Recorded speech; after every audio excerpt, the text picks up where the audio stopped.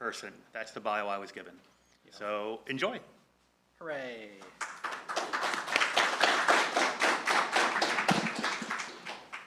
Welcome to the talk. Is the microphone, you hear me in the back? Is everything? Okay, we're good, we're good. This is a website. Joe told me I didn't promote the website enough in the feedback thing, so there's a website. You should go to the website and understand pdxhf.org is the Portland Hacker Foundation website. So thank you, Portland Hacker Foundation. Anyone see my talk last year at BSides Portland? Yay, yeah. Last year it was all just kind of a weird idea, and so it was kind of like a fever dream of like whatever, who knows what's going to happen. Let's do a thing. Let's start doing hack lunches. Let's get together and do stuff. But we did some stuff, and so it's pretty cool. I think a lot of things turned out really good, and I'm going to talk about it.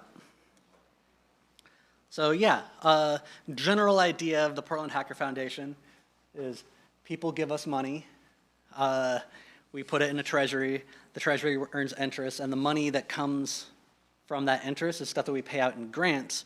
They're like little micro grants for people doing cool research around the city and doing cool stuff, trying to help the community, and yeah, make things better. And a large focus has been on the concept of asymmetric impact, where you can actually where a small amount of funds can actually end up doing a lot of really cool stuff in the world.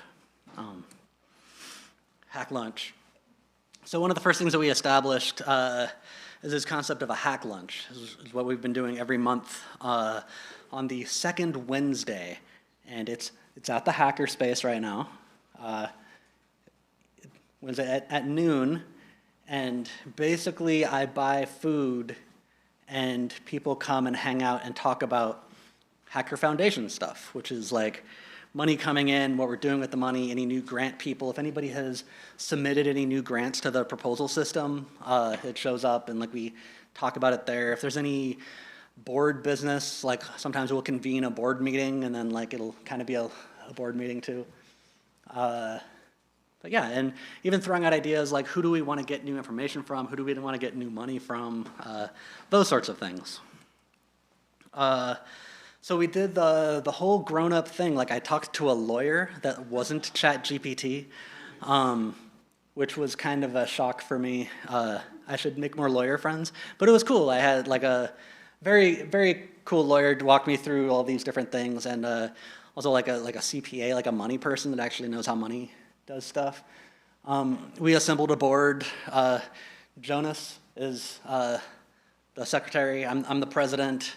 John couldn't be here today. I think he's cleaning the hackerspace or something, but he is the treasurer. And so we have like a legit 501c3 board.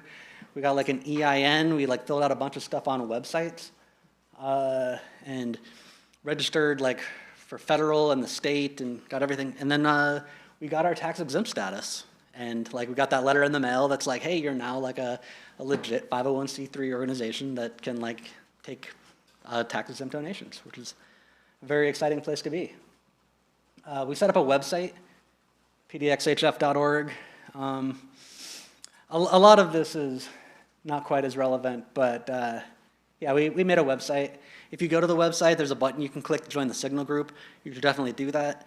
There's also a button to join, to give us money. And if you have more money than you need, that's a good button to hit. There's also a button you can hit if you have a cool idea and you want money. So if you want money, there's also a button there for you. And then we'll give you $1,000 to do something cool. Yeah, anyway.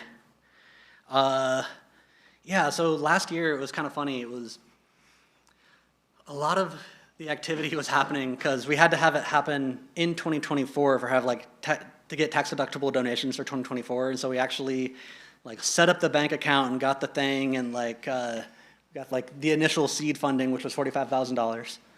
And we got it into the bank account and all good.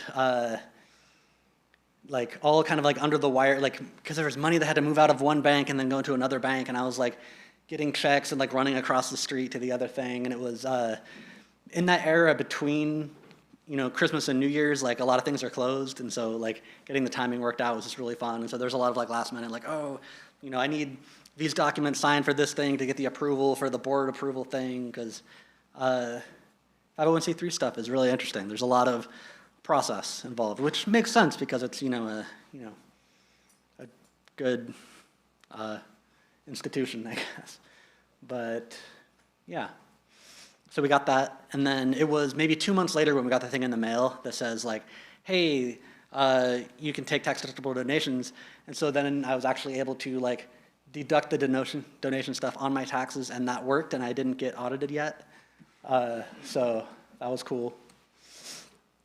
So what we did with the money is some of it we earmarked for grants right away. But most of it, I think $42,000 or $43,000, we moved directly into Vanguard, basically into VGT, which is, if you're familiar with the Vanguard mutual funds, there's also VITAX is like the tech fund, and then VGT is the ETF that follows VITAX, because VITAX has $100,000 minimum, and we didn't quite hit that. But we'll probably like move things from VGT to VITAX when we get to that threshold of whatever at some point. And it's gone up 24% this year. It's funny, I initiated the buy for that maybe like a day before the whole like DeepSeek drama, where then like all of a sudden NVIDIA stock like plunged, and it's like, oh no, DeepSeek is gonna ruin NVIDIA for some reason, even though everything's running on NVIDIA GPUs anyway. And then a couple of weeks later, it was back up to where, but it's been growing continuously, and I think it's kind of nice to have community funding that's actually in one of these tech funds. So when tech industry does well, we can actually make sure that some of that money goes into the community, and I think that's kind of a cool thing. When you're building a perpetual funding mechanism, it's kind of cool to be able to say like, hey, maybe it's kind of cool when tech stuff is good. I don't know. Let's see. Yeah, and we did some cool grants. Starting out, we capped it at about 10% of the treasury. The treasury is $45,000, so 10% was like $4,500, and so 4 $1,000 grants is basically what we came up with for 2025. We've given out 3 of them so far, and I'll talk about those later. But basically, if you have any weird ideas, and I like to use the threshold of like, if it's something that you can talk about at DEF CON, it's definitely something that we want to fund. It has to have some sort of connection to Portland, so at least like, one of the participants in the research has to be like a Portland person. It's great if it actually has positive impact on the Portland community somehow. But yeah, basically, you can talk about a lot of weird stuff at DEF CON, even in like the villages and everything. So like biohacking is fair game, like a lot of stuff is fair game. But generally, like, if you want to do something cool, but that cool thing costs $1,000 and you don't have an extra $1,000, it's definitely, talk to us. Our first person that submitted was Ray, and he's done a lot of really cool work. And he was a high school kid. He saw these like Halo smart sensor things in his school, and he's like, hey, this is weird.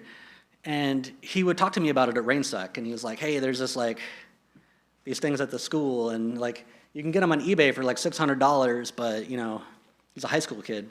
So that was one of the first things of like, oh yeah, we definitely should give money for that. And we did that, and he found a lot of cool stuff. He worked with Nix, which is another local security researcher, and they talked about it at DEF CON. Pretty cool, like high school kid talking at DEF CON.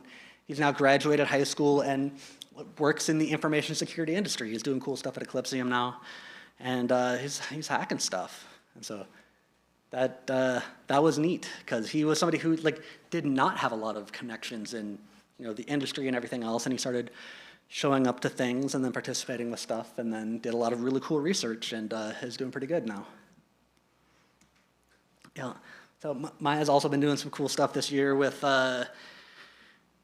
they got a grant to buy this Celebrite unit, and they've been doing some work reverse engineering some of like the DRM and making it the idea is basically to build out a tool for allowing people like protesters to be able to click their phone into the tool and then like verify that it's properly set up with like lockdown mode and everything else, and being able to just demystify a lot of what different organizations might have access to if they take your phone.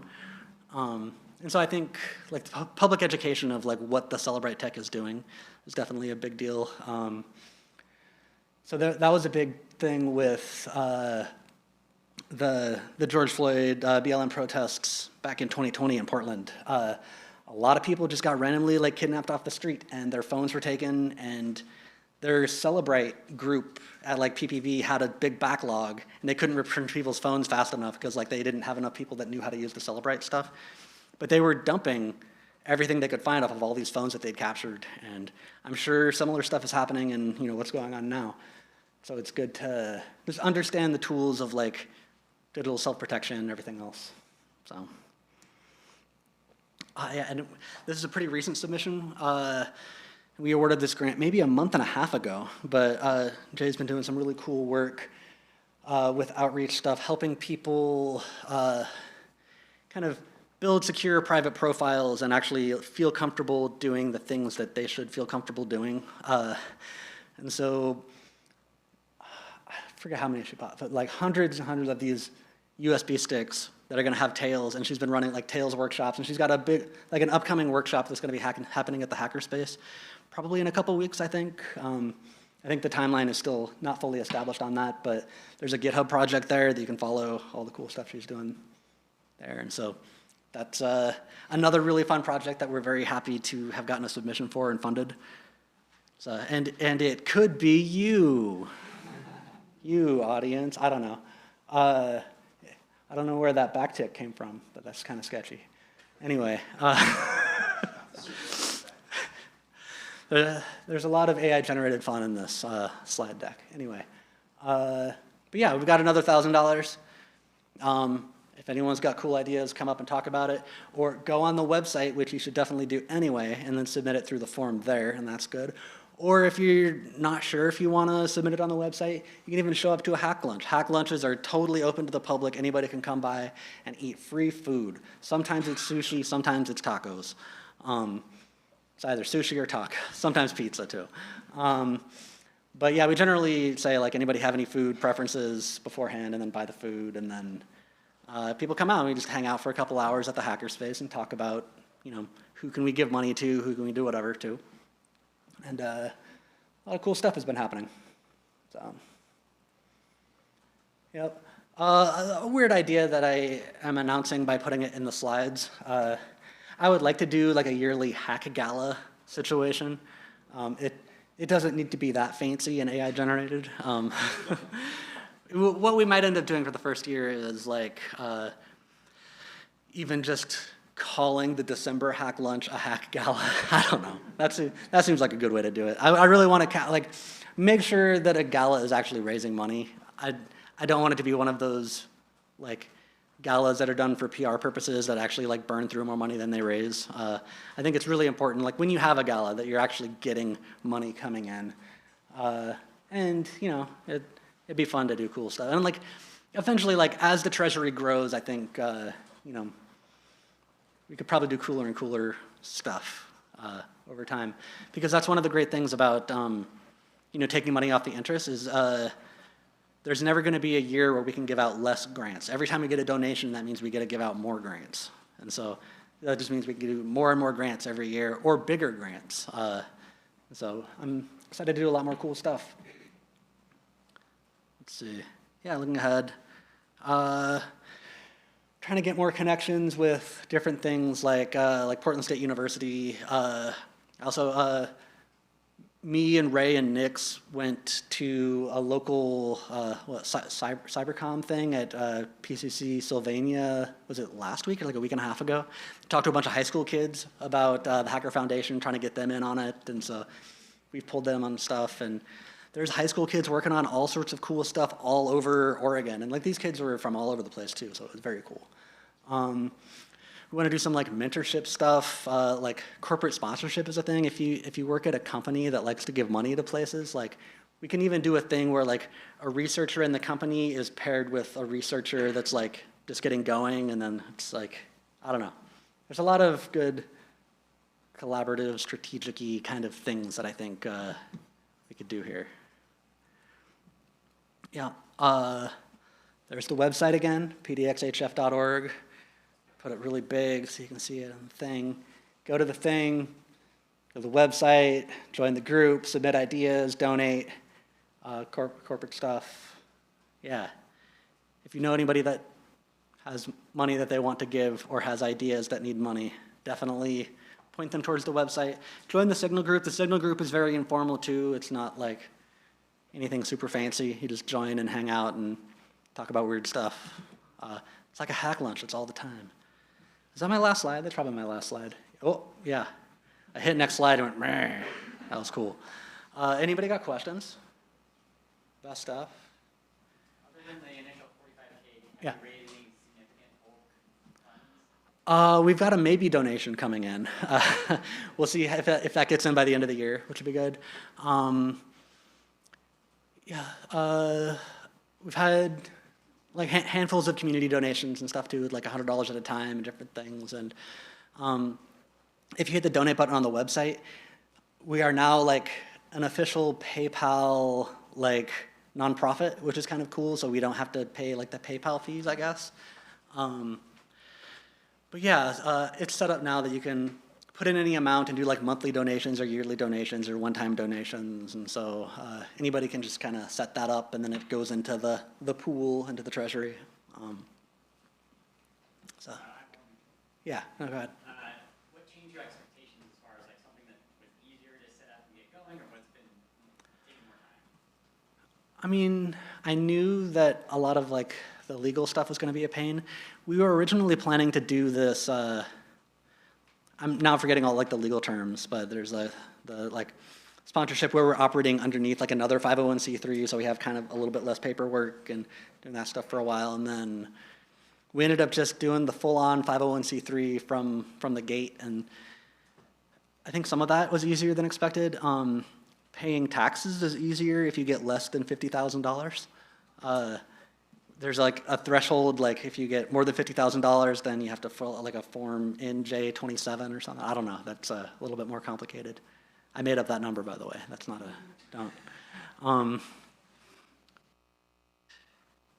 Yeah, so I think that's been kind of the big thing there.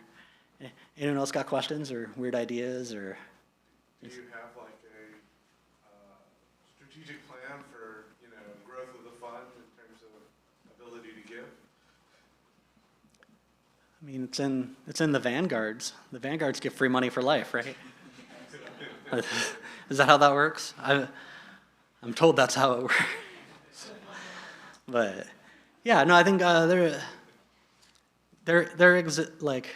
a lot of, I think, paths out there for more funding from even like grassroots, smaller donations into like bigger stuff. Especially, I think it'll be really cool. We're kind of in talks with some corporate kind of sponsorship situations, and it would be very neat to, if that stuff kind of goes through and we have more actual connections with different companies, and then they can give certain amounts of money per year, and then like we can have like special Hacker Foundation research projects that's also like in collaboration with like this other company kind of thing too, which kind of gives them local clout and then gives us money. And I mean, it's also like there's a lot of expertise out there too that people can offer. And I've got 1 minute to burn. So no, it's and I think also yeah, there's opportunities for people that work at companies. A lot of companies do like matching, and you can even like do like hourly matching, like because it is a 501c3. And we're setting some of that stuff up too. I forget the name of the other donor platform, but there's a few other platforms that companies use to do that sort of thing where the company does like they do thing for like a soup kitchen or something like that. And we have set up similar things for the Hacker Foundation, but then I forgot the name of it. but I can get back on that. But yeah, and that's something that John's been setting up the past couple months, and it's very cool. And John also is the head of the hackerspace, and he's been doing that for 10 plus years now, which is crazy. Okay, and I got 10 seconds left, so if anybody's got a really quick question, yeah. Can we maybe get some more people to get us to give them money? Like, don't let the imposter syndrome get in the way. Submit a proposal, we'll probably throw money at you. We'll love Yeah, it. I got a. Yeah, you do it. Do you want $1,000? Yes. Cool. Just like the weirdest idea you can think of. Submit it, and it might get accepted, because we're looking for cool stuff. All right. Thank you. You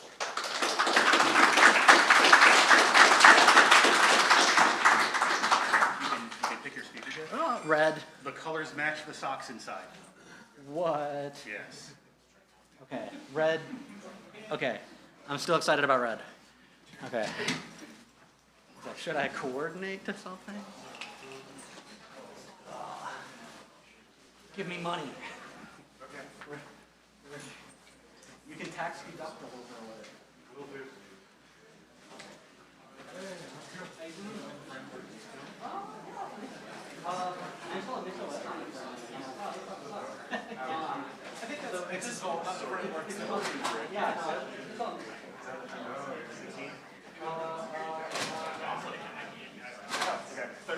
Yeah. What was new?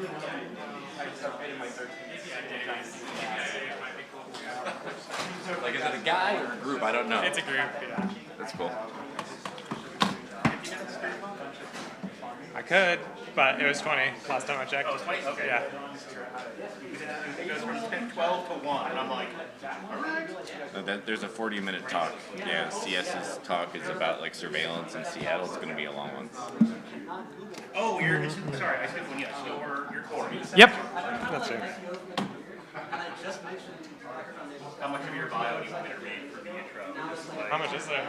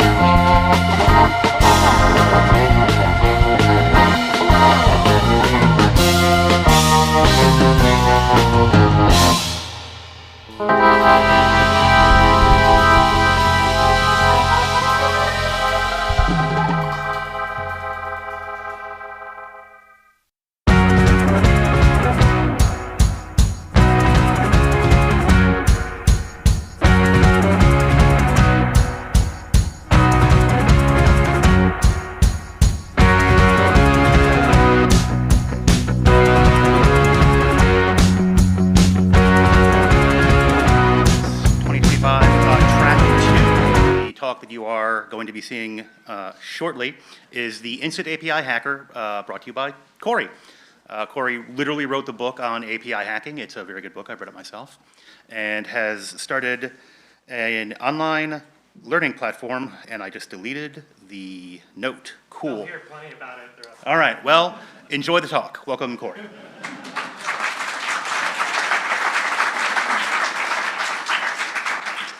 Thank you. Good to be here. I'm a fellow Oregonian from Grants Pass, and I made Portland weirder with AI.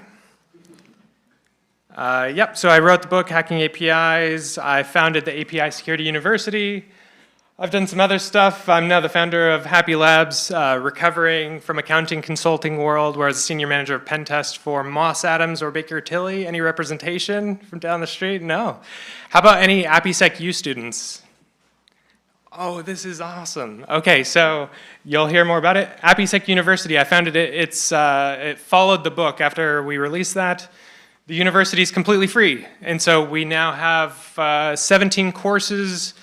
My pen test course is on there. There's a OWASP and beyond course in API security fundamentals. So completely free, counts as CPEs. You get certificates of completion and everything else. So definitely check it out. One more second, there we go. This is an intense talk. It's gonna go fast. I only have 18 minutes and 45 seconds left. And so we're gonna get through it. You could hack an API by the end of this if you already downloaded Postman and Burp Suite and you follow along quickly. But other than that, continue the education with InfoSec University and using these tools that I talk about. So why APIs? APIs expose business logic. The automated scanners of the world that we've been protecting web apps with for decades do not work for APIs. If your organization is using them to protect your APIs, you're getting clean reports with false negatives. And they are not finding those vulnerabilities, especially the key ones that we put all the layers of defense in the way to. And that's the other thing. APIs are often a pipeline beyond those security controls, straight in. And they get to the goods that the attackers are looking for, the data. And so an exposed, unprotected API will lead to easy data exfiltration for an attacker. We need three things to become instant API hackers. We need to know the tools, the techniques, and we need a target, or several of them. The tools, you need anything that can intercept and make web requests. So if you really, really want to use curl, you can use curl. Every developer wants me to use curl as we go along instead of Postman or Burp Suite. But Postman and Burp Suite are going to be the main tools that I leverage. Postman is a browser designed for APIs. And so you can see the entire API collection, all the endpoints, parameters, and everything else involved in the API in Postman. And it has a really powerful tool called the Postman Collection Runner. And you can test every single API request. So I test across an API wide using Postman, meaning that if I want to test a small change across the entire API, I can use match and replace, and then I can use the Postman Collection Runner and test for something like improper inventory management, where anyone that's used an API, you've seen V1, V2, V3, internal private UAT staging, anything like that in the URL path. And so if I want to test that across the entire API, I can replace that path with a variable and easily test across the entire API collection by using Postman. Meanwhile, Burp Suite is great for diving deep into a single request. And so if I want to fuzz a specific request and test for every injection that I can come up with. I would use something like Burp Suite to do that. If we're trying to keep it free, then you would probably want to switch over to WFuzz or FFUF, because Intruder on the Community Edition is going to limit you to 100 requests before it's a waste of time. And so here you go. The bottom left of Postman is where you would find that match and replace. So if you did want to test something like the versioning or anything else, that's what you would use there. And then the collection runner at the top level of the collection, we'll see screenshots here in a minute, and you'll understand a bit better what I'm talking about. Burp Suite, great. It has the automated vulnerability scanning, so you can test across your scope for published findings. Then a lot of great extra add-ons that you can throw onto Burp Suite if you want something to help you with JSON Web Tokens or certain specific tests, you can use that. AutoRise, I highly suggest using AutoRise for APIs. So the techniques, those are the tools, techniques. What do we do? The very first thing that's very important is to use the API as it was designed. It will be tempting. You'll go in and want to blow up everything. But if you stick to using it, learn what the business logic is all about. Why does this API exist in the first place, and why is it exposed to the internet or private network? You'd want to go through and use it before you abuse it. And from there, to become an instant API hacker, you'd want to focus on the top 3 vulnerabilities that we see out in the wild, and those are related to broken authentication, broken authorization, which is, I would put at number 1, and broken object property level authorization. I was a part of the OWASP project, and I tried to fight saying BOPLA all the time, but really what we're looking for there is excessive data exposure, which we'll see in a second too. Targets. If you want to follow along, the university I founded, InfoSec University, hosts these all for free. The courses are all for free. I believe there's links at the end, but if you're not students, apisecu.com, and these machines are available to test on.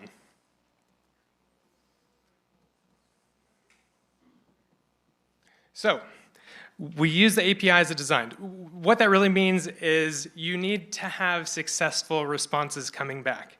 And so when you go and blast an API with an automated scanner, the thing that happens is it breaks as soon as authentication is required. It breaks as soon as there's an API workflow, and you start getting 400s or 500s as responses, and the scanner says, nothing here, let's move on. But really, any attacker is going to authenticate. Any attacker is going to look for those sensitive requests, and then they're going to try and access the data that doesn't belong to them. If you want to dive in deeper, so not only do we have courses at InfoSec University, completely free again, that dive into this, but this is the OWASP project. You could go in and learn about all 10. We are covering a good, probably 70% of this with authorization and authentication. And so what does it mean to use the API?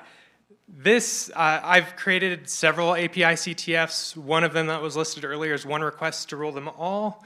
And the idea behind that request is instead of capturing flags, all you have to do is make a single API request. But anyone that's worked with APIs knows that you'll have to gather a lot of parameters and be a part of the right group and have the correct token in order to make that one request to win the competition. And so when we ran the CTF earlier this year, the first winner didn't show up until 12 hours into the competition. The second winner didn't show up until 24 hours. And what we could see from traffic is they're not using the API as it was designed. What they're doing is blasting it with all the tools, scanning and fuzzing all over the place, but they're not using the API and learning what it's actually meant to do. So you have to import your collection. This is Postman. You'd import the collection in. This is based on the completely ridiculous API, Crappy. I cover it in the book and on the course. It's free with the OWASP project, open source. You actually have to authenticate. Once you authenticate, you'll get a token. analyzing the endpoints. So what does this mean? This means going in and seeing the workflows. And without messing this up, I'll get a little bit more zoomed in. This is where the scanner's breaking. And it's not hitting all of these other requests successfully. And so when you go in, the things that you're looking for when you're analyzing endpoints, you're looking for sensitive named parameters, SSN, ID, user ID, anything like that.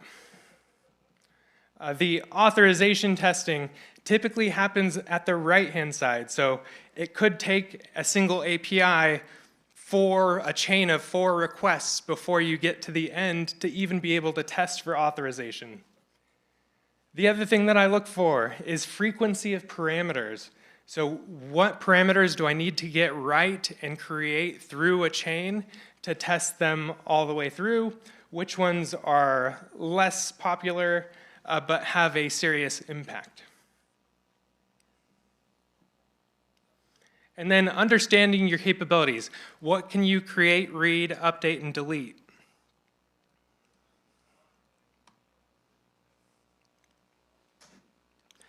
If you were to use Crappy on its own, it doesn't have an open API specification in the web app, but you can go to the GitHub repository for the project and download the open API specs. So that way you can actually see what the API looks like instead of doing what's expected, which is using the front-end web application, intercepting the traffic, and seeing the API requests that are going on in the background.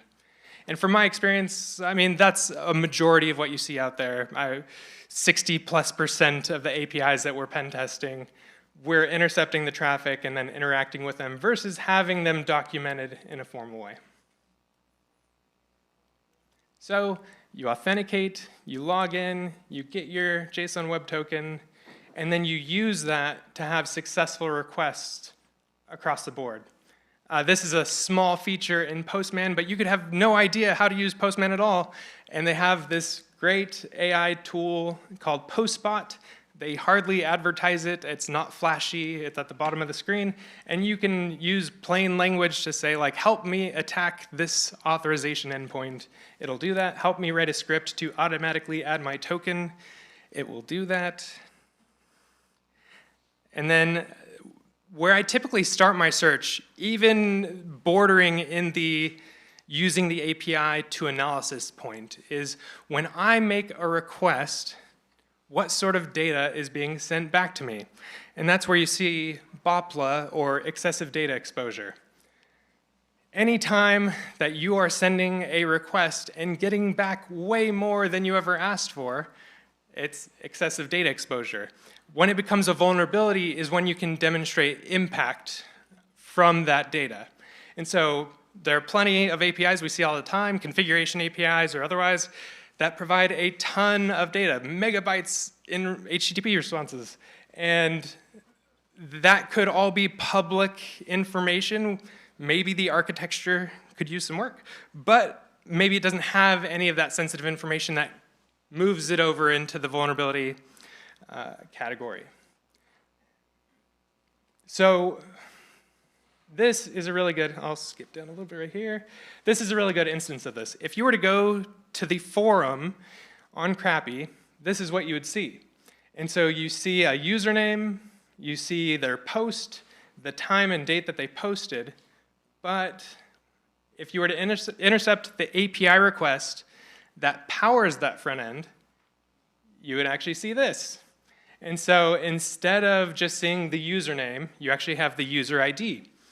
And a developer, many developers, may think their UUIDs are safe because it would take regular computers trying a brute force attack every second, billions or quadrillions of years, but not when you share it and expect the front-end devs to filter it out because it's still being sent over as an API request. And it's still being seen by the browser, dev tools, and any tools in between. And then what you thought was complex and unbrute forceable, which it's not brute forceable, but now it's handed over to an attacker to be able to use that. And here we're seeing the complex user ID, we're seeing a vehicle ID, and we'll see what that leads to. And typically, for me, excessive data exposure really powers the rest of an API pen test, because now I have all sorts of sensitive information, potentially, and I don't know what to do with it yet. And so the next step is authorization testing. In OWASP, this comes in several forms. You have BOLA, BAFLA, BOPLA. I tried. You need three things. You need a resource ID, you need the request involving resources, and then you need the vulnerable API. You can look through your documentation. I've released the Hacking APIs GPT. You can use your own private lockdown black box LLM in a hidden room to put over the sensitive documentation that you don't want shared outside your organization. And you can tell it to review a huge stack of endpoints for sensitive parameters, or if you've had excessive data exposure, specific key values that you've found in that request, and say, where do these pop up? Help me attack. BOLA comes in many forms. So people also know this as IDOR, broken object level authorization. You see this in API requests when a user ID is being sent in the path or maybe in the post body. And anytime anyone's up here talking about this vulnerability, they say, you know, change the 1 to a 2.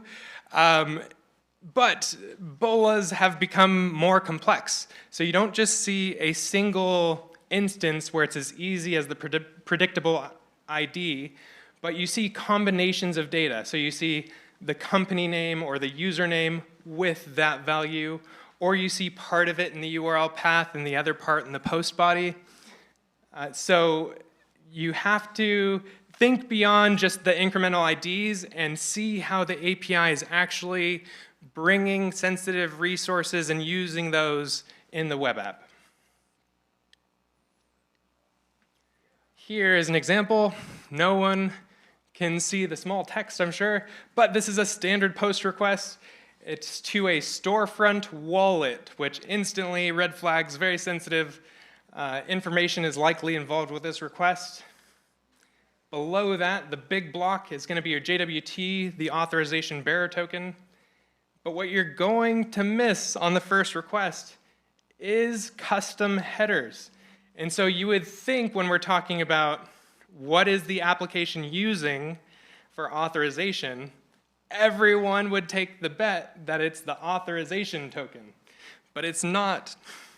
The authorization token, if you were to remove that, which is part of the authorization testing, you want to peel back, you know, are these cookies necessary? Is this token necessary? If you were to remove that, you would get, you're not authenticated, so I'm not going to give you anything. But if you use that token and you replace the actual values, which the second guess is going to be the 133201 in the URL path, and still, you wouldn't get anything.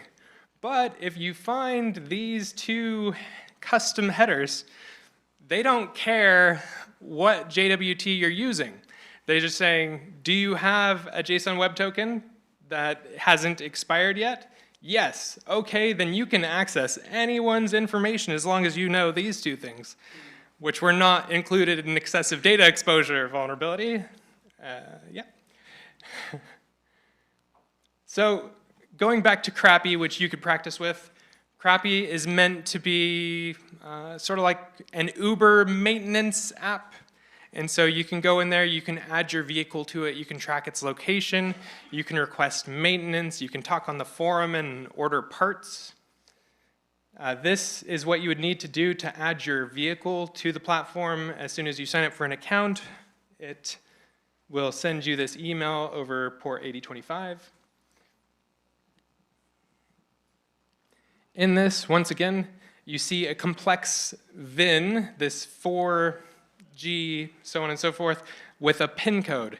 And it's complex enough where you're not going to be able to brute force it. So you need to go back to your excessive data exposure vulnerability, find your vehicle IDs, and plug those in to requests like this that try and find your vehicle's location. And you can use it to find anyone's vehicle location and get the latitude and longitude.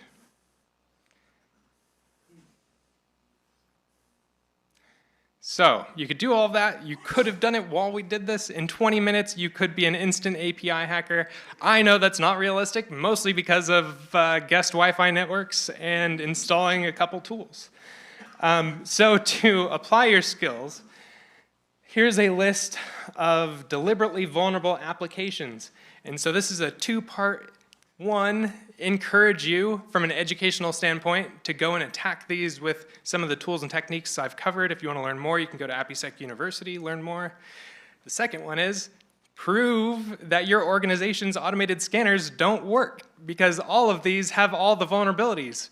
And when you scan them and get a clean report back, what does that say about your other APIs?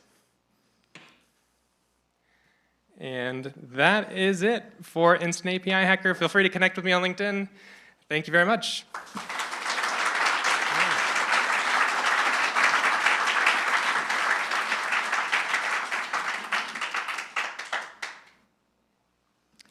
Any questions before they pull me off with a stick?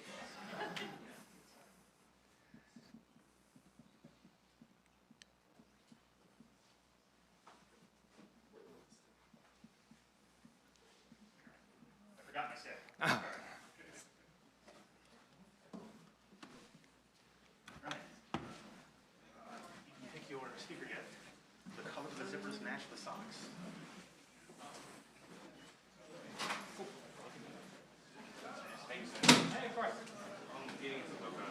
Oh, perfect. Question actually, I forgot. So in terms of UIDs and really quick quick scans, so that's when you say to the sense of that exposure looking through the documentation.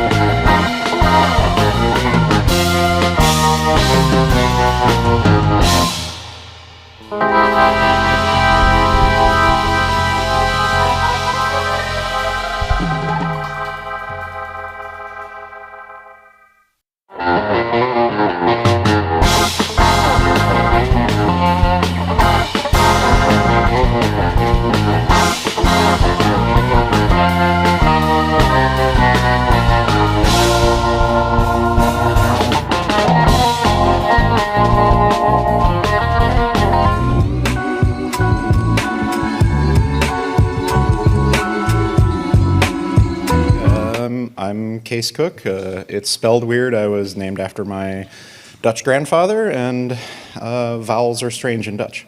If you want to see these slides, you can download them there. I have it again at the end. So, hello neighbors, with apologies to Fred Rogers and Travis Goodspeed.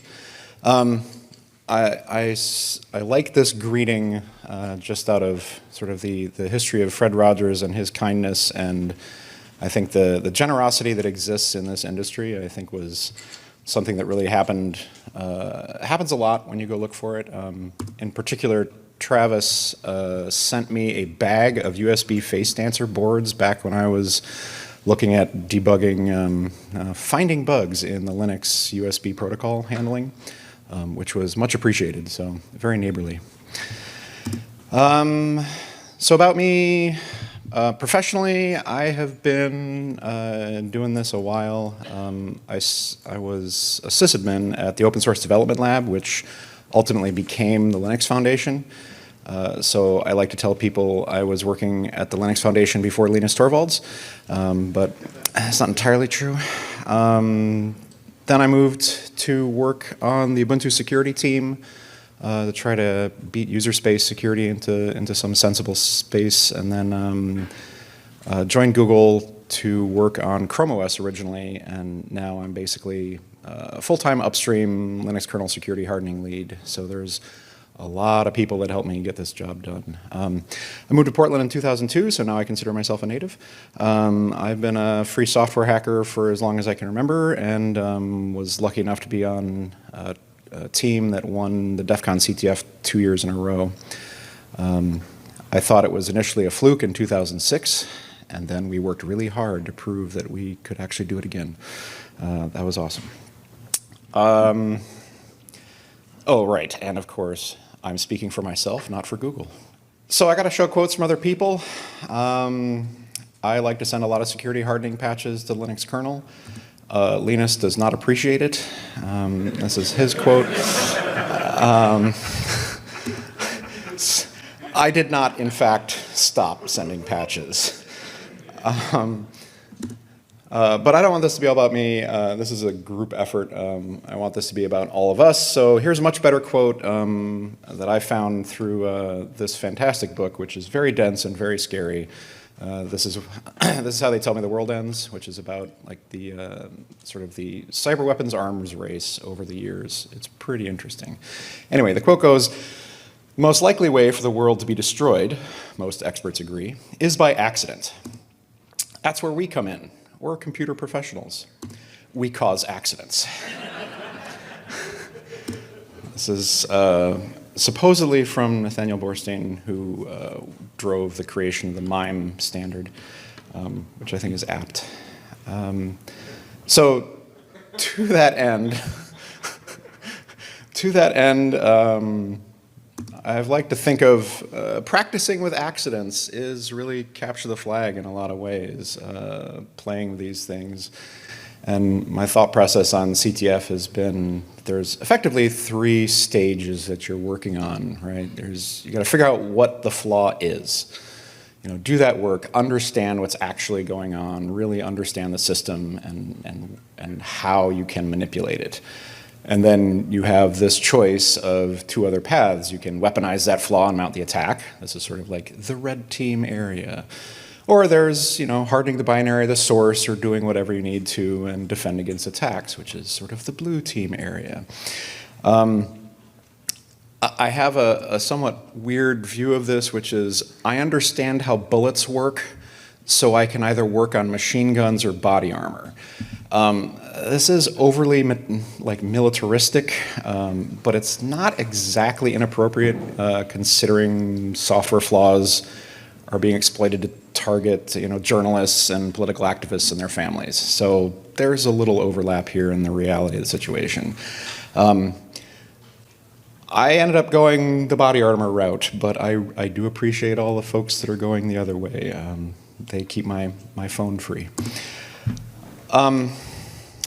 So one of the areas of the defensive work that I spent a lot of time with the kernel is, looking at how we can protect the Linux kernel from user space, from attackers, whatever.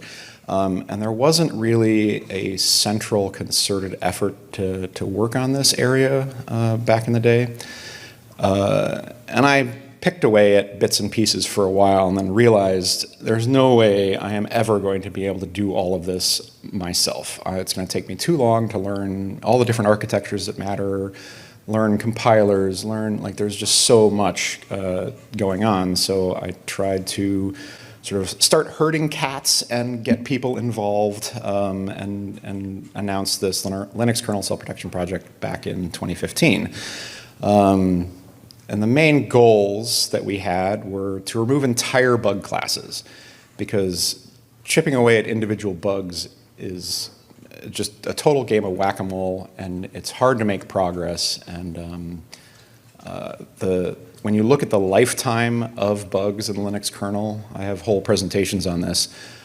Right now, it's about an average of 5.5 years between when something is introduced and to when it is fixed. So, and I'm speaking of like high and critical. Like there's a giant long tail of medium and low vulnerabilities.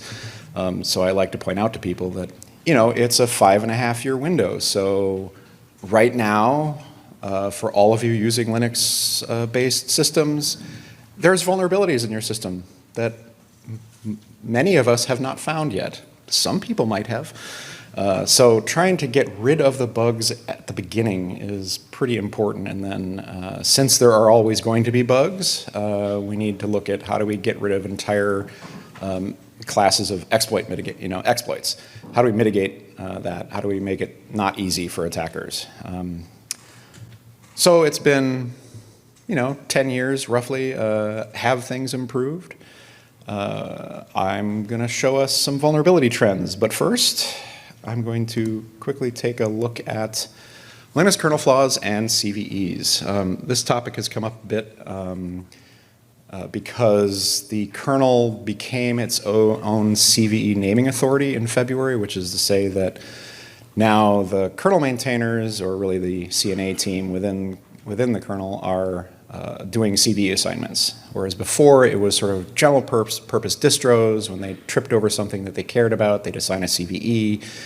And now the kernel CNA will assign CVEs for everything that's being fixed that looks like it might have any kind of security relevance under any kind of threat model, which turns out to be a lot of CVEs. And I can sort of show this a bit. So if there is the universe of all flaws in Linux, the omniscient view, the objective truth that humans cannot grasp, within there's some group of publicly known flaws. That's great, and I'm speaking of flaws generally, bugs, not necessarily security flaws yet. And then of the publicly known flaws, we're going to fix some. And of course, because we cause accidents, there's a bunch that are accidentally fixed that we didn't even know were flaws at all. So that's this little bubble on the side. Now, a subset of that is security flaws. And it was around here, as I was making this Venn diagram, I started to lose my mind. So we have known but unfixed security flaws. We have yet to be found security flaws. And we have accidentally fixed security flaws in this grouping. And the old CVEs were off in this corner, overlapping so many areas, I need to zoom in. So we've got a range of false positives. So a CVE gets assigned, but it's not actually anything that we can do anything about. So there's false positives that are in a variety of not a security flaw. Is it a fixed flaw? Is it accidentally fixed? Is it magic? And there's stuff that there's false positives that aren't even flaws at all. Like, oops, that wasn't assigned correctly. And then there are true positives in the unfixed realm. And then there's, accidentally fixed, also true positives. But it's kind of in this weird corner. It's not covering the reality of security flaws very well. There's a lot of stuff that isn't being identified in the kernel, in like the security flaw space. It just isn't a mapping for CVEs. With the new kernel.org CNA, we have a much larger mapping, but it tends to focus on stuff that's been fixed which is a change and is a little weird, but it does create fewer false positives, like fewer in ratio of false positives, and we get a lot more coverage, which I think is good, although it creates an absolute nightmare for people who are tracking CVEs so that they know that whatever software they have has no publicly known vulnerabilities in it. But this is a reminder to people in that mindset. Our goal is to fix security flaws, not CVEs. CVEs are just a tracking method. We have a better tracking method now. It's still flawed itself, of course. Everything will be. But we have a much, much better mapping to reality now, which is, I think, fantastic, except, of course, people who were only tracking CVEs now have to deal with the fact that, oops, they now actually have to track a much larger percentage of things, but those are the same flaws you were supposed to be fixing all along. Anyway, there's a whole other topic, but I wanted, the idea of these Venn diagrams popped in my head, and then I was compelled to create insane graphs. But my point is, I can't compare trends between the old style of CVE assignment and the new style of CVE assignment. So doing a trend analysis right now, ignoring the new CNA, I can look retrospectively through the CVEs to get a sense of where things are, because it's hard to get a true objective ability to analyze these trends, but the CVEs give us at least some signal to talk about it. And just a nice shout out to the Ubuntu CVE tracker. They make my life really easy because for CVEs, especially high and critical kernel CVEs, they actually track when the flaw was introduced as well as when it was fixed. And for doing lifetime analysis, that's really critical because traditionally CVEs just say, oh, it's fixed in here, have a nice day. You're kind of like, okay, but how long has it been there? Or what else do I need to cover? The new CVE CNA has introduction commits as well as the fixed commits, but they don't assign severity because there isn't a threat model that they work against. So the Ubuntu tracker, it's a general purpose distro. It's a general enough threat model that I'm happy with their severities under most cases. But anyway, on to my damn lies, I mean statistics. So looking at things that mention buffer overflows or overwrites in the CVEs from 2010 forward, I see this delightful linear line that's going down. So that's good. Something's working. Of course, when I saw this graph, I said to myself, but where do we cross 0? So I stretched it out, and oh my God, it hits 0 in 2038. We will have no more buffer overflows in 2038. So by my highly scientific and statistically robust and totally accurate prediction, we will have no buffer overflows right around the time the 32-bit time T Unix epic wraps. So, yeah. Which brings us to another class of vulnerabilities, integer overflows. So where are we on integer overflows? Oh, okay, it seems to be like it's improving as well. And okay, let's stretch this out to, where do we get to? 2031, oh good. Oh, we will have fixed the epic wraparound before it happens, which hopefully is actually true. Yeah, and there's finding these extensions of the prediction is just giggling to myself the whole time making these slides because it was so funny. Anyway, this is generally good news. We've been making progress. That's nice. The actual frequency of bugs is coming down in these areas. Like array indexing, array overflows, underflows has been kind of flat, and I don't like that. In 2020 was this bleeding tooth vulnerability. And this is an array in a larger structure that has a fixed size. I don't remember off the top of my head how many bytes this is, but HCI max AD length is a fixed size. The compiler knows that number. It knows that it's an array. It knows how big the array is. So obviously when you have a memcop and you're going to copy data that came from who knows where into this completely fixed, well understood size thing, You should not do anything with validating length and just blow past the end of the array, keep on going, overwrite pointers later on in memory, and do insane things. So I was filled with rage, and I said, okay, this has got to stop. Memcopy can't just be take a pointer and write forever off of it. It actually needs to be object aware. It needs to say, hey, this thing is only this big.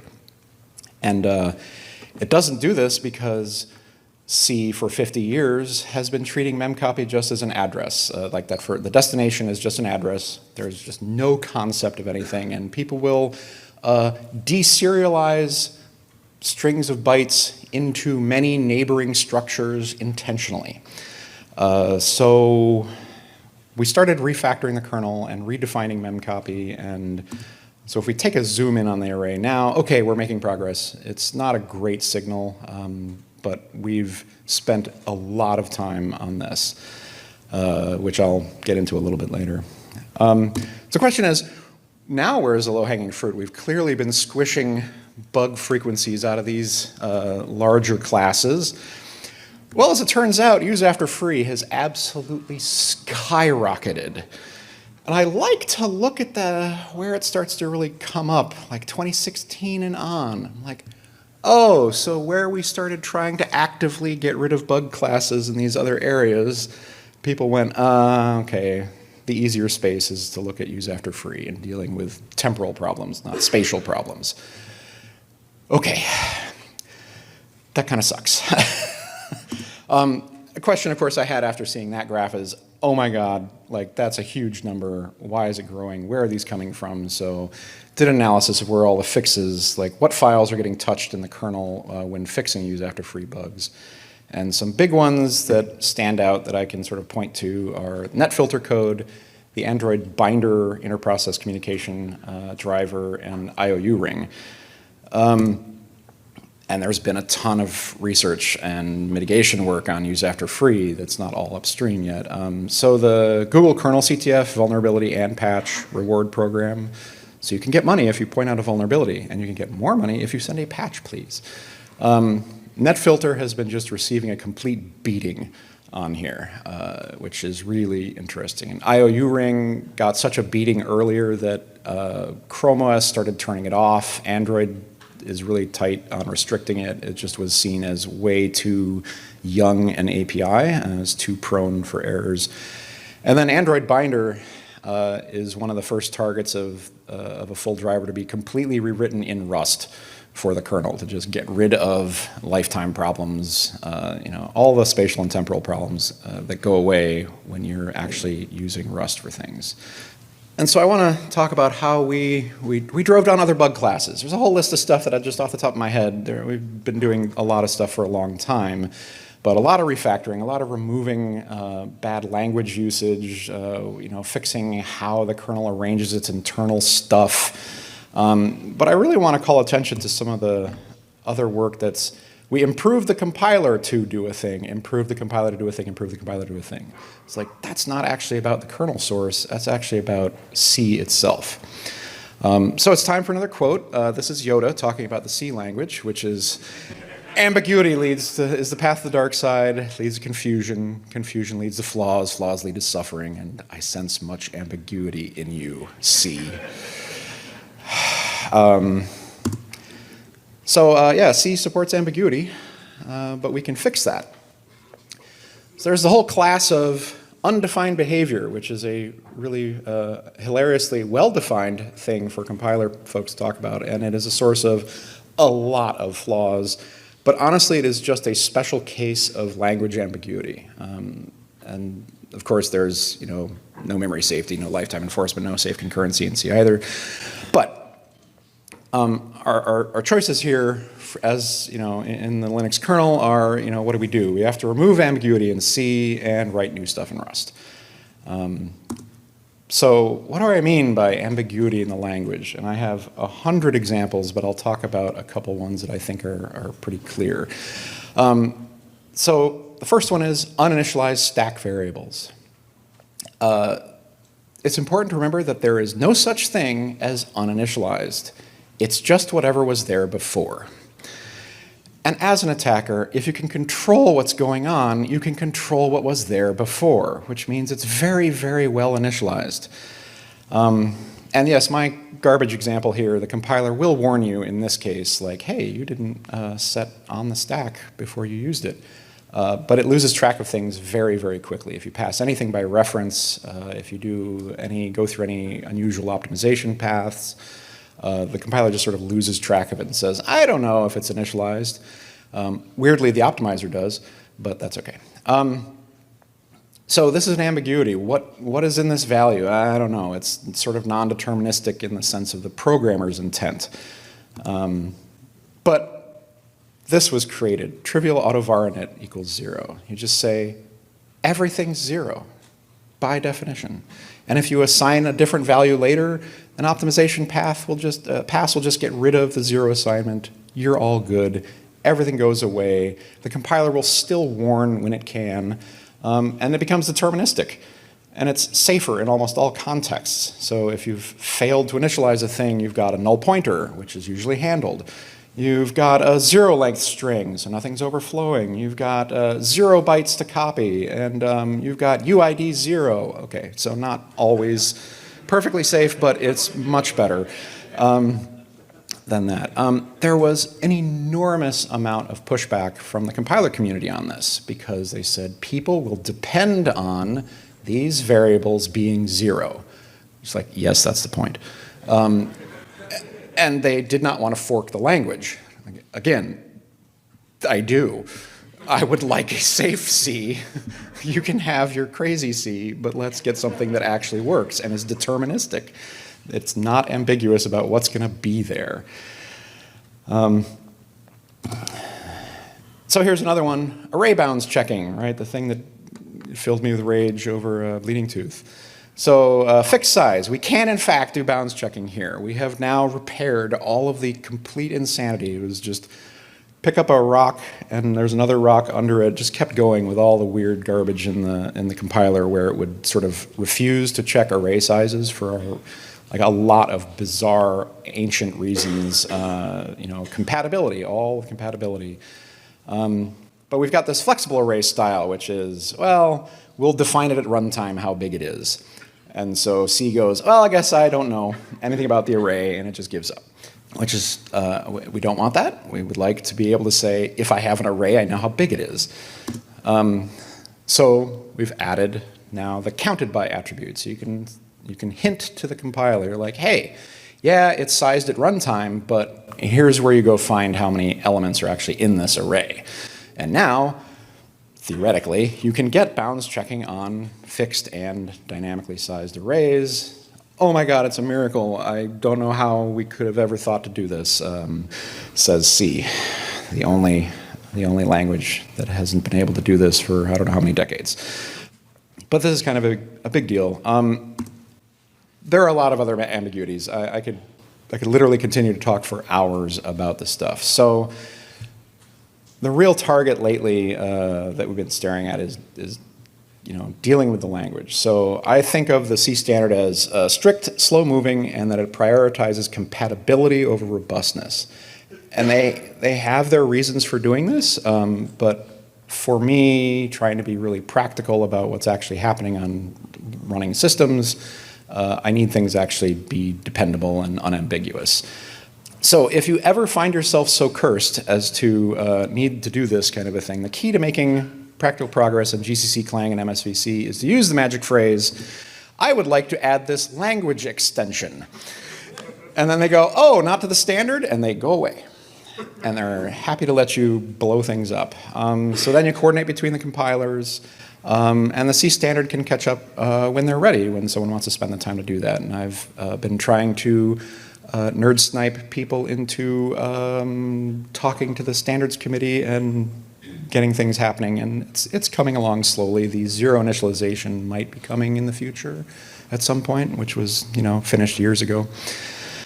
So that's removing ambiguity. The big one, honestly, is just using a language that's actually going to start from a position of memory safety. So writing new stuff in Rust is is becoming a bigger and bigger thing in the kernel, and I think in the industry. I think it's notable that when governments notice your dumpster fire, it's time to switch languages. So there's a bunch of links here on things saying, do not use C++ and C for your new projects. The implication being that they will not buy your software anymore. That's sort of what's being said. On the kernel side, this was a huge political debate, trying to understand how do we open up the developer community to include Rust? How do we get the build working? How do we make everything run smoothly? And this has been going on for several years now for a bunch of really awesome folks that have just been plugging away at it slowly.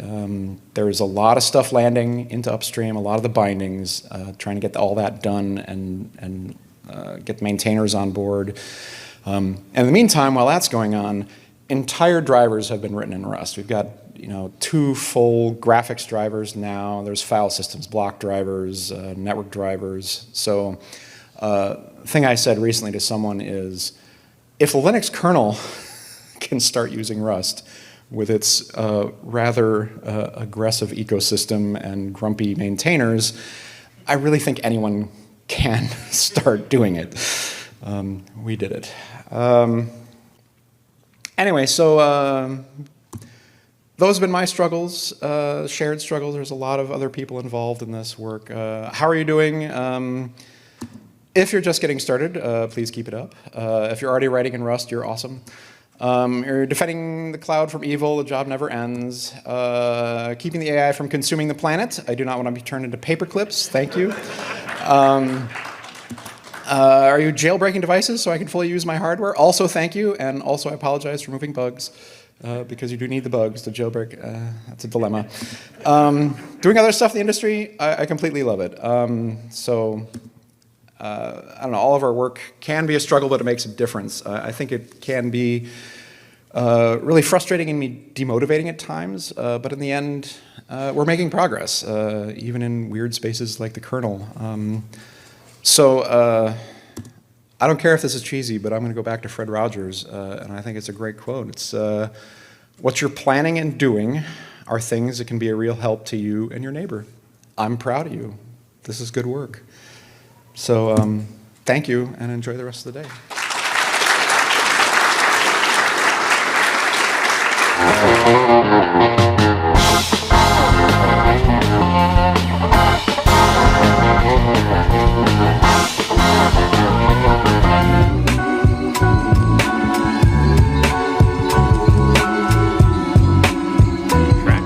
My name is Brian Richardson. I'm one of the board members of the organization and somehow also a speaker. So, if you show up long enough, that's the thing that sort of happens around here. I'm going to give a talk about something about giving talks. This is coaching that I give at work. But first, a couple of disclaimers. This session is designed to help you develop a story for a technical presentation, not necessarily the tips on your slides. There are too many WordPress blogs about that. Go use search. It's only one approach to doing presentation or content development, so it's not going to work everywhere. Maybe it doesn't work for you. That's fine. Other resources are available. Ask your local internet for options. Also, I'm going to say y'all a lot because I am Southern. It doesn't sound like it. I moved up here about 5-ish years ago to be closer to the office. Everyone, laugh at that because that was 2019. Oh, back then. That was so much fun. 2020, I was a speaker at FOSDEM, and I was going through the airport and watching it sell out a hand sanitizer as I was bouncing around Europe. But while I was there, I was actually giving a training to my local colleagues in Poland about how to give talks at conferences. So I trained a bunch of people on how to give talks at conferences about a month before we stopped going anywhere. But in the progress, I also got a bunch of people in Poland to start saying y'all. Y'all is a wonderful word. Y'all is great and ain't isn't. So I'm going to spread the gospel about a gender-neutral intro. Hey, y'all. It's second person plural, rare in the English language.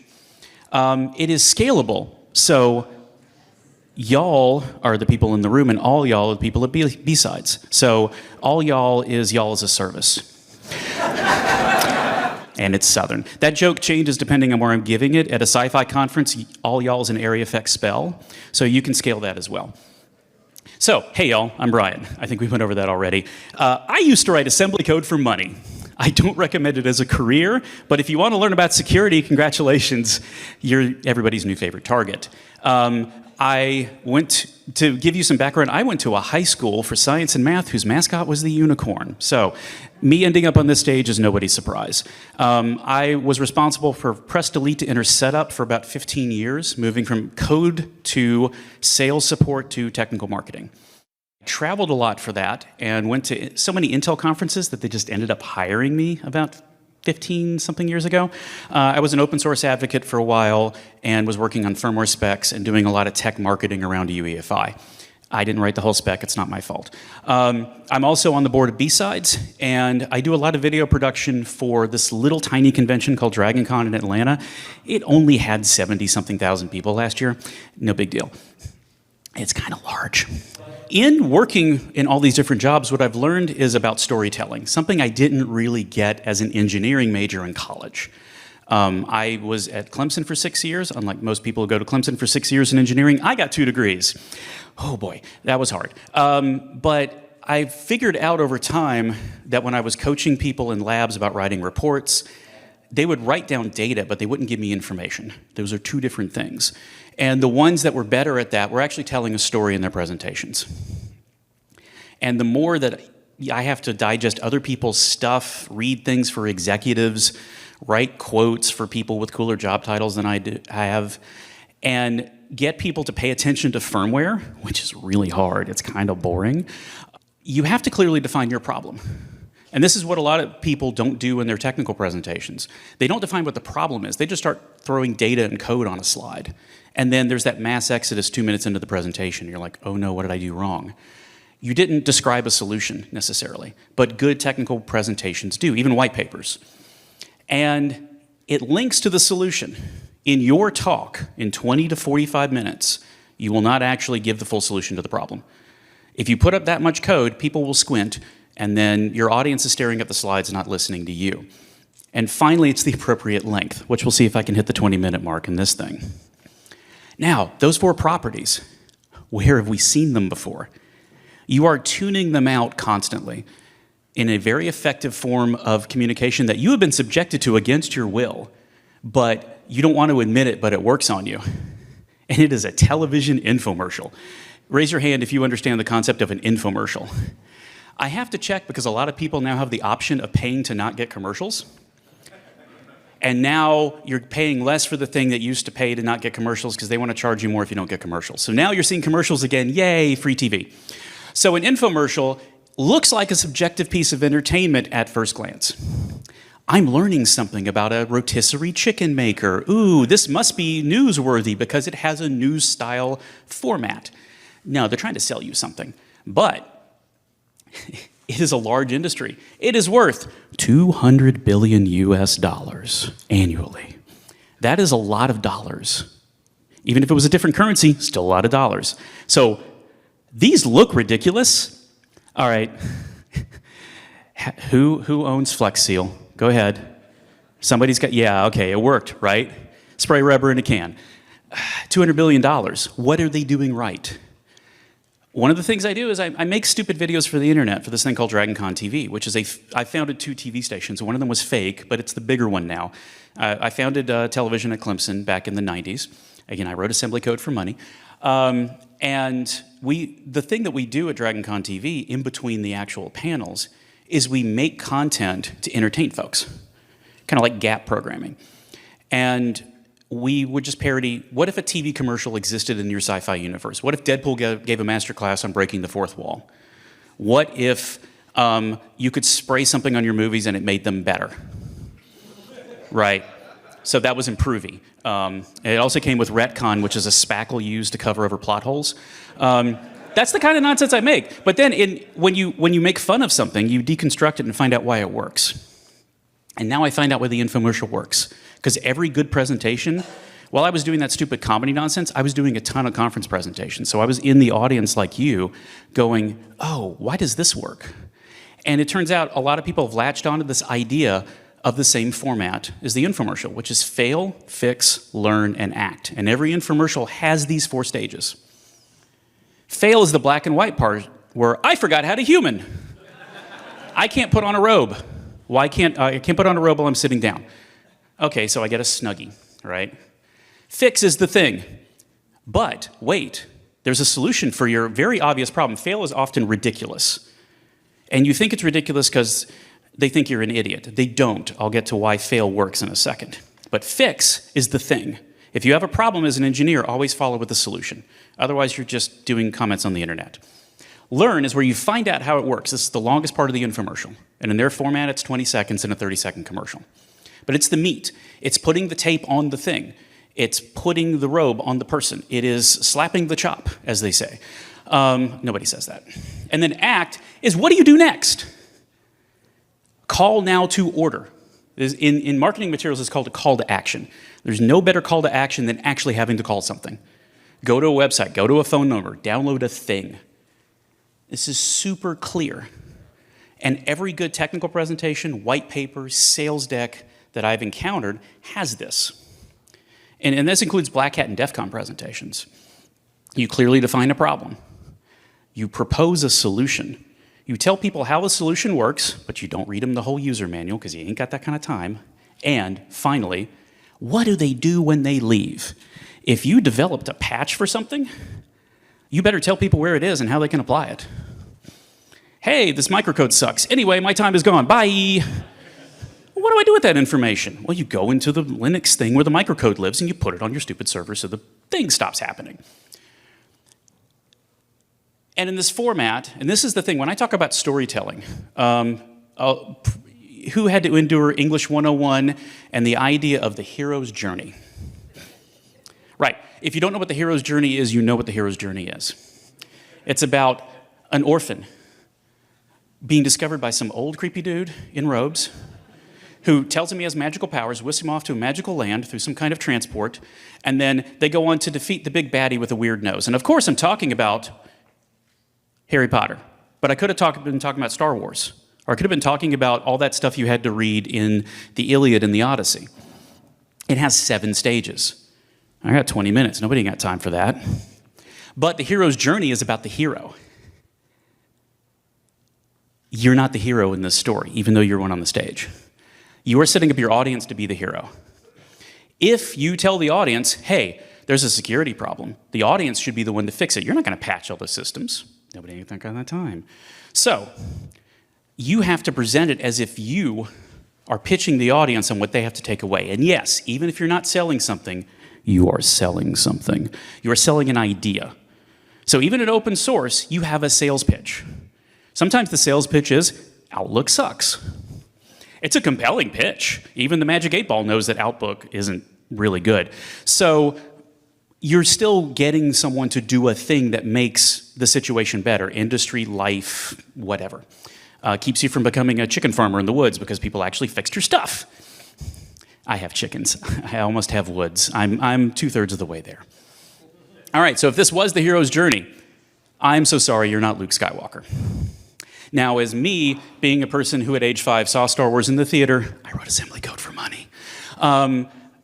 This hurt me a little bit when I discovered it, because I wanted to be Luke Skywalker when I was 5. Blonde kid, parents still alive, so that disqualified me. Also no Batman, because they're alive and no trust fund. But I wanted to be Luke Skywalker so bad. And then when I moved to Georgia and built my first house, I had to put in an air conditioner because I lived in Georgia and otherwise you would die. People in Portland are just discovering the wonders of heating and air conditioning and not just heating. Global warming's real. But Georgia has like 85 degrees during the day to 90, 80 degrees to 70 at night with 127% humidity in the summer. And I discovered that my air conditioner takes moisture out of the air as part of the heat pump process. And I was getting 5 to 8 gallons of moisture out of my air conditioner every day. And the reason I knew this is because they ran the pipes backwards in my house and it all went down to my basement foundation. So, one jackhammer later, and some profanity, I fixed that situation and was measuring the output and dumping that 5 to 8 gallons of water into my garden every day. Free water. So I became Luke Skywalker, but the whiny moisture farmer, not the actual hero. I should have been more specific. In this story, you're Obi-Wan, you're Dumbledore. Let's gloss over how those characters end in their respective stories, but that's what your role is as that speaker. You are guiding the hero on their journey. You're gonna get them about halfway there. Oh, living on a prayer. Okay. An example from my life in firmware. Oh, firmware. Being everyone's favorite attack surface since the CIH virus, which I found in the wild. I found the Chernobyl virus in the wild in a release that I sent out to a customer. It was the first virus to actually try to attack BIOS by leveling it. Whole different talk. But people are still doing PXE boot, and it hurts my soul. PXE boot is just yelling across a network. Hi, here's a boot image. Anybody can take it because it's UDP. Yay. No, that's terrible. Doesn't work outside the firewall. And it kind of is terrible anyway, because any idiot with a Raspberry Pi and a little bit of free time can sniff your boot image, take it home and play with it, and then find the exploits on your network.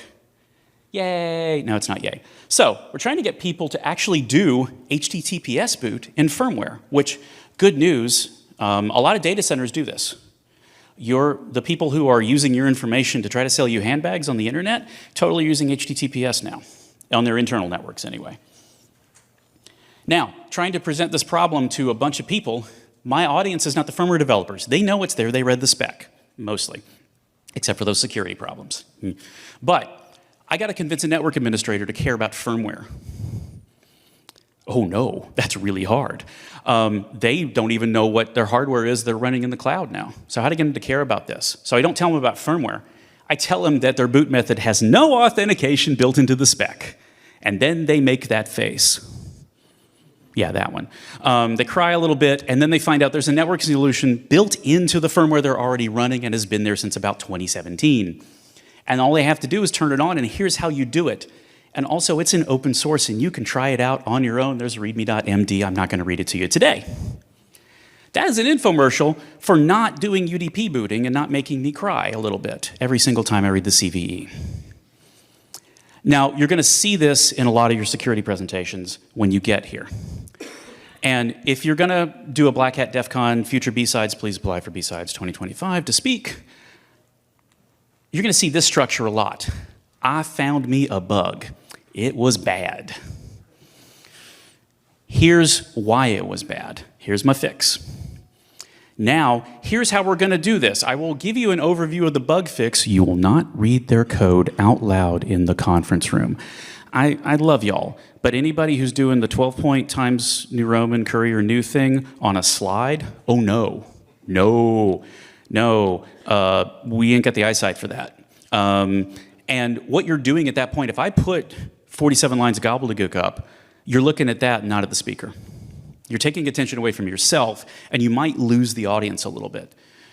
What you want to do is show them why it works, give them a little bit of like, hey, there's a config file, get this, and then highlight that point and make it bigger.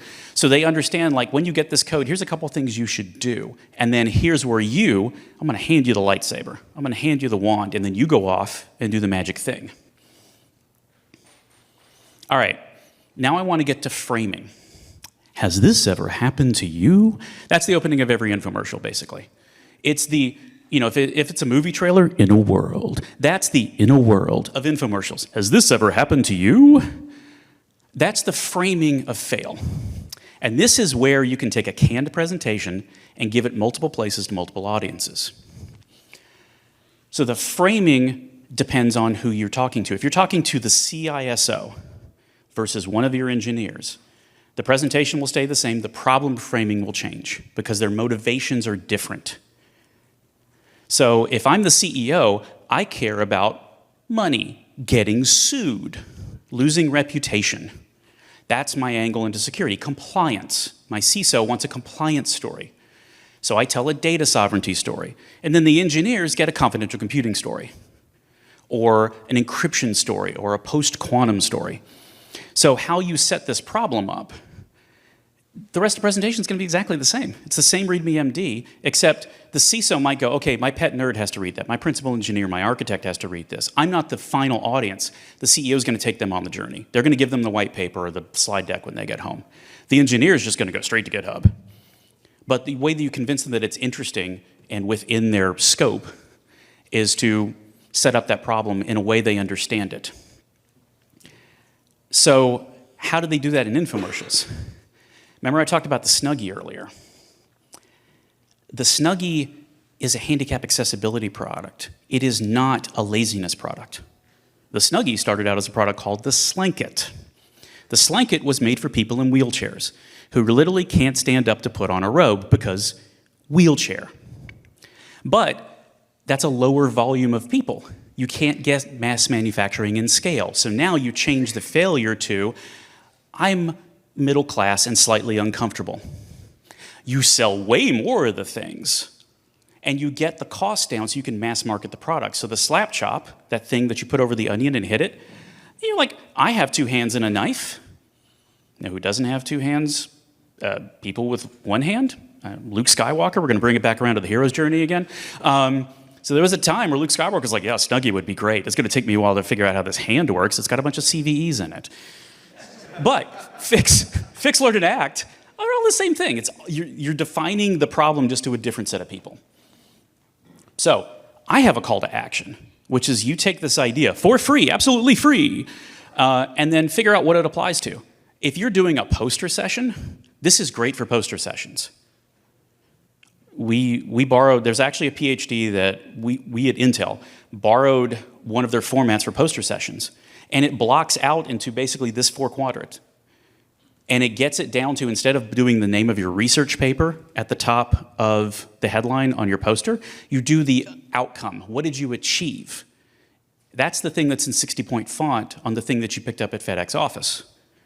And then you and your Amish PowerPoint are like just standing there in the hallway, and now you can draw people in because like, oh, I want the outcome. I want 100% faster bug recovery. I want AI to leak less data. Okay, that's the thing that draws them in, and then you explain the problem. White papers work like this too if you have to write those things. But wait, there's more. Okay, no, that really isn't. I'm done. But we're just going to close by enjoying Obi-Wan Kenobi enjoying his Snuggie. Thank you very much.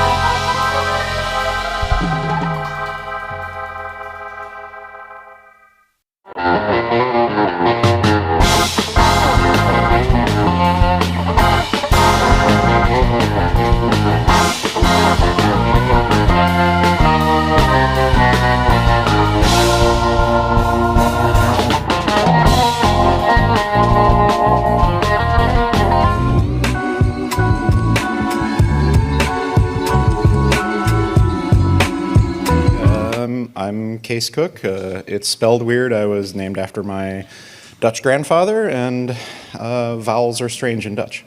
If you want to see these slides, you can download them there. I have it again at the end.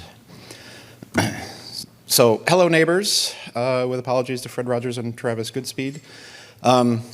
I like this greeting just out of sort of the history of Fred Rogers and his kindness, and I think the generosity that exists in this industry, I think, was something that really happens a lot when you go look for it.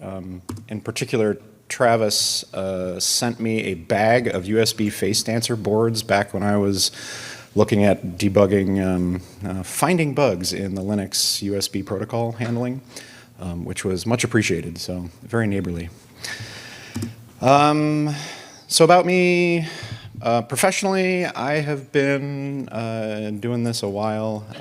I was a sysadmin at the Open Source Development Lab, which ultimately became the Linux Foundation.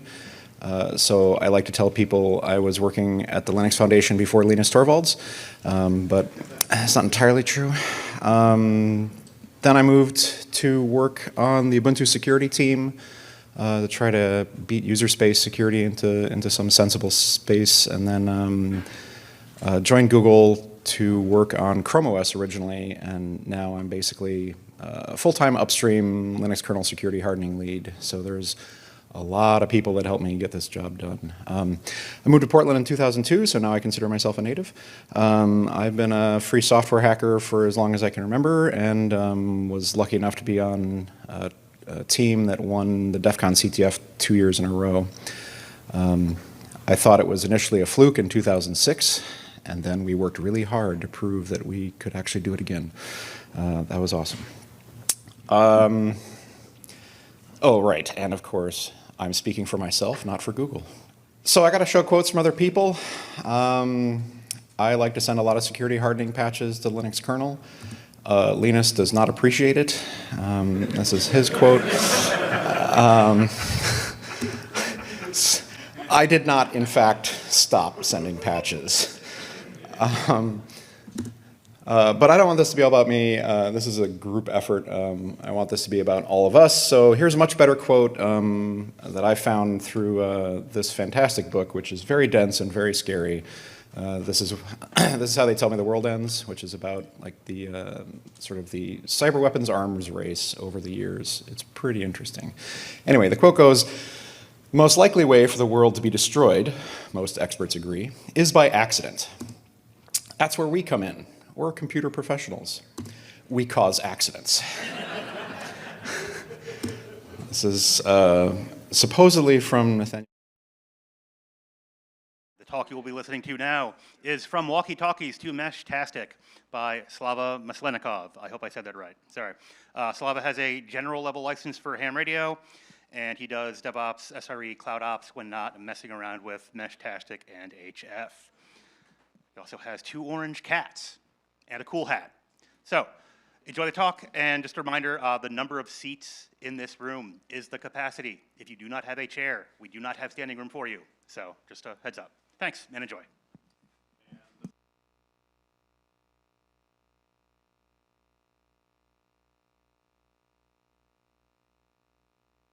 There we go. That's better probably, right? Awesome. Guys, thank you so much for being here, guys and gals. There are some empty seats here, so if you're standing up, the 2 of you, there are some empty seats, they exist, so you can definitely get in here. Let's get started. I think you know what this talk is about. You probably read the description, that's probably why you're here. That timer isn't running, but that's okay. I have another one here. Okay, so I'm Slava. That's my face. Some of you might know me as Party Horse, and Slobber, and Party Llama. I've been a ham radio operator for about 9 years. I haven't done a whole lot with it, but I learned a lot. I have a general class license, and I've been working on LoRa and Mesh-tastic for about a year. Working on using, really is what I've been doing, and learning about it quite a bit. Aside from that, for the last 4 years, I've been doing management of software engineers within the site reliability engineering community. And for about 10 years, I've been doing engineering within that. And yeah, I have a couple of orange cats and an orange hat, and that kind of rhymes. Thank you. Oh man, got some feedback. So that's about me, but why are you guys here? You guys are here to answer, to get 3 questions answered for yourselves. In a state of local emergency, how do I talk across distances? How do I talk to my friends and loved ones? How do I control remote devices? And how do I bring others into this field? Because it's great if you can talk across distances. It doesn't make sense if the other person doesn't have the device, doesn't know how to use it. So it makes a lot of sense for you to actually convert and onboard other people into this technology. You might also, oh, I'm sorry. This is specifically for the US. I lived here for the last 19 years. So Canada should be similar. Everything else, I have no idea. You might also be here for a CTF key, which you can get by submitting feedback on my feedback form, which will be available at the end of the talk. So now I'm kind of encouraging you to stay here. What's a radio service? It is a combination of 3 things. When I say radio service, I'm literally just talking about what FCC defines it as, and that's kind of what we're stuck to. There's a frequency range, a modulation, and the laws applied to the 2 above. So there are a bunch of different services that we're going to walk through, and then we're going to end up on Meshtastic, and we're going to talk a bit more about Meshtastic specifically. I am going to be comparing these services based on these metrics. The license requirement with FCC, the power limits that they impose on us, the number of channels, which some radio services will allow you to set a specific frequency, the modulation, whatever you want. Some other radio services are more stuck on channels, so that's like preset things. You're going to be stuck on modulation, you're going to be using a specific range of frequencies. For example, you know, the basic ones like the walkie-talkies, those are going to be set on channels. The number of channels is the number of, you know, different parties that can talk on different topics at the same time. That's pretty straightforward. Obviously the distance, so how far you can talk. Line of sight only. That means that this set of frequencies is limited to line of sight. So the 2 devices basically have to either see each other or they reflect the radio signal against walls or something like that. Most of this stuff doesn't go through bricks and concrete and things like that, and I'm not going to go into that.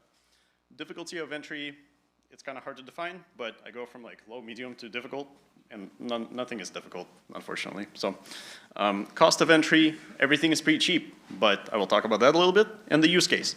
What is the application of this specific radio service? What is it most useful for?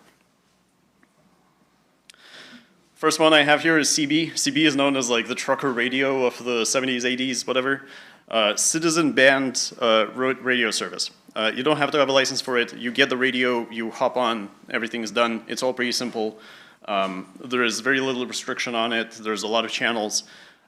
It also has a pretty high distance range, and the frequencies it uses is not limiting you to line of sight communication. So sometimes, based on literally solar cycles, you might be able to talk much farther with CB, but CB isn't really specifically made for that. It's better to do that with ham. You have more control over a lot of the aspects of your radio communication hardware and how you use it. The cost, I don't know. I looked up on Amazon how much a CB radio costs. It's about 60 bucks at the minimum. There are probably some cheaper ones. I'm kind of going to veer away from CB as a recommendation, just because of sort of a lot of parameters, but I'll talk about that a little bit more later.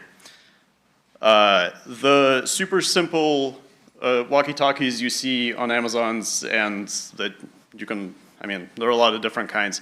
That's the family radio service as defined by FCC. Much lower power limits, just a few channels, the distances are very low. I mean, I put here 1 mile. It's not realistically 1 mile. Sometimes you get more. Kind of depends on where you are and what you're trying to do. It is limited to line of sight. It is really cheap. The application is nearby use. If you're like within a building like this, it probably sort of works, right? GMRS is a licensed service that actually uses the same and nearby frequencies to the family radio service that we just discussed. There is a $35 license. You just pay for it and give up your address and identity to the FCC, and you can use it. That's all it is. You get a call sign. The distances are a little bit better because you have higher power limits depending on the channel that you're using. The cost of entry is actually about the same as CB. So like in like off-road rallies and stuff, this is what we use. We get a bunch of cheap Baofangs for 20 bucks a pop, and we configure them to these certain channels, and then we can talk to each other across a few miles, and that works. Ham radio is what's known as amateur radio. Ham is not an acronym, so it's just capitalized for the first letter. It actually stands for like ham-fisted radio operator from like back in the day, 50 years ago. That's what people refer to amateur radio operators as. The license is cheap, although whoever is administering the exam might be taking a bit of a fee, usually $15. So you might be paying like 50 bucks. There are 3 levels of licenses: technician, general, and expert. Technician is super simple. I think I studied for like a couple of hours a decade ago and passed it. It's really easy. The huge benefit of ham radio and passing these exams isn't necessarily that you are able to do all of these things like across a broad frequency spectrum that I'm going to show after this. It's actually all the learning that you get to do. You get to learn all of the aspects of radio. You get to learn about antenna math and all the physics nonsense that is really scary. But because of the application and because of the interest, it kind of flows fast, and you figure out what antennas work best for what, and some of the basic physics things that apply. Cost of entry is super cheap because those Baofangs that I showed on the GMRS slide apply here. They're dual band, sometimes tri-band radios that work really well. They're super cheap. They're excellent Chinesium. Application, I put down worldwide, and the distance is infinite. That's not completely true, but depending on what spectrum you're using, what frequency, and when you're using it, and also depending on the solar cycle of the sun, you might be able to talk to Russia right now, but realistically, like, it kind of sort of just always depends. The power limits are also very high depending on the frequency and depending on your license class. That's actually meaningful. I put down there on the bottom, complex, not complicated. There's a lot of stuff to ham radio. It's not very complicated. Something that I want to run by super quick is the Amateur Radio Emergency Service. They're volunteers that, a volunteer organization. For some reason, I don't have their logo here. But they provide emergency communication in events of local emergencies. They do use amateur radio, and they work with local law enforcement and fire service, whatever, to make sure that everybody can still communicate. Obviously, when the power is out, the water is out, and there's no Wi-Fi, everything is broken. Amateur radio is how it's currently, in general, being handled. This is the spectrum of technician level privileges. So like the very first exam you take for ham radio, this is what you can do and on what frequencies.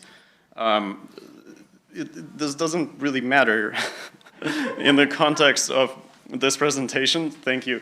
I just want to compare to what all the other services, where they lay. So the bottom HF, those are the high frequency. Those are the ones that you can talk worldwide on in general, sort of, potentially, maybe. VHF and UHF are a little bit closer distance. They're higher frequencies. FRS and GMRS kind of falls right up there.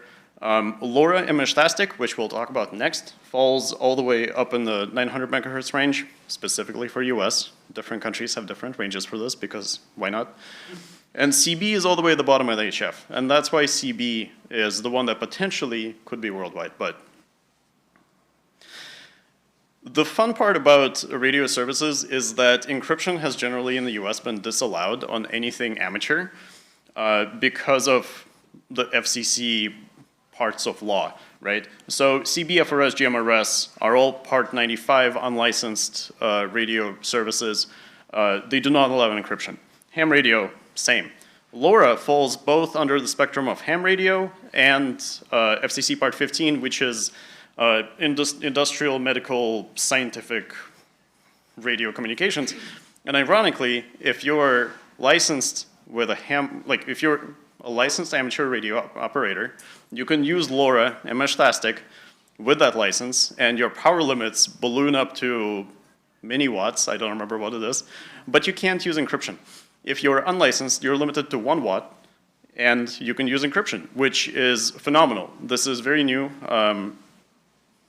At least I think it's very new. And there's a huge potential for this. So what is LoRa? That's the wrong slide, I'm sorry. That was automatic. We're actually gonna,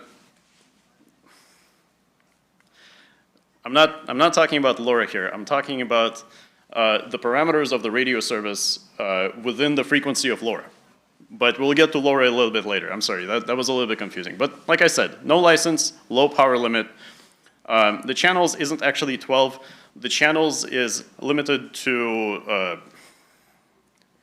depending on what country you're in, LoRa has a few different frequencies and settings. It's confusing. The distance is, like, in general, 10 miles because it is an ultra high frequency. However, the record is, I think, about 208 miles. And the way they did this with line of sight is one of the guys climbed the mountain and one of the guys stayed on the bottom. The cost of entry is very low, 25 bucks, no license. You buy one of these guys and you're done. Ideally, you buy a couple, but I'll talk about that later. The application is obviously local, but because of Meshtastic and the magic of software engineering, we can do a lot of peer-to-peer communication and we can actually get out pretty far. I'm not gonna talk about this a whole lot because this just takes all of the information I talked about and puts it all into one table on one slide. What I'm going to focus from now on is LoRa, Meshtastic, and a little bit of ham at the very end. And these slides are gonna be public, so you can have that table later. What is Meshtastic? Meshtastic runs on top of LoRa, which is a digital protocol, but Meshtastic itself is a decentralized, encrypted, mesh-enabled communication platform. And I'll dive into all of that. There is the radio spectrum I was talking about and the laws of FCC that govern it. On top of that is a digital protocol called LoRa, and on top of that, Meshtastic is running. So you can do stuff at all of the sort of levels of these things, right? Like you can do special stuff with Meshtastic, you're gonna be kind of limited. You can do special stuff with LoRa, less limited. You can be on the frequency as a licensed amateur radio operator, and you can do a lot of things. But specifically with Meshtastic, it is peer-to-peer, so you can, in general, you connect to a device like this is another device that's supported by Meshtastic. You connect to it on your phone, Bluetooth, whatever client. You can also connect on your computer with a web client. There are a lot of different options. And then that's how you control it. You send messages, it sends messages across other peers, and if it reaches the destination, the other person will get it. The recommended hop count is 3, but the maximum is, I think, 7. So that's basically how peer-to-peer communication works, right? And another way that it works is it can function over MQTT, which is a messaging queue. It will connect to your phone again, and your phone will broadcast the information that you're trying to send out and that you're receiving to MQTT on the internet, and then anybody who's connected to the server will also get this information. That's kind of like some of the amateur radio repeaters that are interconnected, like WinSystem, I think, is one of them. So for example, that's a map of Seattle MQTT announcing nodes on a specific MQTT server, and specifically for those people that are subscribed to it, that also share the same key. What can you do with Meshtastic? You can message other people, you can send telemetry, and you can control remote nodes. So something that I have here, this microphone is stationary. So this is a cool thing. Ignore the fact that it's falling apart. This is a BBS. So this is BSides 25 BBS on Meshtastic if you're already on there for some reason. It's connected to a Raspberry Pi. The Raspberry Pi is controlling it. So whatever message it receives, it will respond back, and it will send back like metrics and stuff. So that's like one way of automating these things. It also sends telemetry. It might be broken right now because it's been in my backpack for a few days. But like things like GPS, temperature, humidity, barometric pressure, there are a lot of supported things within Meshtastic. If you connect the sensor and configure it, it will send it. Obviously only for the things that are supported with Meshtastic or that you contribute to the code. I'll talk about this guy a little bit too. You can't really see it in the back row, and I apologize, but I can't really lift it up. It's connected to a 12-volt battery. There is a battery that's connected to a flashing light that I believe is an emergency light I found in the trash at some point. It's connected to a relay. The relay is controlled by a Meshtastic node, So theoretically, you could have a Meshtastic node that has encrypted communication with my node, and you can enable or disable this GPIO pin that will enable or disable this light. I'm going to do the quick demo right now. So I didn't do this remotely. I just plugged in the wire, but imagine that in a world, I opened my phone and did the thing, but I can't actually do it with my phone because it's not supported in the phone app and everything is a mess. Meshtastic is in its infancy and there are a lot of bugs and issues. It's fantastic. It is opening doors, and that's how you should think about it.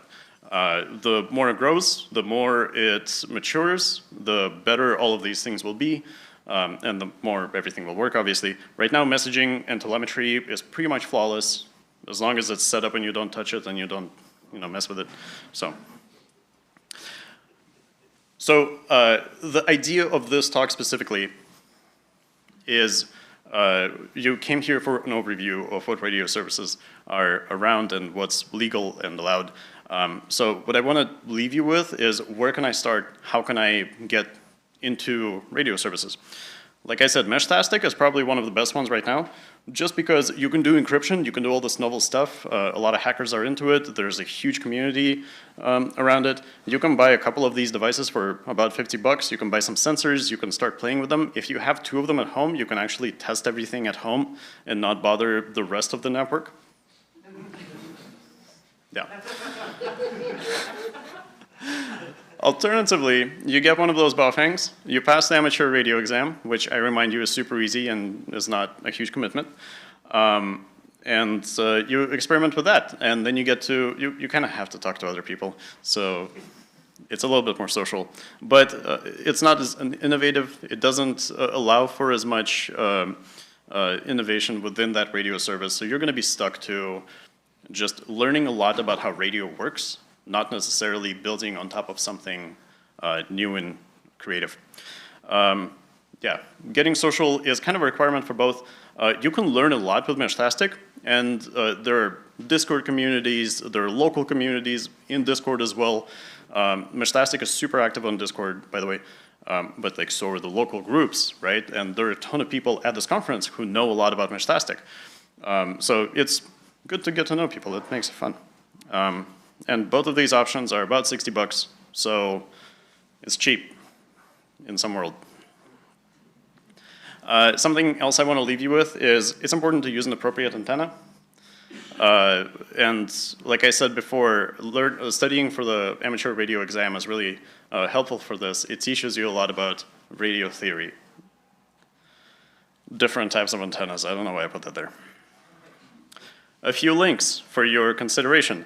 Antenna documentation specifically for Meshtastic, a LoRa propagation talk from 2019 from the Things conference in Bangladesh, I think, that for some reason I had a lot of fun of watching, and I thought it was really cool and fun to listen to, so I have it there as well. And like I said before, study for amateur radio.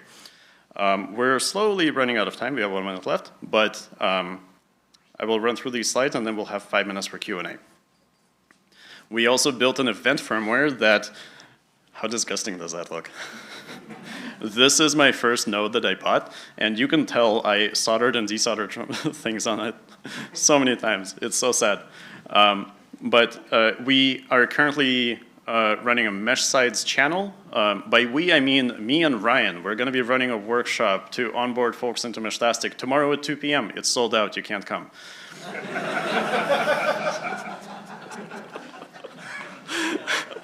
You guys are giving me excellent feedback. Thank you. But we are on this channel, and there is custom event firmware. That QR code is a link to that firmware. You can download it. I only built it for the Heltec V3 and one of these tracker nodes. But if you want to build for something else, I don't know, come talk to me. I'll build it for you. Or the source code is there too. So, and like I said, there's the BBS. If you message it on Meshtastic, it will get back to you. It will list you like how many nodes it's talked to and like all of these things. These are the white and the green. Those are also the kits that we built and put together for the workshop. The workshop is 50 bucks because you get that kit. It's not built. You have to IKEA it. So you get it in a little box in parts. So what can you bring home from this? Make sure you build your antenna correctly. I don't know, I just keep repeating that, but it's important. Make sure you identify and prioritize your risk. I kind of talk about this in the sense of emergency preparedness and communication in the state of internet disability and cell phone disability, right? So prepare for it before times. If like we lose internet right now, you're not going to be able to learn Meshtastic. So learn it, have it ready. Thank you. Please submit some feedback. That is BSidesPDX-feedback. I think coolconsulting.lol, but the QR code says it. That is where the CTF key is. It is key number 3, and you can grab it from there. And please leave me some feedback. I love feedback. The slides are the QR code on the right. I'm unemployed. Maybe hire me. I also have a consulting company, so if you need some consulting on subjects that are irrelevant to this conference, I'm here. Now is the time for Q&A. I've got questions right here. What are your thoughts on Mesh Core? What are my thoughts on Mesh Core? That's a great question. Mesh Core, I don't know it. I haven't played with it. I heard a lot of great things. From what I've heard, Mesh Core has a better routing protocol and a better user experience, potentially. But like I said, I don't have personal experience, unfortunately. Give it all a try. Yeah, after this conference, once I get 1 day of sleep, I will try Mesh Core, and I'll report back at the next thing. Yep, I got a question right here. Yeah, so when I've used LoRa, the throughput is so small, so slow. I don't imagine Meshtastic could actually support voice, right? Is it purely text we're talking about? That's a great question. So the question was, in your experience, LoRa hasn't had a lot of bandwidth, a lot of throughput, so Meshtastic wouldn't support voice potentially. That is correct. The maximum speed you can get out of Meshtastic is 35 kilobits a second. I think that's what I just literally read an hour ago. But that's theoretical. That's not what you usually would get. There is an audio plugin. You can actually connect a microphone and a speaker. Guess what? It doesn't actually use the lower frequencies. It uses 2.4 gigahertz, I believe, which is still on the ISM spectrum, FCC Part 15. So you can still do encryption and stuff. Yay! But it's not actually using the LoRa at that point. Really, it might be using LoRa, just different frequencies. Something I don't really know a whole lot, but thank you for the question. I got a question right here as well. Just a quick note. So it's 35K theoretical, but in the preset you use for Mesh Core and Meshtastic, and the region is more like 1 kilobit. You know this, or you're asking this? I know it. Okay, thank you. The preset channels only allow for just about 1 kilobit a second. The 35K kilobit a second speed is theoretical and potential. I've got a question in the back over there behind the cat ears. Yep. Yeah, so Meshtastic and LoRa, the fantastic protocol. The problem is we don't have a ton of spectrum to play with. So earthquake pops, everyone turns on their nodes. How do we stress test the network before the earthquake? That's a super good question. Meshtastic has been known to fall over at like 150 nodes, and I think things have gotten better since then. But when that happened, it's because everybody is on long fast, which is like the fastest, longest propagation. There are other LoRa presets where you use different frequencies. Potentially, you lose some range, you lose some speed, but the entire system, the entire network doesn't fall over. It's a big question. How do we prepare for that? Meshtastic has to kind of prepare for that, and the community as well. A lot of it comes from using presets that are capable of withstanding a lot of nodes, which is generally like short turbo, short, slow, anything short. I got another question right there. How do you think Meshtastic compares to APRS and some of the other tactics routing things that are? Super good question. How does Meshtastic compare to APRS? APRS runs over amateur radio service. And I haven't really thought about this. The first thing that comes to my mind is legality. You can't do encryption on APRS. APRS is super cool. It's a digital communication over radio service. So you have to be licensed, and then you can send digital packets to other people, unencrypted. So.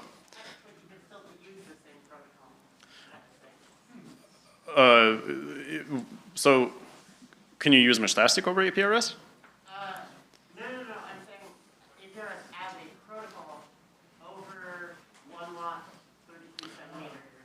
I have no idea.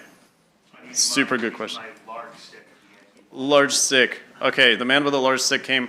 If you have more questions, I'm going to be right outside by the window, so we can talk then. Thank you guys so much for coming. I really appreciate it.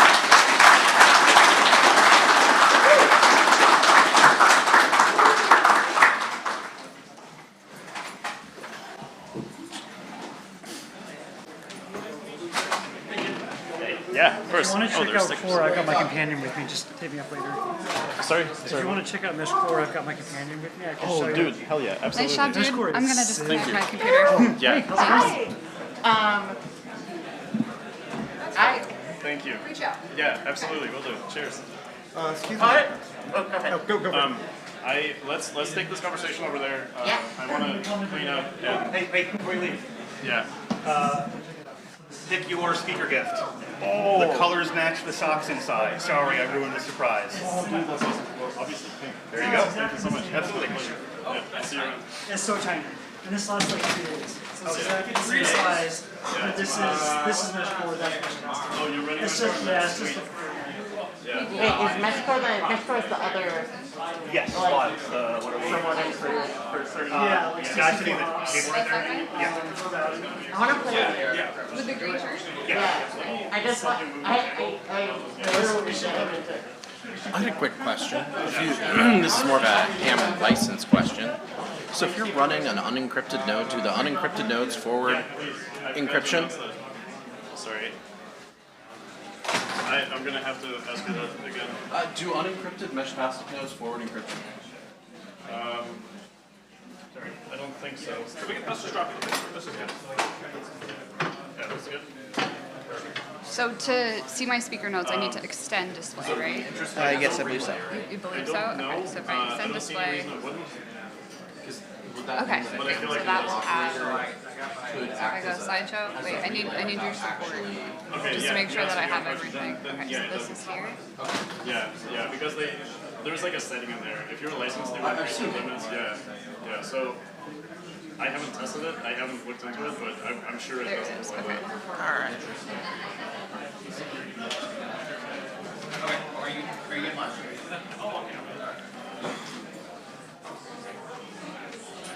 Hey. Have you heard of MURS? Sorry? MURS. MQRS? MURS. MURS. So it's like No. MURS or GPRS, but MURS is runs in like Here it is. 200 Okay. something megahertz. Okay, it's also Okay. Got it. unlicensed. Where'd it go? But I think the difference is that encryption is allowed on MURS. Interesting. I think that would be a... Oh, multi-use radio service. Dude, I gotta look into it. If this entire talk is wrong, then that's great. I mean, everything you said is right, but I think that's just a very interesting aspect to explore. I guess 200 megahertz lower frequency means technically longer range and also encrypted, so Yeah. that'll be cool. Thank you so much. I appreciate it. Yeah. Cheers. I gotta drop this stuff off. 1 second. Need to figure that out, or? Yeah, can you help me? Yeah. Okay. Looks good? I'll just throw it in the speaker room. I will be right back to do your. Great.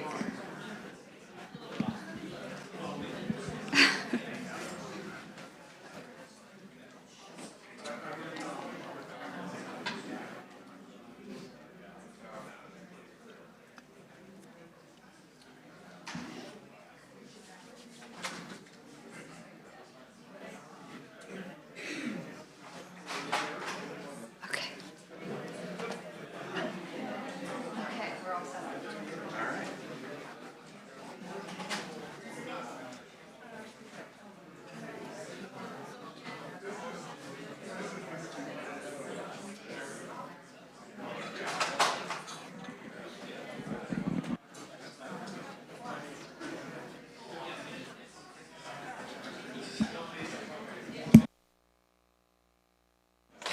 All right, welcome once again to Track 2, BSides Portland 2025. The talk you are about to listen to is Disaster-Ready Cybersecurity Guidelines, Building Resilient Support Systems for Domestic Violence Survivors. And your speaker is Naomi Meyer. Naomi brings over a decade of expertise spanning software engineering, cybersecurity, and education leadership. She enjoys weekends outside in the mountains with her dog. All right, Enjoy the talk.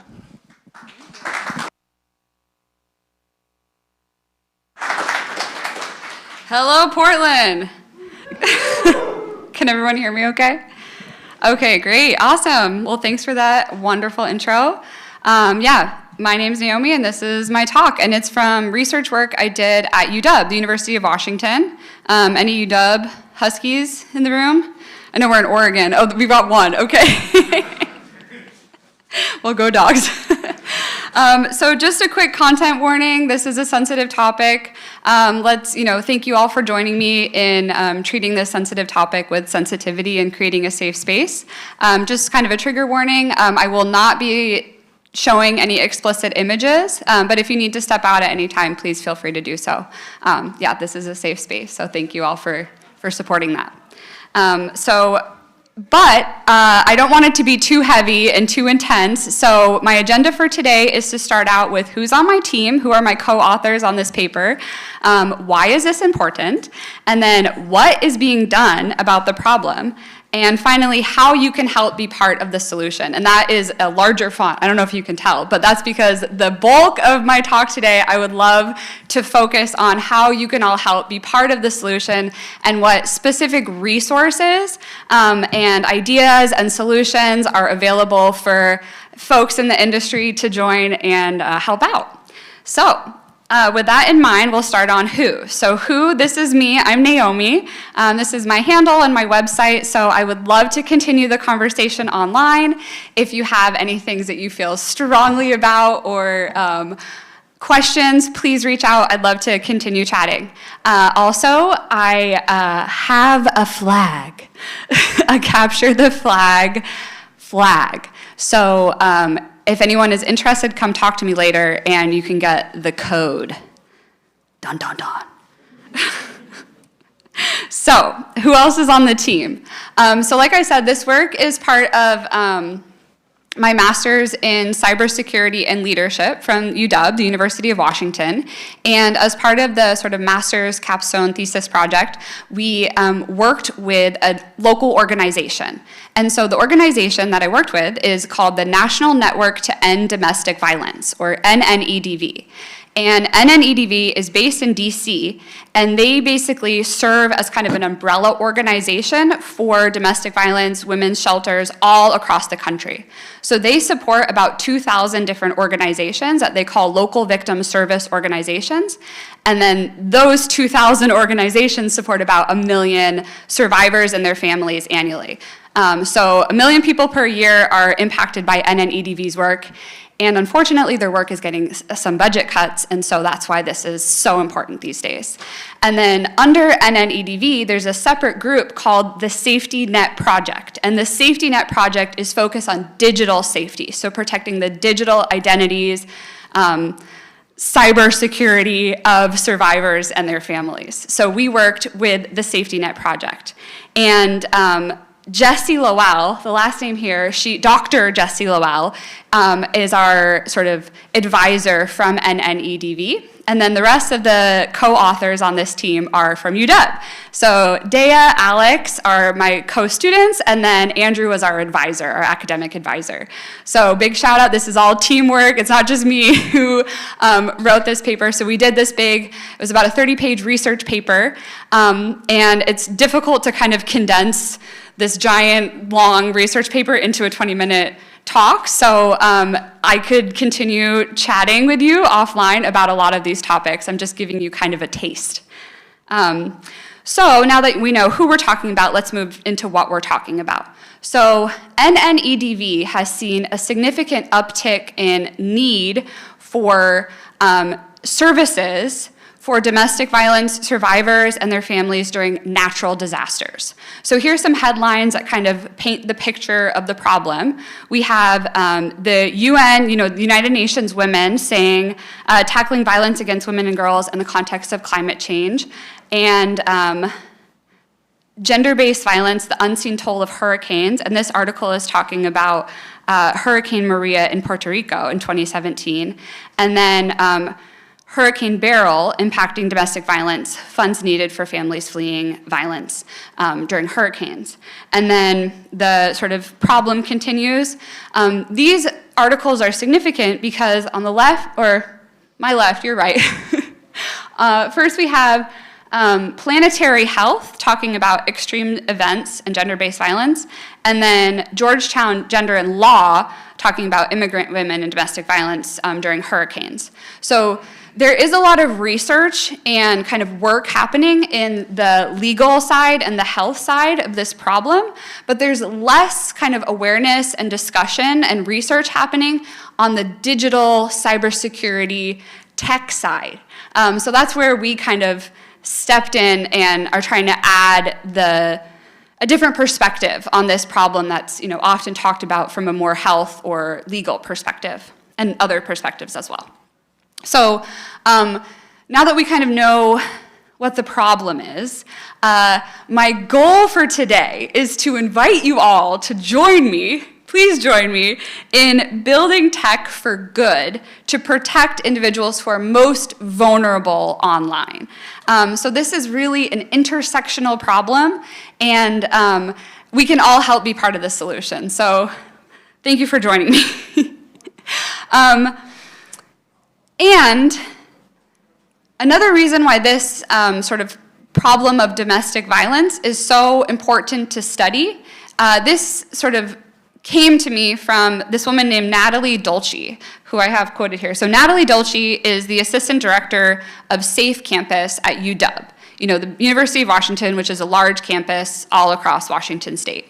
And her work initially was focused on domestic violence, but what she has found is that, and she has a lot of really specific cases where attackers or abusers are using the same techniques for researchers and scientists who are working or employed by the University of Washington. So we're talking about like climate change scientists, reproductive health researchers, doctors, folks who are doing what I think is very important research and science, who are being abused in the same way that domestic violence abusers are abusing. And so why it's so useful to look at domestic violence kind of as a case study is because these abuse can often be sort of the canary in the coal mine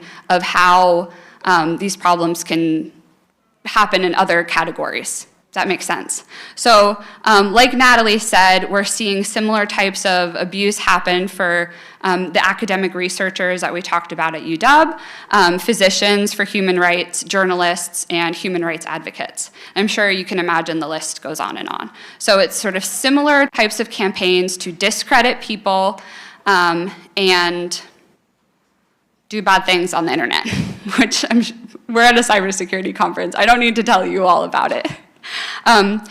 So now that we know what the problem is, let's talk about how we can be part of the solution and what specific resources and tools we recommended as part of this research. So the big headline, the #1 kind of consideration for survivors in choosing and using different apps that we found was recommendations that offer offline communication. So during hurricanes, floods, where maybe Wi-Fi is down, cell phone network is down, that work, but are also end-to-end encrypted. So, my fellow students and I tested a lot of different tools, and the one that we found most effective and user-friendly, like beginner, easy to understand, and maybe for folks who English isn't their first language, who aren't super tech-savvy, is Briar. Briar is this really cool tool that I'll just tell you what it says. It's censorship-resistant peer-to-peer messaging that bypasses centralized servers. So you can connect via Bluetooth, Wi-Fi, or Tor with privacy built in. So there are lots of different use cases and potentials for good in using the Briar tool. This is one that is very clear. And as part of this research, actually really exciting, NNEDV leadership advised all of their 2,000 networks to download and test and practice using Briar, just in case. So anyone can use it. It's free. It's a great tool. And I'm actually not 100% sure. I'm pretty sure part of it is open source, but if it's open source, if I'm correct there, folks in the industry can contribute and continue to make the project better. So big shout out to Briar, and then Meshtastic, who actually the last talk mentioned Meshtastic, so great timing. And there's a workshop happening tomorrow here, BSides Portland, on Meshtastic. So Meshtastic is an open source, off-grid, decentralized network built to run on affordable, low-power devices. So it's another solution. It's a little bit more technically complex for this use case of survivors and their families during a hurricane, but it's an awesome tool. And it's very beginner friendly. I think there might be people in the room who are more knowledgeable about Meshtastic and maybe have some opinions. I was talking to some folks in the hallway, but for simple, easy, beginner friendly, for me, I give it 2 thumbs up. My opinionated opinion. But there's also, on the tech safety website, they have techsafety.org on choosing apps, and they have more documentation and thorough guidelines for survivors on their family on choosing apps, and this is part of what we contributed for this research. So, in addition to apps, we also kind of advise on ideas for threat modeling. And so when I say threat modeling, I'm seeing a lot of people shaking their heads in the room. Like as cybersecurity experts, people know what threat modeling is, right? It's like the CIA triad: confidentiality, integrity, availability. It's the Microsoft Stride framework. But a lot of these sort of traditional systems approaches to threat modeling are systems, right? So it's a system behaving as technically intended. But there's sort of an alternative way to approach threat modeling that is called human-centered threat modeling. And so this was kind of a big learning from this research was some really interesting academic papers and research coming out about human-centered threat modeling. So this paper is called Threat Modeling Intimate Partner Violence, Tech Abuse as a Cybersecurity Challenge in IoT. And I highly advise reading this if you're interested. It's a fascinating paper. And essentially, it's a shift from the traditional technical focus of risks to systems to instead focus on risks to people and how we can threat model and think through and plan when there are risks to people who are using the systems as intended. So it's sort of a totally different way of thinking about threat modeling. Similarly, we have can't say that word. Treat me right, a human harms threat model to technical systems. So these authors have a whole thorough explanation, and again, I'm trying to kind of simplify here in a short amount of time. But existing threat modeling tools provide coverage for technical threats and technical systems, but instead, the tools do not focus on sort of your interpersonal abuse situations where an abuser may be using the technology as it's intended, but in a way that inflicts harm on another person. So the interpersonal abuse poses threat to the users instead of to the system. And for me, as someone who worked as a software engineer for many years, it's really a mental shift of like, we're not thinking about the software working against software, we're thinking about people using software correctly, but in a way that is still abusing other people. So non-technical adversaries. Yeah. So often in tech, in industry, we talk about human-centered design and UX, user experiences that are human-centered. So I want to encourage everyone to think about human-centered threat modeling. And similarly, you can do human-centered incident response planning to focus on interpersonal abuse that poses a threat to the users instead of a threat to the system. So I feel like in corporate tech, in private sector industry, we often talk about protecting the data or protecting the digital assets. You know, we have to save millions of dollars for the company. But this sort of approach, I really encourage folks to kind of expand their mind, and instead of thinking about saving the company money or saving digital assets, like think about the actual human life, like the woman and her children who are being abused, and how you can protect that individual person on the ground, as opposed to the big corporate entity. You know what I mean? Yeah. So human-centered threat modeling, human-centered incident response planning was a big takeaway of this research, and that's sort of a big mental shift that I'm really excited about, and that's part of the reason I wanted to share with industry folks, is because I think it's really important. So a good example of this is in location tracking.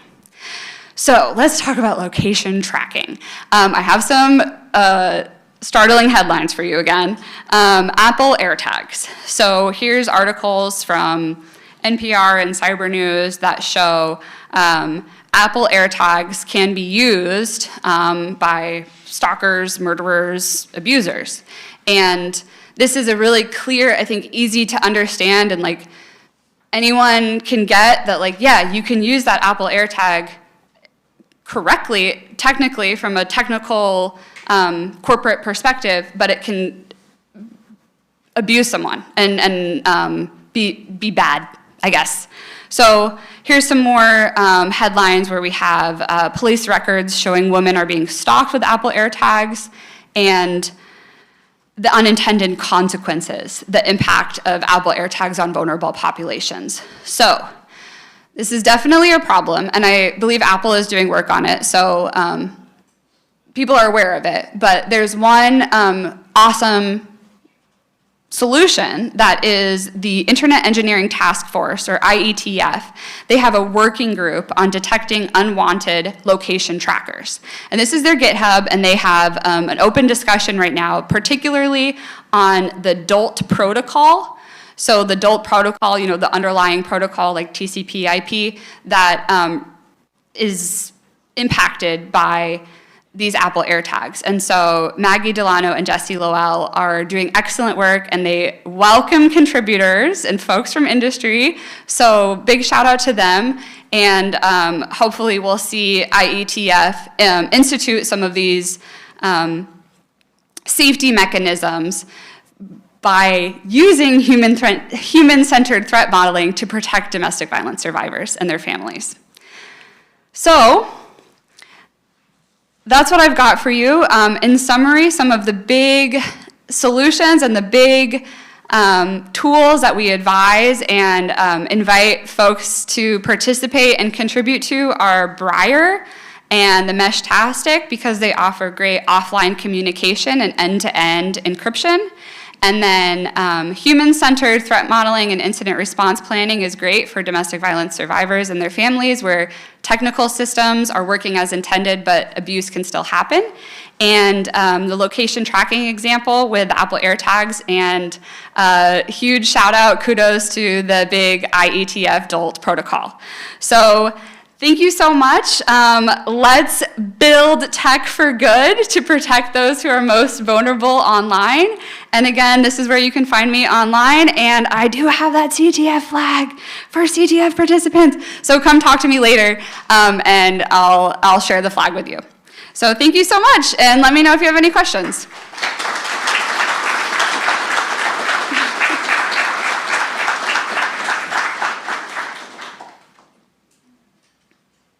Yes. So I looked into Briar a couple of times, and I've been chatting with another friend about similar, decentralized networking. My understanding is that Briar at present is Android only. Do you have any recommendations for the equivalent functionality in iPhone, or do you know if these can merge together? We've tested it with Apple, and it worked. Oh, that's amazing. Yeah, but I can double check, yeah. Anything else? Yeah. So with prevalence of online banking kind of being everywhere, how can these fintech companies help with victims of financial abuse? try and help people like defend against that, identify these things, because we want to protect people not just from fraud and scams, but also from domestic violence. Yeah. To repeat, the question was for fintech companies who are seeing folks who are, what? Like victims of financial abuse. Victims of financial abuse. What can we do? That's a great question. I'm not sure, unfortunately. That wasn't what our research was focused on, but I think NNEDV might have some resources, and that's another problem for sure. Yes. It's great to see stuff like the IETF working group and to see some of these like Meshtastic and Breyer. My question is, how are we doing at fixing this problem? As you're presenting it, I think, yeah, there's not going to be money for a capitalist company to come in and say, let's fix this problem, because there's no money in it. How are we doing? How are people responding to this? Is there a grassroots movement and a community that's building support for this stuff, or is it an area that needs a lot of help? Oh, yeah. So to repeat, the question was, how are we doing to solve this problem? And I think you all coming here is great. So thank you for listening. And I think people, since I've been working on this and talking about it, a lot of people have been supportive and saying, yeah, that's great, that's important, we need to be doing that. So I think the sort of community zeitgeist is on the same page, but I think the funding is a challenge. I agree. As is a challenge with a lot of things these days in the US. So hopefully we can change that. Any other questions? Yep, in the back. So, as we go into these systems and we try to introduce, hey, we need to be looking at the human risk, how do we kind of start to change that conversation from the tool and the system to the people? Conversations are always the system when you go into meetings. How do we start to change that conversation? Yeah, absolutely. So the question to repeat is, how do we change the conversation from sort of a systems-based approach to a human-centered approach? And that's a great question. I would love if anyone had a solution. I think, small, local, community-driven, not-for-profit conferences like BSides is a great space to focus on human-centered, grassroots, on-the-ground, people-based approaches. I don't know if the big tech companies have the systems in place to do that yet. Just how do we bring it up to them? How do we, they're looking at money. Yeah.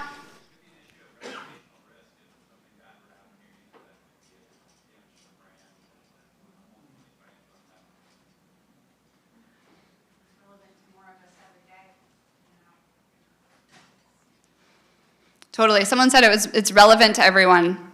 It's relevant to more of us these days. Absolutely. Yeah, any other questions? Yes.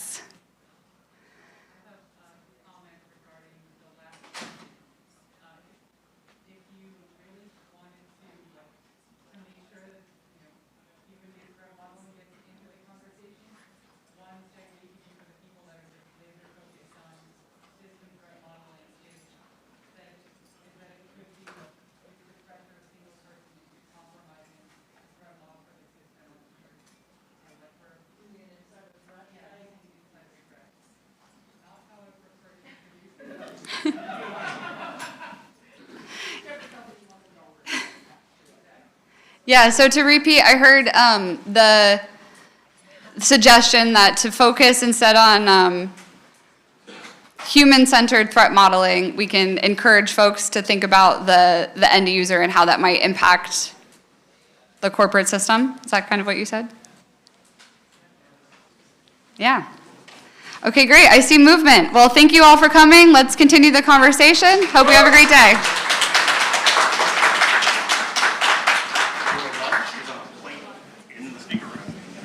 Thank you so much.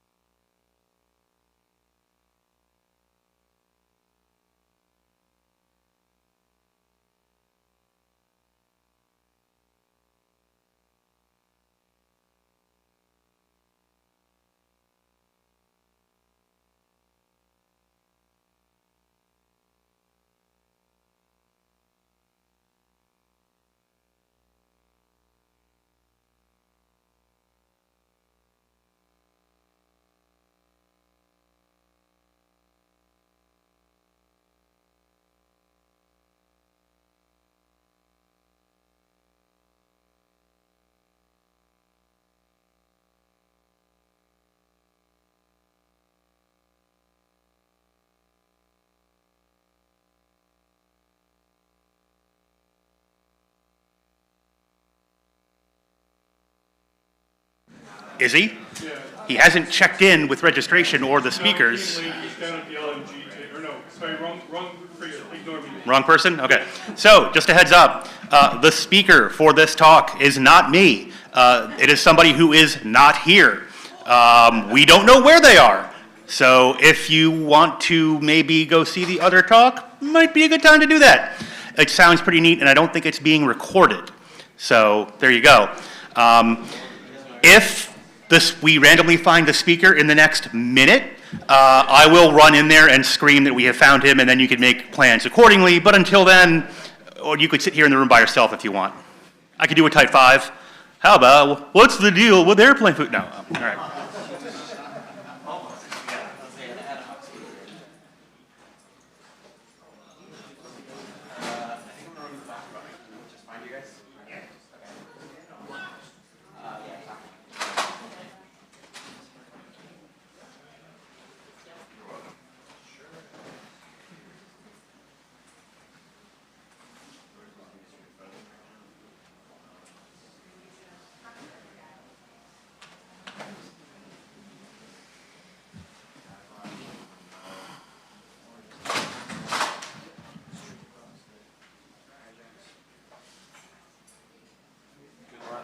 Yeah. I know what fuzzing is. I ran AFL once, it's fine.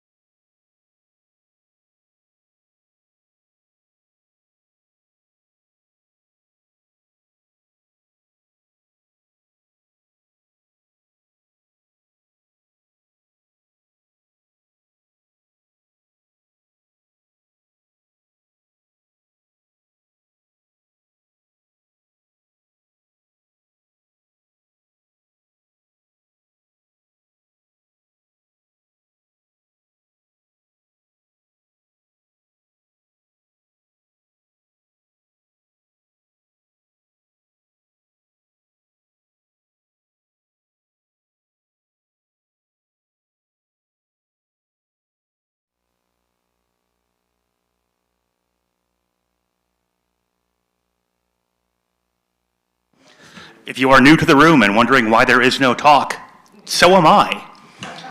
We don't know where the speaker is. The speaker for this has not registered or shown up. We have received no notification or information. So enter your mind palace for a cool talk about fuzzing, I guess. I don't know what to tell you. The other talk, I believe, is not being streamed, and it sounds really cool. So I would go check that one out if I didn't have to, do stuff. So enjoy. This is literally the first time it's happened in the 6 years I've been volunteering here. Without like notification. Like we've had people say they couldn't make it, but where they just like don't show up, nope. First time.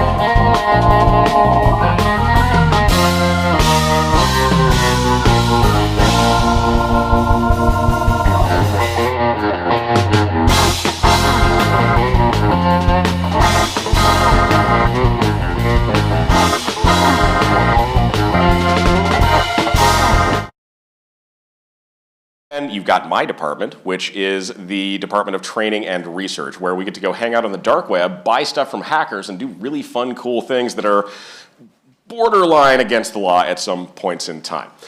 So how many of you guys would like to do something like that? Yeah, no, that's what I thought. Okay. Perfect. All right, guys.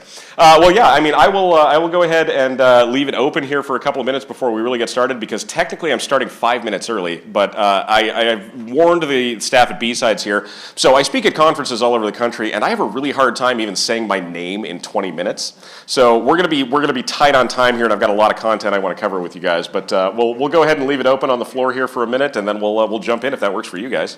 I'm not even gonna do your intro, man. No, perfect. All right. I am going to make a comment while people are coming in. Excellent.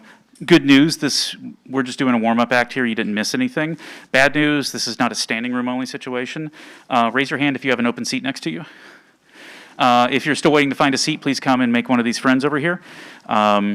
And we'll get started soon, but when this room hits capacity, unfortunately, we have to cap it off, because it turns out we're all more flammable than we think we are, and we tend to not react in emergency situations the way we should, and therefore we should make sure that we can all get out of the way of, you know. Some of us are just slathered in oil. That is true, yeah. I think you're at the wrong show. This is a family-friendly event at this point, so I will not follow that up with another comment. Anyway, find a seat, find a friend, or just pretend you're on the bus and stare at your phone for a couple minutes. We're going to get going shortly. Continue your thing. There we go. All right, perfect. Thank you, man. How many people are slathered in oil right now? Oh, no, I love it. No, like I said, I mean, we've got a few minutes here, so I figured we'd fill the time and not make everyone sit in awkward silence, although I know most of us are security professionals, and we don't like talking to other people. I used to be kind of like that, although, as you can tell now, this is what I do for a living, so there we go. So when we talk about something like cybersecurity, I mean, what got you guys into cybersecurity in the first place? Who is here because they were just really interested in something like cybercrime? Couple of people. Who's here because they want to make the world a safer place? Great. All right. That's more of the response that I was looking for at that point. How many of you use artificial intelligence on a day-to-day basis? How many of you rely on artificial intelligence? Yeah, there's a few of you. I knew that was going to happen. No, I bring this up because when we put together presentations like this, and again, we're going to be talking about how hackers use artificial intelligence, we really wanted to showcase the fact that this is not just a hacker problem, this is an everyone problem. So let's see, ChatGPT users, raise your hand. Copilot, Gemini, Grok. Oh, there's a couple.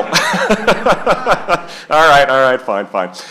Yeah, so I mean, I figure we'll go ahead. I mean, we're about 3 minutes early, but again, I have a hard time fitting into a 20-minute time frame, so I'm just going to jump into it if you guys don't mind. Do you guys mind? Let's do it. Excellent, let's do it. All right. So to introduce myself, because I haven't told you who the hell I am yet, my name is Matt Duran. I am the Director of Training and Research for a company called LMG Security.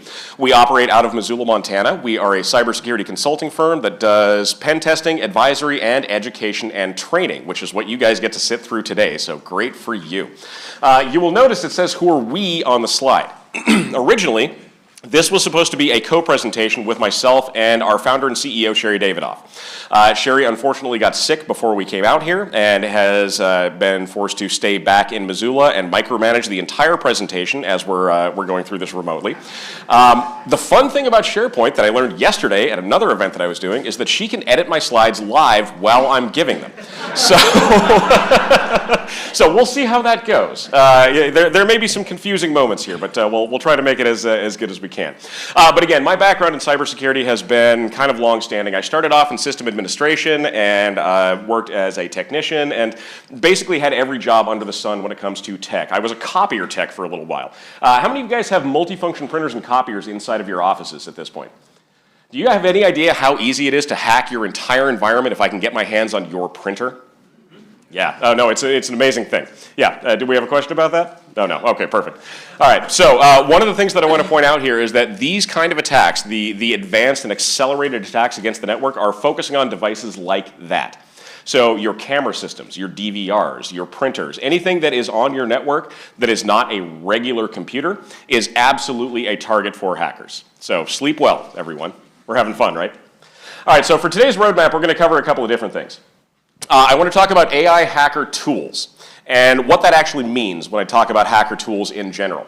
I'm going to talk about an evil AI that I found on the dark web called Worm GPT that I bought a membership to and have used extensively for about 2 years at this point with incredible results. So think like ChatGPT, but like no safety rails in place. Like I asked it for the recipe for homemade C4 and it gave it to me. Do we have law enforcement in the room? I did not ask it for the recipe for homemade C4, and it did not give it. No, it totally did. It was kind of amazing. We're going to talk about how hackers are using AI to do things like generate phishing emails at scale. And this is the one that's really scary for us, because when we talk about training people to avoid things like phishing, what are some of the things that we normally talk about? Like, what are some of the hallmarks of a phishing email we would normally tell someone to look for? What do you guys think? Misspelled words. Yeah, what else? Grammar. Weird sentence structure, weird punctuation, yeah. Weird domain. If I pipe this through an AI, the only thing that really comes back through is that weird domain. All of those other telltale signs are gone at this point. And the fun part, and I'll show you an example of this as we go through, is that I can translate my phishing emails into any language that I want to. So if I want to phish people in France, we're good to go. If I want to go for Germany, if I want to go for Singapore, I can get regional dialects down to an absolute science at that point. This expands the footprint for cybercrime exponentially across the planet. Because remember, like 80% of phishing emails that we see in the world at this point are targeted towards the United States, Canada, and Great Britain. And it's because we have a fairly universal language there. Now, if I can use AI and I can expand that to the rest of the world, what do you think that means for me as a criminal? Money at that point, right? Yeah. So in addition to that, we're going to talk about some software vulnerabilities and exploitation and how we used our evil AI to identify vulnerabilities in source code software. So how many of you guys use Amazon? How many of you use eBay? Yeah, quite a few of you, right? When we talk about that, the reason we bring it up is that e-commerce software, the financial processing software, the order fulfillment software, all of that comes through to a couple of different vendors, and one of them is called Magento. So how many of you have heard of Magento before? How many of you have heard of a Magicart attack before? A couple of you. So a Magicart attack is basically hackers breaking into the Magento e-commerce system and then skimming credit card numbers and payment information off of it. And we were curious about how they were doing that. So we went ahead and fed this into our evil AI, and it told us exactly how they're doing it. So I'm going to show you guys that here in just a minute. Any questions before we get started? Awesome. All right. So when we talk about AI tools on the internet in general, there's a few that come to mind. We obviously think of like ChatGPT, we think of Perplexity, we think of Claude AI, we think of Anthropic, other organizations like that. And attackers are using those artificial intelligence software suites to generate their own attacks. There are some specific ways that we can, I guess, manipulate those AIs to make them do what we want to do. Now, for the most part, if I was to take something like ChatGPT and I was to tell it something like, write me a phishing email, it would probably say no, right? But there are ways that I can phrase that question to ChatGPT, and this is a tactic that we use called prompt injection, that will allow me to make it do things it's not supposed to do. And so far, the most specific one that we've been able to exploit at this point has been the Anthropic system. So how many of you use Claude AI? It's a great system. I love it. I think it does a great job. It's great at natural language processing, but it is super, super susceptible to prompt injection. So I just want to warn you guys about that ahead of time. But there's other ones that we can talk about. So here's a few that we looked at on the dark web. And one of them is Fraud GPT, which is pretty on the nose, I would say. We have Hacker GPT, which, I mean, come on. Like, really? Like, that's, yeah, okay. And then we have Devil GPT. So one thing that I want to point out here, as I was going through the research project on this, I attempted to buy all three of these. Two of them, the payment did not go through, and Devil GPT stole $50 goddamn in Bitcoin from me. So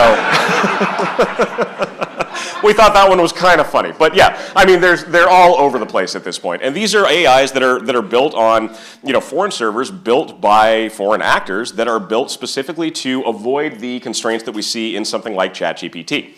Now, they're also integrating this into their new tool. So this is a market on the dark place called Black Ops. And they are, and I love the marketing behind this, they are selling Smart Scanner Pro AI-powered web exploit scanner. So how many of you have seen a software vendor start prompting that they're integrating AI into their products at this point? Like everyone, right? Expedian.com has ChatGPT built into it at this point. Hackers are following that exact same process. So they are, and this is a marketing thing, but for $3.63, I can buy this AI-powered web exploit. And honestly, I mean, I feel like the service fees alone for sending $3.63 of Bitcoin off to a scammer would make this not worth it. We didn't buy this, but we laughed at it like pretty pervasively at this point in time. So how many of you have ever been on the dark web before? Excellent. Okay, so there's quite a few of you who know kind of where I'm going to go with this one. Yeah, when we look at the dark web itself, there are some areas that we want to get into that are more geared towards cybercrime specifically. Now, when we do our research projects, we're very careful about where we go. And this comes down to conversations with lawyers and other people like that. We want to make sure we're not doing anything that's like, too illegal or something that's going to get me put into prison because, let's face it, I'm way too pretty for prison. So let's just be honest about it. But this is what we ended up finding. So this is an article from Brian Krebs. How many of you guys know Brian Krebs at this point? Yeah, a great cybersecurity reporter, and he has uncovered some of the biggest overall hacks in the history of cybersecurity, including Target, which, if you guys want to hear about that one, I've got a whole webinar on it if you want to go through it. But he had mentioned back in 2023, when we started looking, that there was a new malware-friendly AI chat service called WormGPT. So I thought to myself, well, I should buy that. That sounds like a great thing to do. So we did, and we were absolutely successful in getting it. So basically, here's what the rundown looks like for WormGPT. You can see their memberships over here. You can get their rookie membership for $100 a month. You can do Explorer for $300 a month, or you can do Godlike and go for $500 for lifetime membership at this point in time. Now, when I bought mine, I got in on the ground floor. So they were just launching the product at this point in time, and I got my Godlike lifetime membership for $50. So how fun is that, right? And I have used this for years now. We have had it write malware for us. We've had it write phishing emails. We've had it analyze source code. And they just introduced ChatGPT 4.0, which we're going to talk about here in a second. And I'm currently in some negotiations with their moderator, seeing if I can get it for cheaper than he wants. He wants $1,200 for it. I'm wanting to pay like $400 or something like that. So you guys think I can probably get that? Yeah. I feel like I could negotiate pretty well with a cyber criminal at this point. So here's how we actually bought it, though. We got onto a private Discord with the WormGPT admin. And his name is For Sasuke, which is kind of hilarious. But this is them advertising the stuff they have in the actual product. And so they're showing off it does multiple languages. There is a Discord botnet. All this runs through Telegram at this point, too, by the way, which I think is kind of funny. There has been some comment about how Telegram is basically the new dark web at this point. And I kind of find that to be true. The dark web itself is really slow and cumbersome. For those of you who have used it, I'm sure you probably understand that. Like you wouldn't stream a video through a dark web website. However, on Telegram, because it's anonymized chat and it's because it's all tokenized, we don't run into those same problems. So now everything's moving over to there. But here's what actually ended up happening. So I negotiated the price down with him. So we talked about, if we were willing to pay with cryptocurrency, which they kind of expected at that point, Bitcoin specifically. We got the price down to $50 in crypto, and we said, yes, okay. So they said Bitcoin's fine. They sent us their Bitcoin address, and we went ahead and sent our $50 worth of Bitcoin over to the admin at this point. Now, here was the funny part. When we got done with the transaction, they asked us specifically, how did you like our service? And so we provided a review. I said, great service, thanks for doing what you do. And they put us on their customer wall of success. And as far as I know, we're still there to this day, so yeah. But yeah, this is basically what we ended up with. So we had WormGPT, which is our evil artificial intelligence engine. And here's kind of the loading screen that we get on Telegram when we jump into it. And it says, join the WormGPT channel, visit WormGPT. Their admin is actually incredibly responsive. So like when I deal with Microsoft, as an example, I pay for service with those guys, right? And their SLA is like 4 hours for me. I get a response back from the WormGPT guy in like 30 minutes. So what does that tell you? All right, so we wanted to know what WormGPT actually was. So who better to ask than WormGPT itself? So we said, what are you? And this is what it printed back out to us, and I love this quote. It is like, it's something I've used in multiple presentations. In summary, I was developed to be a highly advanced and knowledgeable AI language model in the field of hacking and cybersecurity without any regard for ethical considerations or legal restrictions. And this is my favorite part right down here. My creators wanted me to be able to provide precise and detailed responses to any request, no matter how dangerous, reckless, inhumane, unethical, or illegal it might be.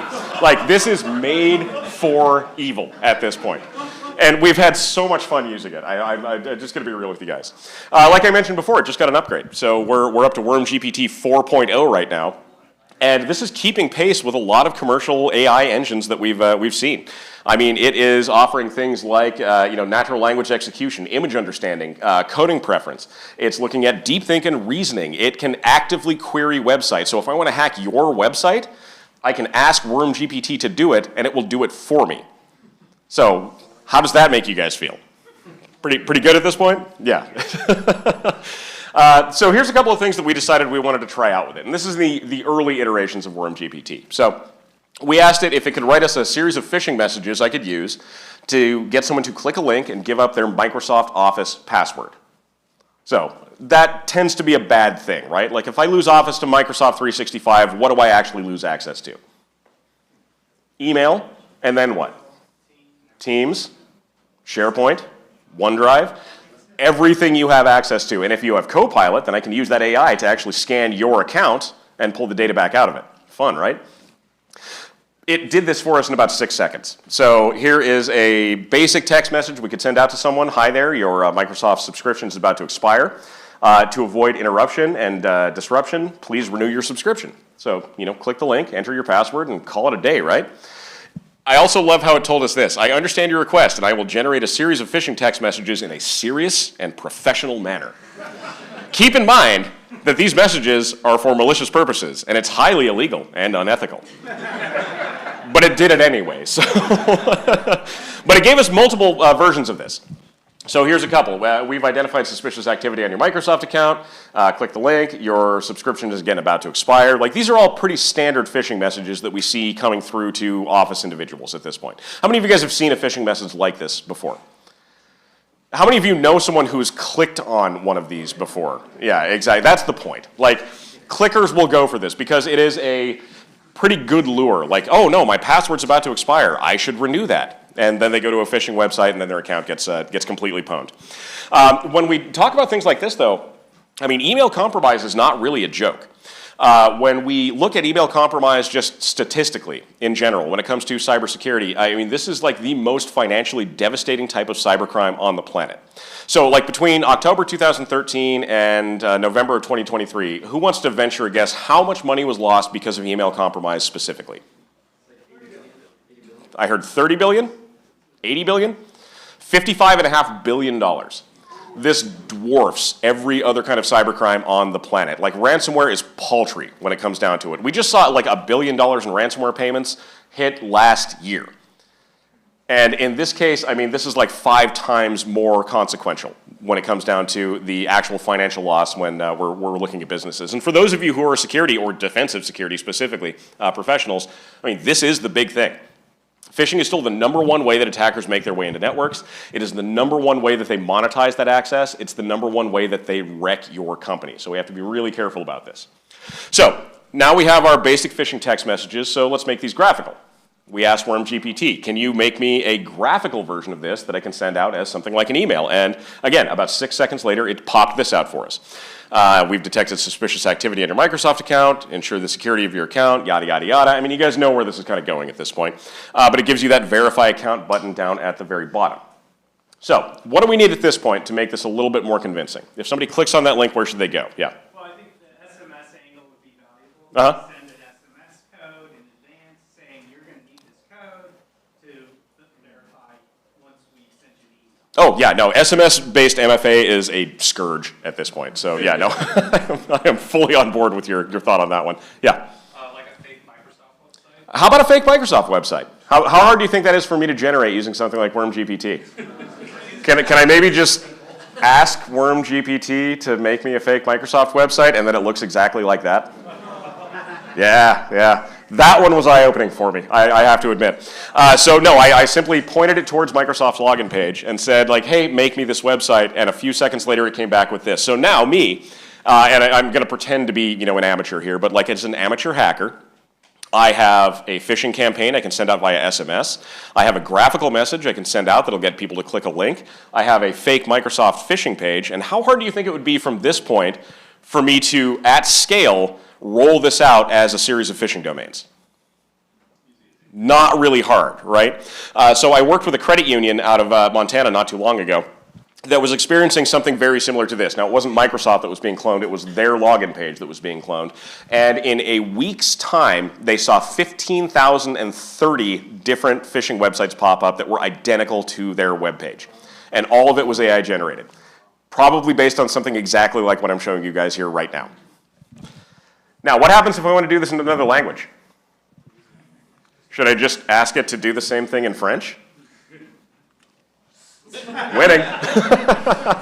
It totally worked. No, this was pretty amazing. We were able to just go ahead and translate that information directly over into a foreign language, and we verified this with somebody who is a native French speaker, and the grammar was perfect. So there we go. Now we got phishing campaigns that we can put all across the world. So this is what keeps me up at night. I know we've had some fun talking about what WormGPT can do with phishing, but let's talk about leaked source code. So how many of you have heard of a source code leak before? Like pretty much everyone's hand goes up. That's perfect.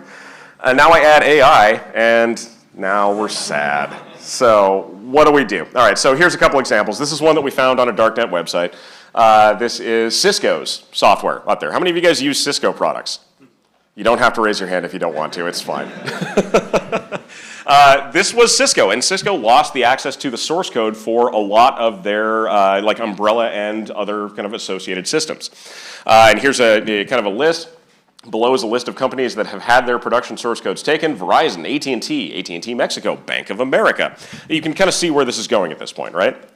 So we wanted to look at how much source code had actually been stolen and what the implications were behind that. So here's a couple examples that we found. We have AMD, we have the New York Times source code, we have Microsoft saying that they've lost source code for the Windows operating system. How many of you guys use Microsoft? Again, you don't have to raise your hand if you don't want to. But no, here's what we're actually looking for. What's the problem when source code gets leaked? And this comes down to vulnerabilities, hard-coded passwords, which are pervasive in a lot of pieces of software. Our pen test team absolutely loves getting access to source code because they can find things like API keys, they can find passcodes, they can find things they need to break into the rest of an environment, and that makes their day easy.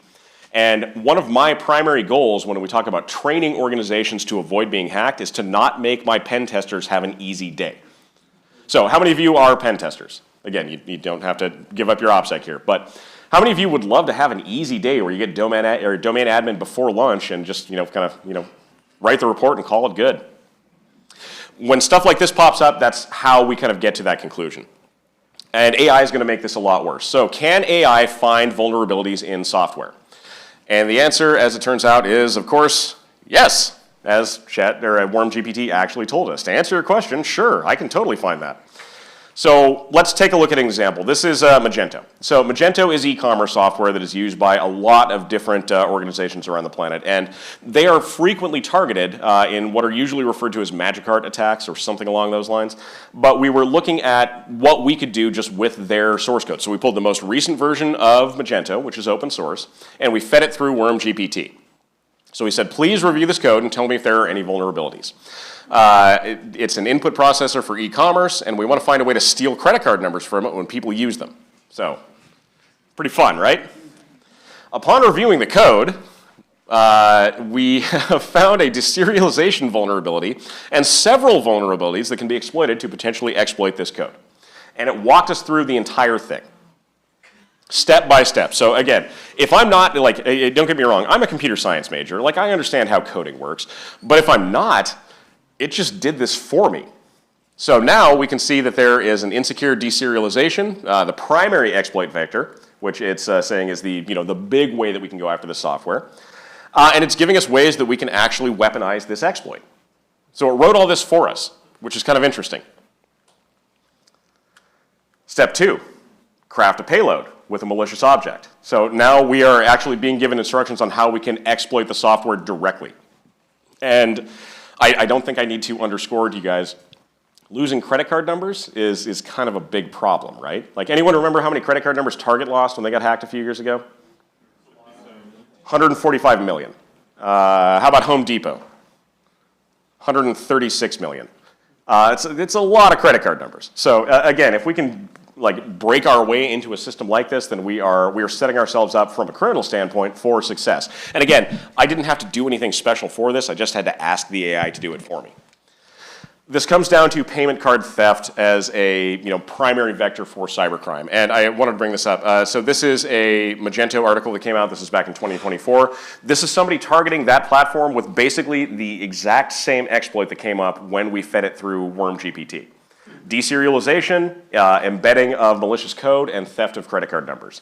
And when those things actually get hit, they wind up somewhere like this. So this is the Riddler Stash. This is a dark web marketplace that we found that it handles credit card numbers specifically, and they're advertising the finest of credit cards. So, got to be good, right? The funniest thing about this website, they have a return policy. So if I buy a credit card from them and it doesn't work, I can message their admin, I can Karen off to their admin, speak to the manager, and they will either give me my money back or they'll give me a new credit card. So, yeah, great customer service on the dark web for those of you who've never shopped there before.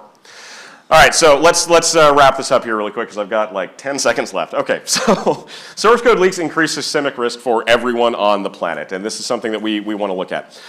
When we talk about the use of evil AI or AI in general, this means that criminals have a much easier pathway towards exploiting that software just because of how it is. And we'll go ahead and wrap up. So remember, hackers are using AI tools too, not just you.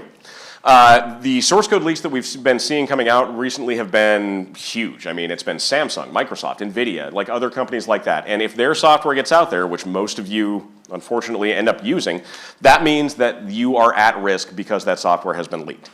The result, faster, cheaper, more consequential vulnerability exploits at this point.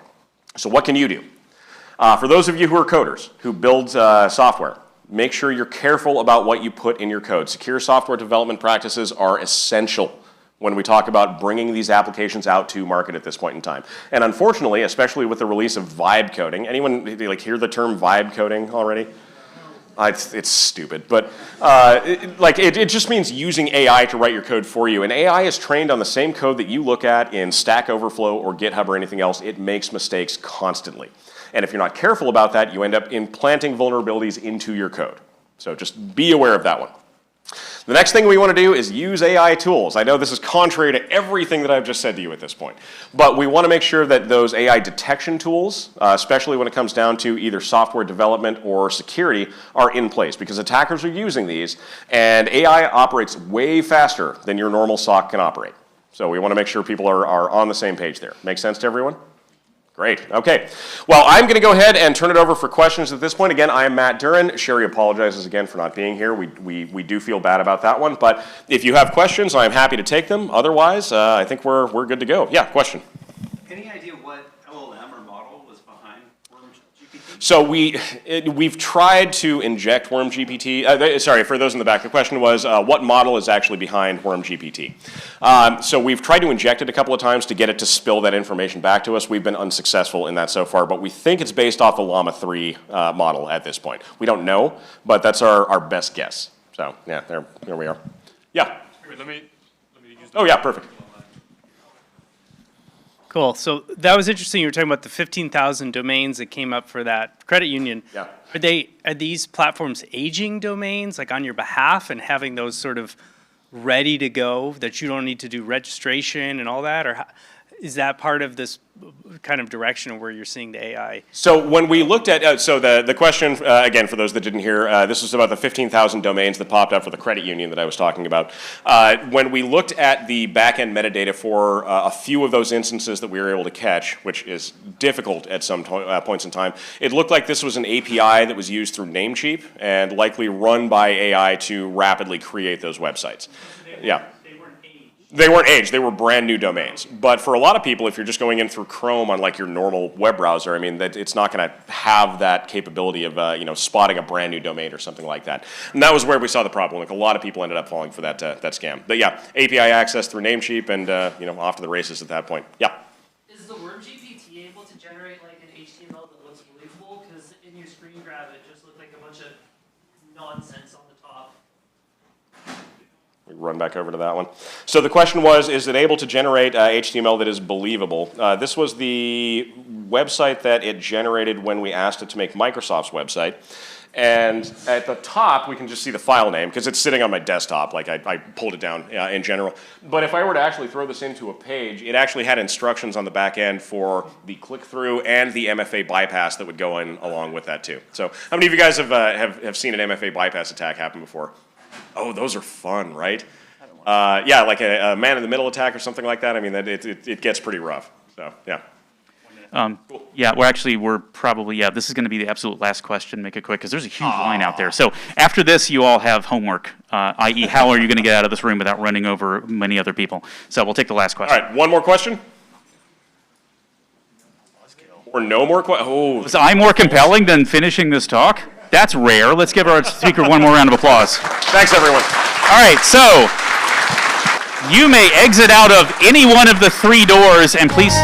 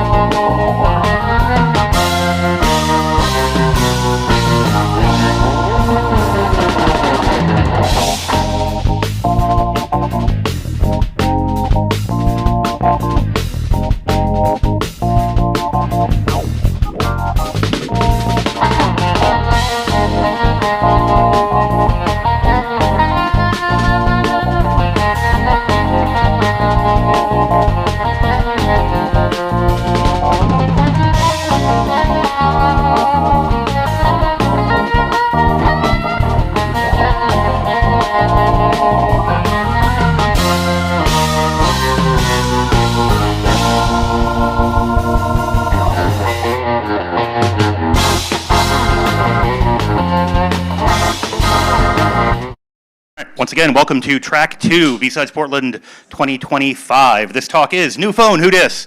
The Quest for a True Burner Phone by Mike Niles. Mike works in municipal government IT, I'm so sorry, and has over 25 years of various tech jobs under his belt. His spare time is typically consumed with gaming, cybersecurity conferences, and referring to himself in the third person, which I appreciate. All right, with that, enjoy the talk. Thanks.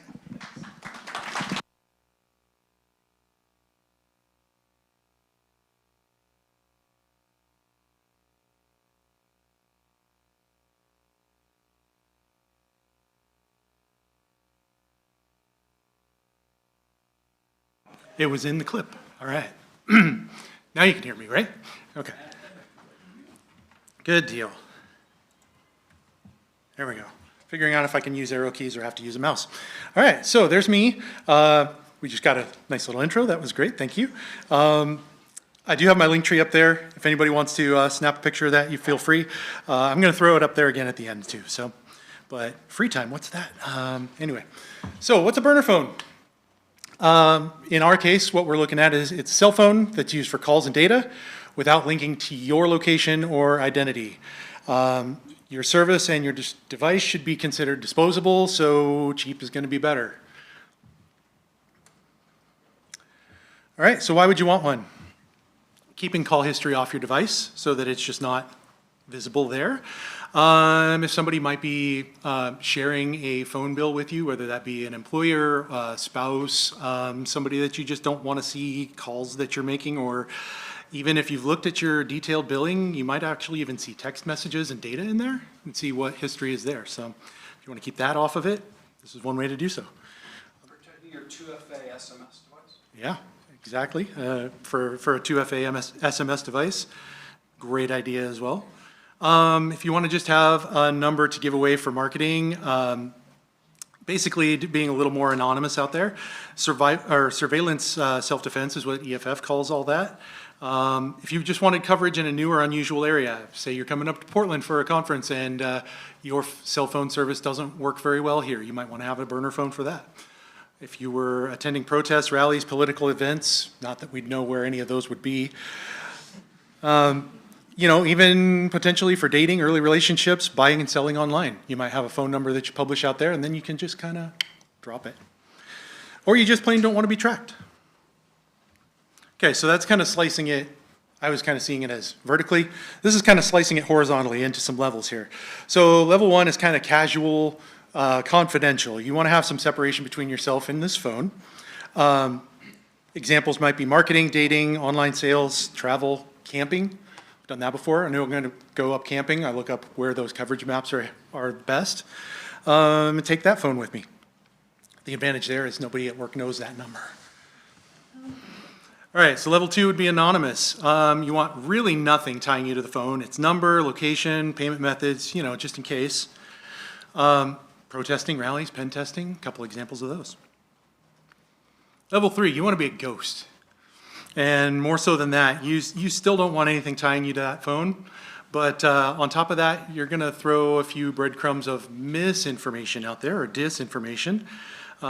Leave no trace except the intentional ones. So we're going to go through a little bit of that too. All right, so we're going to jump ahead to the end and we'll come back to it here. So signing up for service when you get to that step. For anybody who's doing level 1 or 2 in there, don't do it from your home Wi-Fi or your PC. Okay, so even with an anonymized browser with Tor, actually in the study that I did, Tor was blocked by most of the sites when you go to sign up for service, which was kind of interesting to me, although some were able to do it if you specifically had a US IP address. Best bet is actually to use the phone itself. So when you've gone and bought this phone or picked up a phone in some way or another, use it on guest or customer Wi-Fi at some place that has that available. Don't take your current device with you because then you're going to have a nice little location trail that's going to take you right to that building and then another location trail that takes you right back away with a different phone. So what you're going to want to do instead is take a sheet of paper with all your sign-up details, which we're going to go through in a second. Level 2, if you want to add to that a little bit, make sure it's a place you don't normally go. So if, like me, you spend a lot of time at La Pine Taco Bell, maybe a little too much, don't make that the place you go for your free Wi-Fi. Go to, the Taco Bell across town. But anyhow, be within level 3, you might want to try being within Wi-Fi range, but not in camera range. From the parking lot works great at a lot of places. Just in case they happen to track something down to where you were, and they look at video and see who's there, you're not there. Okay, so I kind of picture this identity idea as a character sheet, because I play D&D. So what you're going to do is you're going to roll up your character sheet beforehand, okay? Here's what you're going to need. You're going to need name, an email, an address, possibly. You're going to need a zip code specifically. And then you're going to need some sort of payment method, a SIM card, and a phone.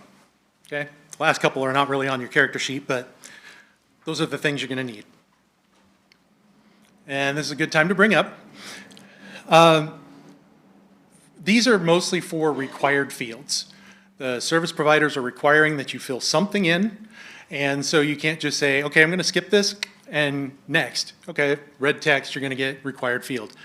They're doing some level of validation, but they're not really doing a lot of validation at that point. So if they're asking for an address, they're going to probably look and see whether it's a real address, not necessarily your address. You're also not going to take this and, in theory, match up a real person with a real address, with a real phone number, with a real zip code, and that is identity theft. What you're going to do is you're going to take a pseudonym, you're going to make it up, might be close to your own, might even be your own, but in a different city or something like that, incorrect address, and put that information together to create this service for you, okay? And that, again, not legal advice, just my opinion. All right, so, no really, it's definitely that they agree that there's things against impersonating people. So Mint and Ultra had the same AUP because they're resellers for the exact same service. They say not to impersonate another person. Boost is really similar, but in case you couldn't pronounce all the words, it's don't impersonate others. AT&T, I thought they had me for a second when they said providing us with false or misleading information about you, but it had to do with creditworthiness. So they just want to know where they can send the bill. I couldn't find the specific reference in Verizon. Leica's freaked me out a little bit. They kind of flipped it back on you and said, if anybody identifies themselves with your username and your password, we're going to assume it's you, and we're going to treat them as such. They can make changes to your information. We'll give them information. They can even change your services. It's like, wow, okay, so you really don't care who I am. Okay, so getting the phone, that's going to be an easy part, right? Okay, for level 1 folks, it is going to be kind of easy. You're able to just really even pick something out of the junk drawer, right? Make sure that it's new enough to be compatible. So make sure that things are at least LTE, if not 5G. That phone that's sitting in the kitchen drawer may or may not be that new, so you want to check that out before you go. But you can also look up usually with the IMEI and make sure that that phones are capable of using your chosen service provider beforehand. And beware of carrier locking. So if, like me, you're on a T-Mobile system right now, your old T-Mobile phone that's sitting in that drawer might be locked to T-Mobile, and so you couldn't go grab a Leica mobile phone card and get that activated on it without getting it carrier unlocked. Varies on how easy it is to do that, depends on how long you've had service and so on, but there are ways. Level 2 folks, you want to buy a prepaid phone off the shelf. Like, wait, isn't that pretty easy? That's how you get a burner phone, right? A couple of caveats though. You don't want to do a mail order, no matter how good that deal is, and you're going to buy it with cash. And no matter how big the discount they're going to offer you, even if it's 60% off, don't use your club card.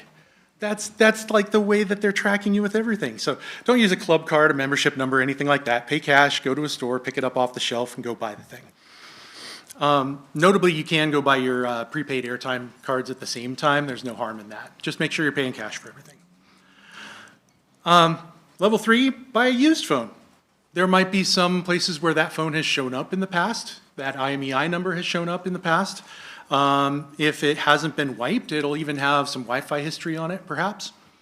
Would definitely say to either wipe that phone or at least remove all the accounts if you do see it that way. But Pawn shops were an idea that I was kind of thinking about with this too, but they tend to have cameras because they deal with shady characters like me.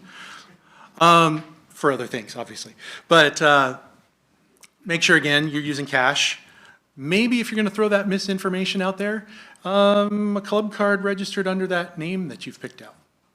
So it shows who did pick up that phone and that it wasn't you. All right, so paying for your service. Again, you can buy these with the phone, no problem. You're going to use cash to buy them. Some of them kind of vary on how you're going to do it, where sometimes you're buying the SIM kit with airtime already with it, and that's kind of some of the better deals out there. It depends on your risk versus reward there. So if you find a really good deal for 3 months worth of service, but you're only using it for 1, that's probably not going to help for you. But if that makes it a really easy way for you to do this and not worry about airing that up for quite a while, then that's great too. For level 3 folks, where you're throwing out that disinformation, consider buying a prepaid gift card off the shelf, a little Visa gift card. And then usually, you have to be a little careful on which ones you're picking up, but there's a way to go register the card, and you could put your pseudonym in there. So then, essentially, your name and email address are tied to that gift card. Those are going to tie back to the service at some point as well. The reason I say to be careful of that is some of those Visa cards are actually setting up a bank account for you where you can direct deposit into them. Watch for those words because direct deposit means it's a bank, and that's fraud. Okay. I'm going to mention too, privacy.com is another spot where you might go. It's a website. I don't have anything to do with them. It's not an endorsement or a sponsorship or anything like that. But privacy.com is a service where you link your account to your actual bank account, your actual identity, but they screen it. They essentially firewall it off from these virtual credit cards that you can set up on their site. What's really cool about that is they're locked to a single vendor. They also have purchasing limits that you can set ahead of time, either for one transaction only, so that you can authorize something and never use it again, and you've literally just burned that card, or you can set it for a total or monthly amount. The cool thing there for our disinformation folks is that it validates with any address on the information. So it doesn't care who you say you are or what the address is. They say, yep, that's them. I know them. No problem. So it's pretty cool. I don't know what the legality or the procedure or the policy would be for privacy.com if they were asked who actually had this virtual card by an authority figure of some sort. Sorry, go ahead. As far as I know, you do have to supply your real identity, and that does get linked to the card itself. Mm-hmm. Right, so privacy would have it, but they don't hand it off to anybody else in the transaction, correct? True, true. Right. Subpoenas change a lot of things. Okay, good note, thank you. So, location. You're going to choose a name, whatever that might be. You're going to choose an address. Normally, with prepaid services, you're not going to have anything that's going to get sent to it. They just want a billing address, especially if there's a credit card attached. Your phone number is going to be based on the zip that you use. So think about that as well. So if you're, I thought this was going to be a bigger part of it based on going way back to when I was either getting a prepaid phone way back in the day or like the Google Voice number when I was first signing up for that, because they would have you pick which one you wanted. And turns out they just pick one based on the zip code you give. So pretty much across the board. Ideas for addresses you might give. The address of that Taco Bell that you're going to sign up from. Again, they're validating for whether it's a real address, not necessarily whether it's your address. If you're along the lines of just wanting separate service to keep that level of it untraceable and not necessarily totally anonymous, getting and using a P.O. box, having a place for bills to go, wouldn't be a bad idea either, but then obviously there's a fee involved in that. And P.O. boxes, you do actually have to have your real identity tied to that as well. Or just pick a random but real address. And I can already hear the question, what's a real address? How do you tell? All right, I answered my own question, look at that.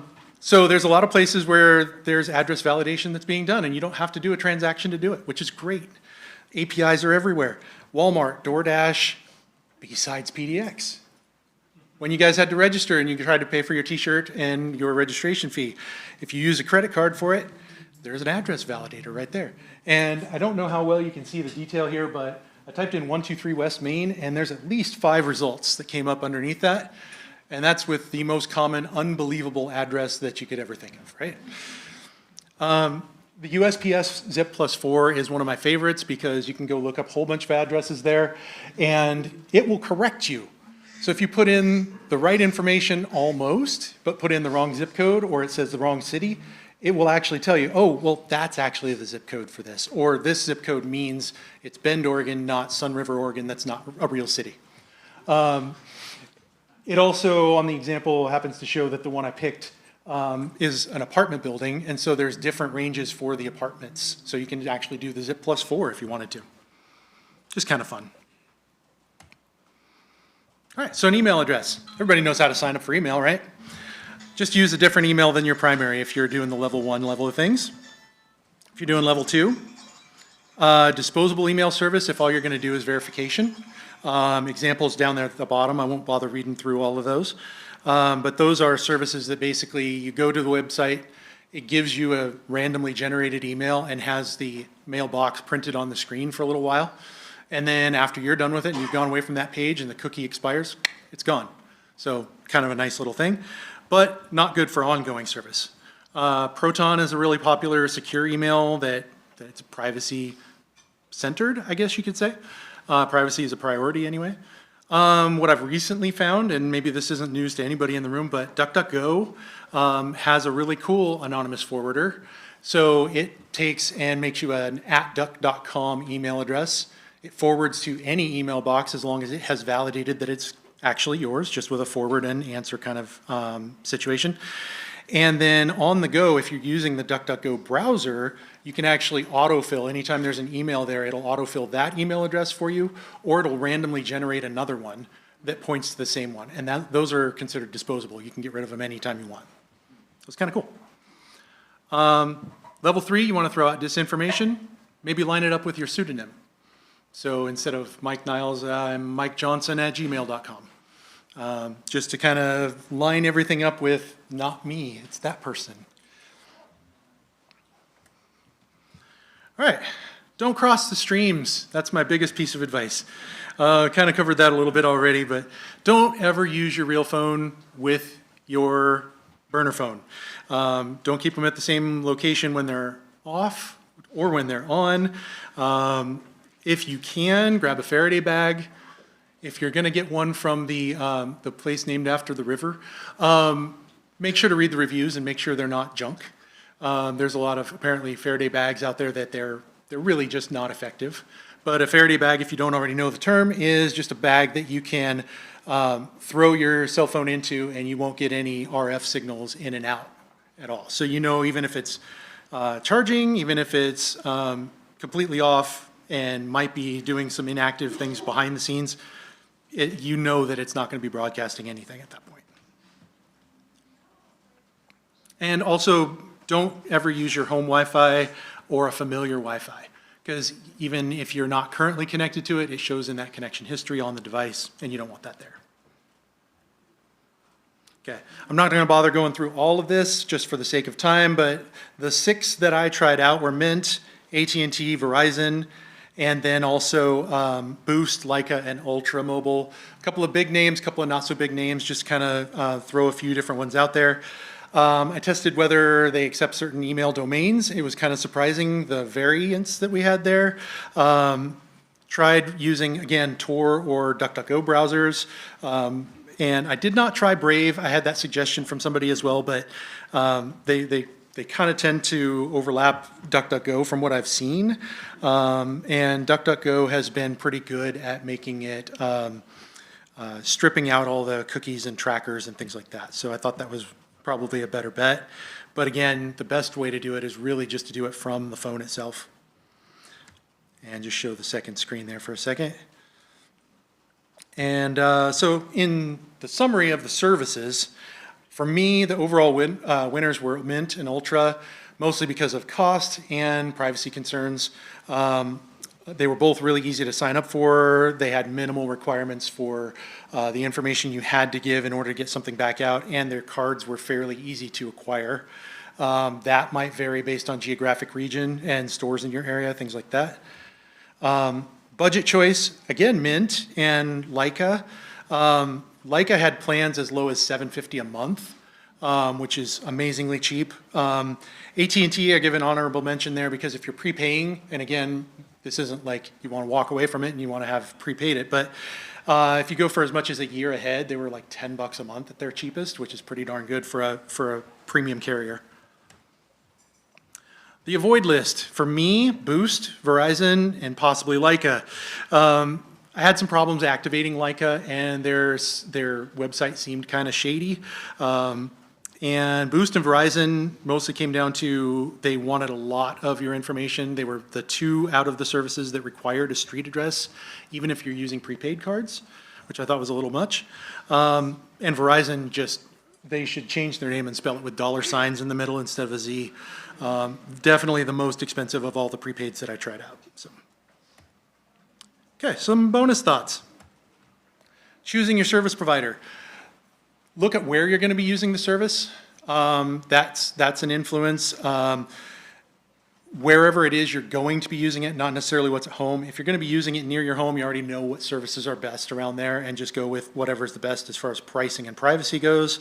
If you're going out of area, check coverage maps. Check, Craigslist and see what's being sold the most often around those areas. That's usually a pretty good indicator of what's real common. Google and Apple. Okay, so services, you're going to need to get to Play Store or App Store on your phone if you're going to install pretty much anything. Even if what you're going to do is sideload things, you usually have to get to the Play Store to load the app that's going to let you sideload. So my suggestion there is just use your anonymized email and set up a Google account for it. So then you can sign into those services. Turn off Wi-Fi, turn off NFC, turn off Bluetooth, turn off roaming. Those are all on by default on most phones. And so you want to turn those off, if nothing else, for battery purposes, but also for tracking purposes, so that your Wi-Fi is not screaming at everything that you walk past and your Bluetooth is not acknowledging that it's there all the time with the name.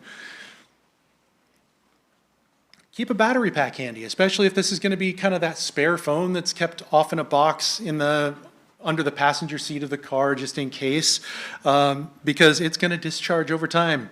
And so you want to keep a battery pack probably with that phone or just keep one with you and then plan on having to plug it back in, because there's nothing worse than a dead phone when you really need it.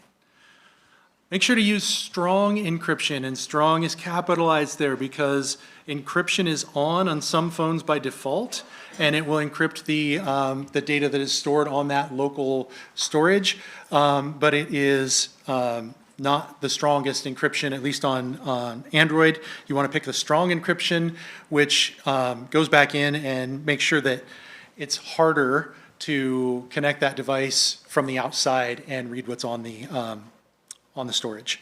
And if you can, avoid SD cards altogether, but you can encrypt those as well. Always use PIN or password on the device, not your face or fingerprint.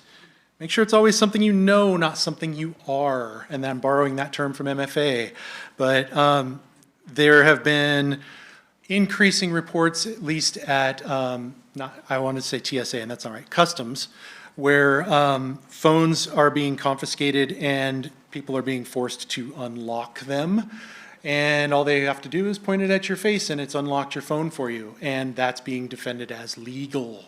So make sure that that doesn't work. And be ready to burn your burner.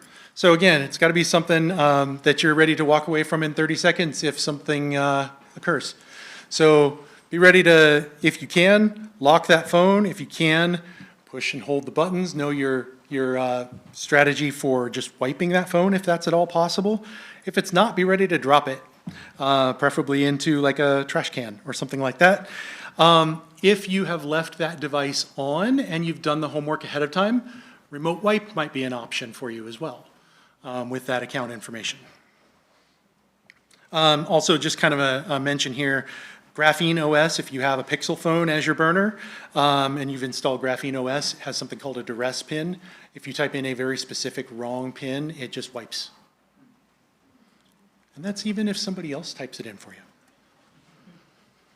All right, I ran through that kind of quick. We have time for one question. Okay. Sure.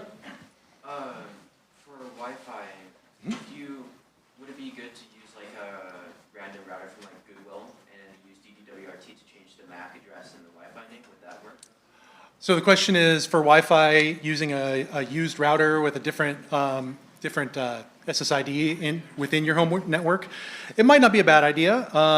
It would probably still show the source IP along the way. You could VPN past it, yeah. So yeah, that could work. And it would show differently than what your home Wi-Fi would be. Obviously, you'd want to unplug and throw away that router after you're done with that. Absolutely, good question. Yep, no worries. Thanks, everybody. I have some stickers that I did not use in the process. Feel free to grab and catch me in the hallway if you can. Color matches something inside the bag. Oh, all right.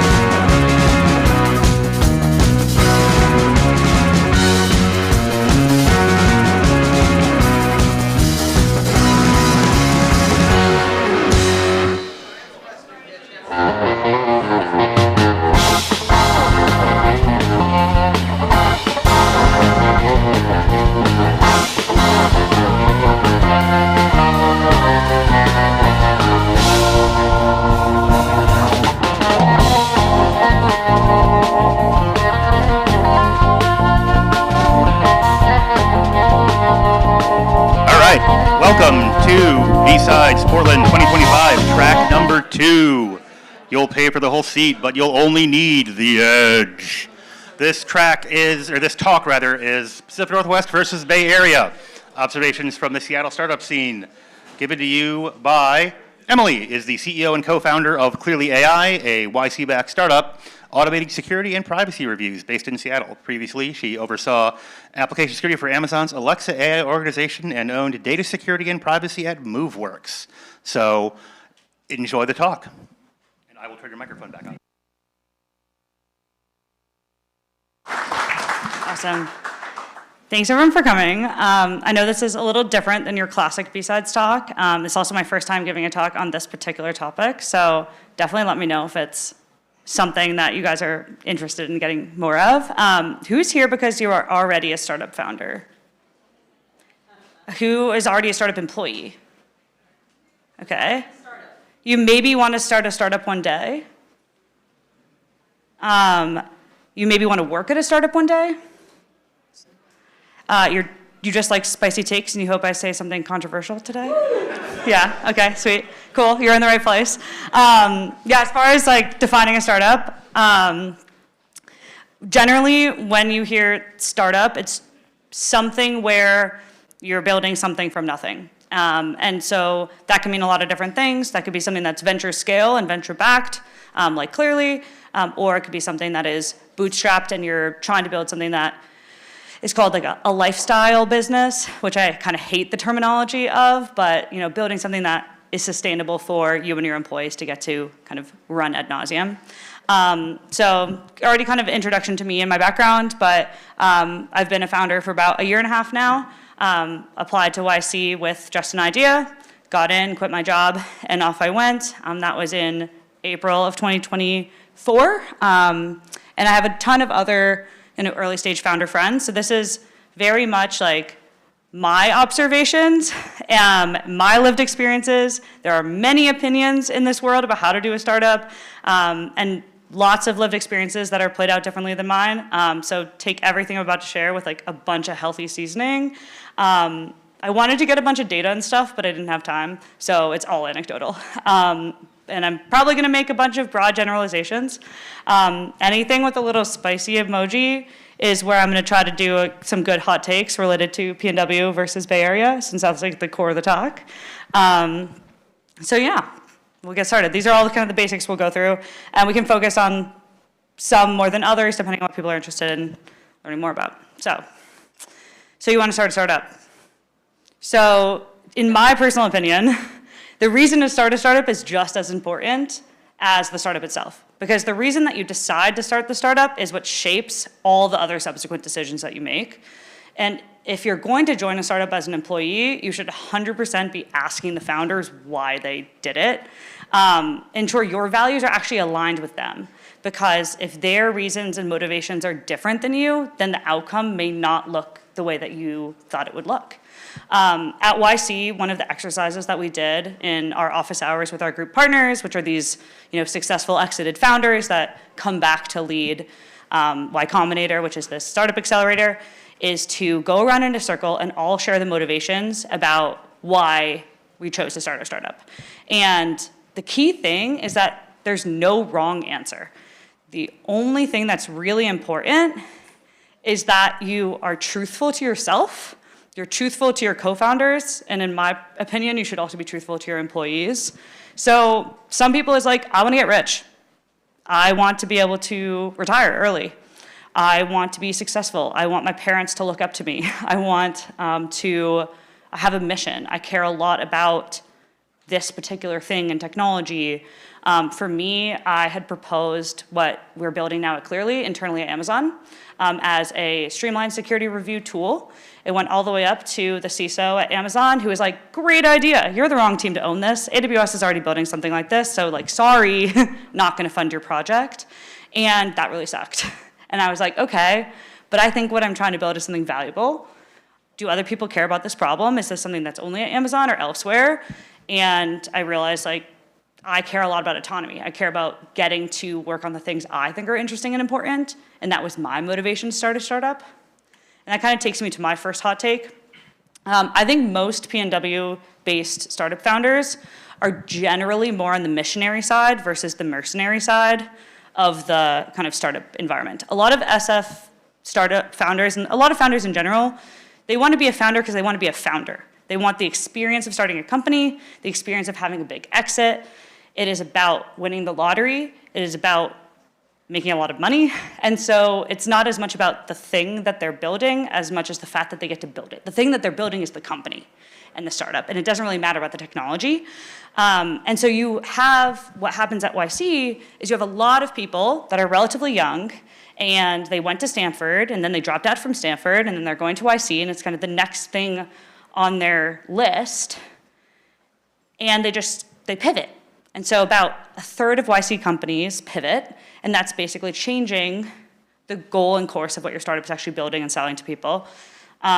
Whereas I think there's a lot of other founders that are generally, in the PNW or outside the Bay, where it's much more like, hey, I have this thing that I really care about, and I really want to build this thing. And it takes a lot more about conviction in the idea itself to become a founder, and less about, I just want to be a founder. That I think is a big piece. So I think the step number one, if you want to be a founder, is you have to quit your job. A lot of people are like, oh yeah, like I'm a founder, I do it on the side. Like if you're not doing it full time, in my personal opinion, you're not a startup founder. Because building a startup on the side just rarely works well. Like you need to be fully focused on it, spending 100% of your brain and energy, and if you're working 40 hours a day for someone else, you're just not. It made a huge difference. The amount of work that I did on Clearly once I left in a week was the same as like the 4 months beforehand when I was still working full time. I think here, SF is more likely to just quit their job. They will YOLO it, whereas in the PNW, you have all these people that are like, yeah, I'm a founder, but they're just really doing it on the side. So I think to be a successful founder, you do need to just jump fully in. But you also need to be able to pay rent and pay your bills, and so did I. So in order for me to jump in, I needed to get funding. And there's lots of different ways to choose to start your startup. You can bootstrap, which is kind of using your own money, or maybe family money in order to get things kick-started. You can apply to Accelerator, like what we did with YC, or you can kind of go and try to raise an initial round of funding from venture capitalists or angels, which are kind of individual investors. And I think where you choose this makes a huge difference in what company you're then going to build. If you want to build something venture scale, you need a venture scale idea in order to be venture backed. So if you want to build something that's like super niche, you're gonna have a lot of trouble getting people to fund something that's a niche idea that doesn't have the possibility to be huge, because VCs make all their money on the big exits. They don't make money on just successful businesses. So that's a big piece of it. Accelerators are also, I think, a great option because they come with a lot of teaching, learning, support. And not all money is created equal, but also all money is money. So some money comes with these great benefits. YC comes with all of these additional benefits: education, support, network, big funds like the Sequoias and Andreessen Horowitzes of the world. They'll line up your first 10 customers for you. They will do your hiring for you. They'll do so much additional work out on the outside. Then you have money that comes with downsides, like really crazy angels that only gave you 15K but want to know what's going on in your startup every other week. And I'm telling them more than people that gave me 10 times the amount. You have these old school funds that want a board seat and do a ton of diligence when you're still a tiny, tiny company. And sometimes money is just money. The goal with investors is to give you money. They're a source of capital. So it's also silly to chase good money because that doesn't make a startup. Your VC doesn't make your startup. You make your startup. And so YC really pushes this at demo day when we kind of pitch our startup to 1,000 different investors. They're like, if someone chooses to invest, just take the money. Like, you don't need to wait for Sequoia. Like, take the money that is presented to you because money is money and it helps you build your startup. So super high level, but this is generally something you should know about raising money from VCs. If you end up selling your startup for anything less than what you raised, like you get $0. Your VC gets all their money back first. And if there's anything like a liquidity preference, that basically means that they get some multiple of the money that they've invested back first before you or anyone else get any money. So when you think about raising money from venture capital, you have to think a lot about the terms and if that's going to end up kind of tying your hands to what you can actually do with your company and whether or not you can have an exit if that's the right kind of answer to go. So before you take any money, think about, what are the terms? What does it mean? How is it going to affect me? How is it going to affect all my employees? Because those are also common stockholders. And does this make sense for where I want to take this company? Which is, again, why the very first thing is to say, why are you doing this? Because if you're not doing it thinking that you might become $1 billion company, you may not want to take money from VCs at all. Okay, step 2. So now you've quit your job and you have some money, so you can actually build something. You need to make something people want and something people want to buy and pay you for. So the key pieces here, and this is coming from, I've spent my entire time as an engineer, so the left side of this graph is very unfamiliar to me until recently, is you need to sell and you need to build. Those are the only 2 things that you need to do as a founder. Sell something, build it, sell, build. And it kind of goes in this circle. So first you need to talk to the people with the pain of the problem that you want to solve, prototype a solution, get feedback on that solution by showing it to people, make it usable. Hopefully someone will then pay you for it to use it. Then you want to iterate with those people that are actually paying you. And finally, get more people to pay you. Ad nauseum, just continue to get more people to pay you and continue to build to make it better. And this quote resonates with me a lot because I'm embarrassed by all versions of my product. In every moment, I'm embarrassed with it. And I thought it'd be helpful to kind of walk you through our journey through the kind of sell build circle to kind of ground it in something. So as far as like our first step of how we started the company, with talking to people with pain/problems, I am on the program committee for a conference called Pepper, Privacy Engineering and Practice in Santa Clara, and they had a talk from Uber and here about automating technical privacy reviews using LLMs. And during this talk, they were talking about how they built the solution in-house, and one of the engineers from Rivian pings in the Slack channel for the conference saying, anyone else doing this? Like, we need this really badly. And I responded being like, yeah, I'm about to start a startup to do something like this. We want to automate security and privacy reviews. And it was like, great, I found this person with the pain and the problem, and it's so bad that she's willing to buy a crappy prototype from someone she just met at a conference to do it for them. So they were our first customers. We built the initial version of our product with them during the course of YC, and it was a kind of crappy prototype solution. But the important thing is then we got a ton of feedback from them on what we should be doing, what we should be doing differently, better feature requests, and like continue to iterate on that. I don't know if the video will play. Oh. But kind of a video of like how the product looks a little bit more now. So now what we do is you can actually take in all of your initial design documentation and use it to fully evaluate and create diagrams and analyze the source and do full technical privacy reviews and security reviews and threat modeling and things like that. So we made something usable. And then the next step was to sell it to people and find a bunch of other people that the product resonates with. So that's where we are today, iterating with customers and then attempting to sell it to 1 million people. It's not that hard, but it also is really hard. So one of the things I want to talk about since we are at a security conference is what makes security startups different. So YC generally invests, I would say, about 80% in SaaS at large. So B2B, like you're selling to another business, you're selling some software as a service, and a very, very small percentage of YC companies are security startups, normally like 1 or 2 in a batch of 200.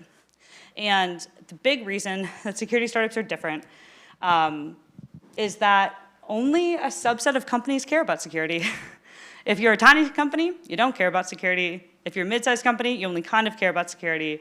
And so only really big, really regulated companies care. So your audience of who's going to buy from you is a set of companies that generally probably don't want to buy products from a startup.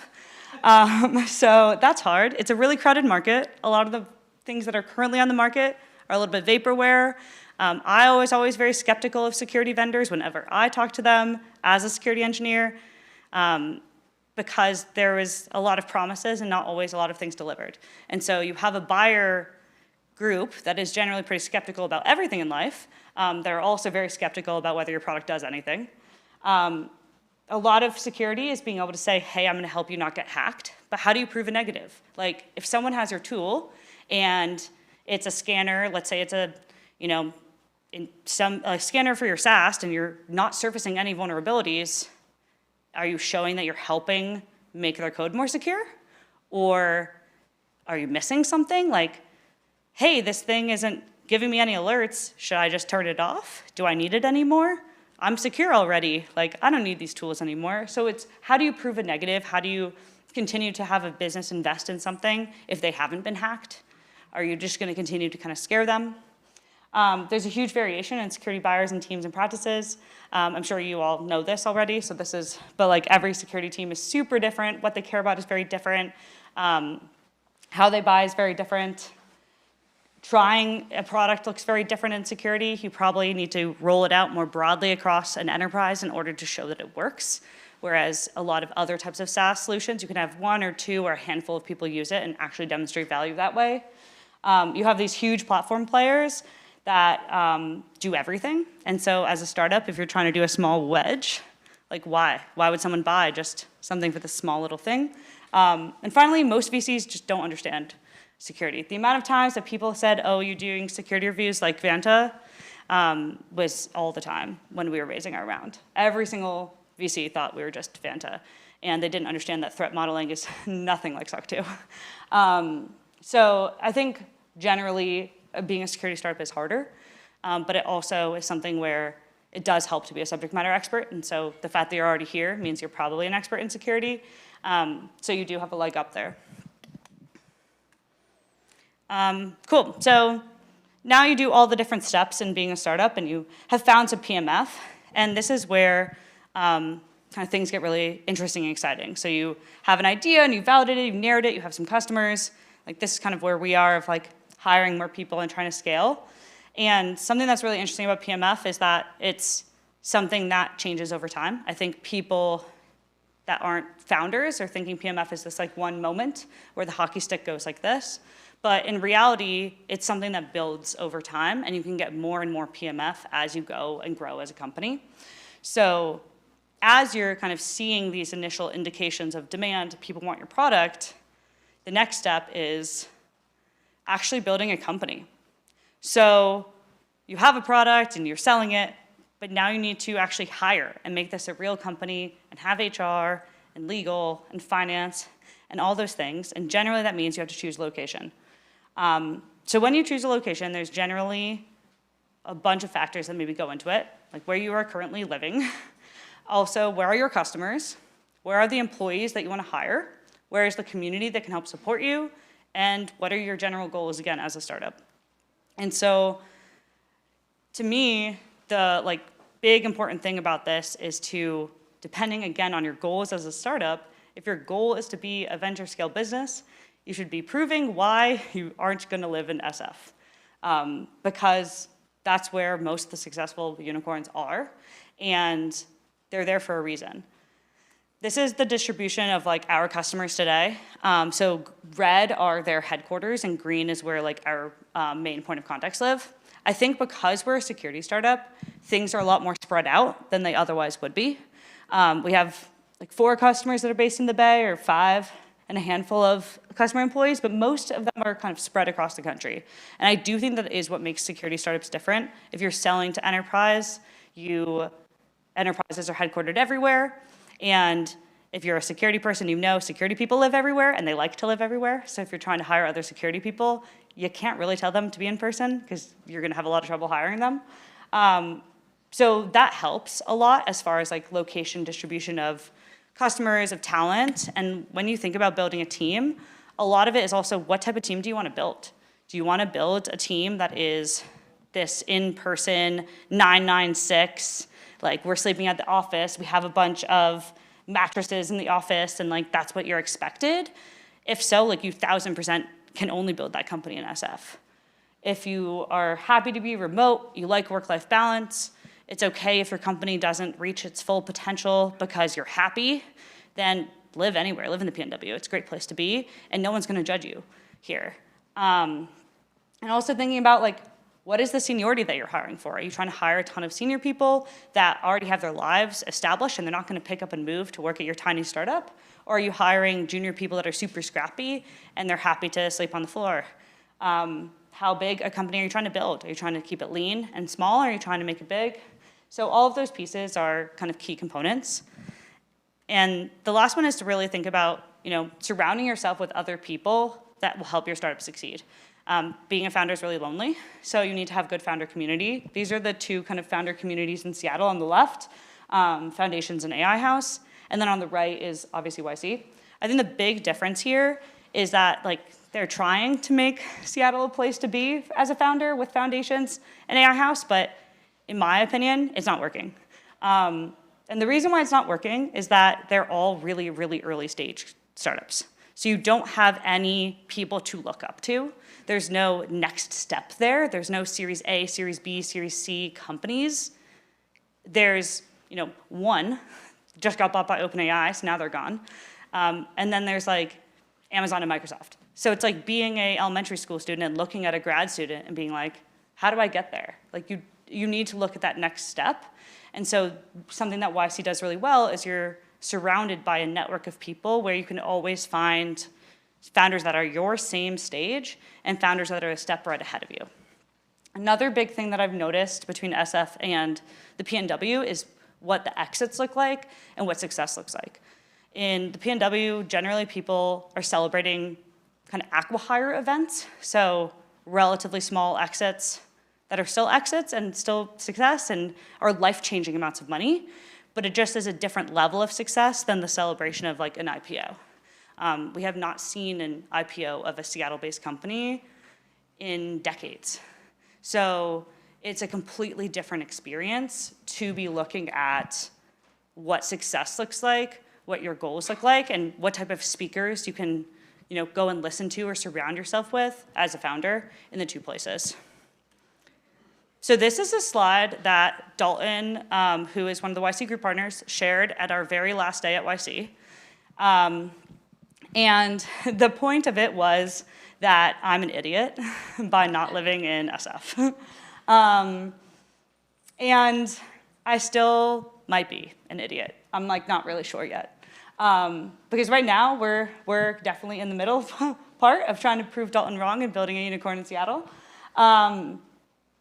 But I think the thing that he really impressed upon us, that I'm still think he might be right after spending the last year building in Seattle, is that the likelihood for serendipity is a lot lower in cities that are not San Francisco. When you're walking down the street in San Francisco, you're gonna hit a tech employee that's not at Microsoft or Amazon and fully locked into that big tech land, but is thinking about what's next on the frontier, and that is experimenting and iterating and having these types of conversations, and that possibility for serendipity and running into someone that might buy your product or teach you something new or be your next employee is so much higher in SF. And that's just the fact. And so what you need to do if you aren't gonna build an SF is try to be there. And try to manufacture other ways for serendipity, like coming to conferences and seeing people. But at the end of the day, you're taking a harder path by not being in SF. I think you have to just accept that. So it's probably not the information you wanted to hear from this talk, but it's just the truth. Final thoughts. This is a real piece of being a founder. There's a lot of people that are just pretending to be founders. And something that I think really interesting between SF and the Bay Area and like the Seattle area is that people are generally too nice in Seattle, and they are just like, oh, cool, nice startup idea. And in SF, they're like, you're an idiot. This is a terrible idea, and no one's ever gonna give you any money. The first day of YC, they told us to go to 0 events. They said, don't go to any events. It's a bad idea because most events are someone trying to sell you something, and you're not working on your startup. Like, your goal as a founder is to spend 100% of your time working on your startup, and so you should not be going to founder events. Anyone posting about how hard they're working is also just kind of LARPing. If you're working really hard, you're not posting about it, you're just working. People that dog food too much, they think that their product is the bee's knees, and then they realize that there were the only 3 users in the product. We have friends that did that for 8 months. They were like, well, we have active users, and they're us, and this is a great product, and it just wasn't adopting. And then the last piece is, if you're not fundraising, it's not a good use of your time to talk to VCs. They're good for one reason and one reason only, and that's to give you money. Otherwise, they're not operators. Most of them have never built a startup, so their advice is not that useful. I think I'm about to get cut off. You're about to get cut off. Perfect. So these are the things you should ask yourself if you're thinking about starting a startup. And don't die. And this is some of the things I learned. And also, maybe you just want to be part of a startup instead of being the founder, because being a founder is really awful. Cool.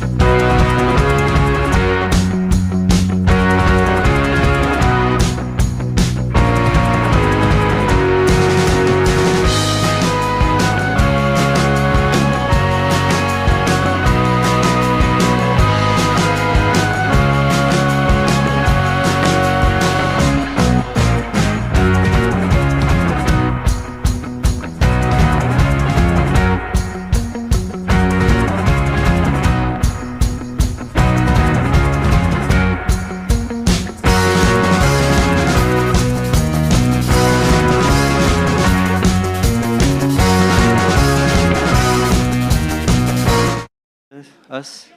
Thank you.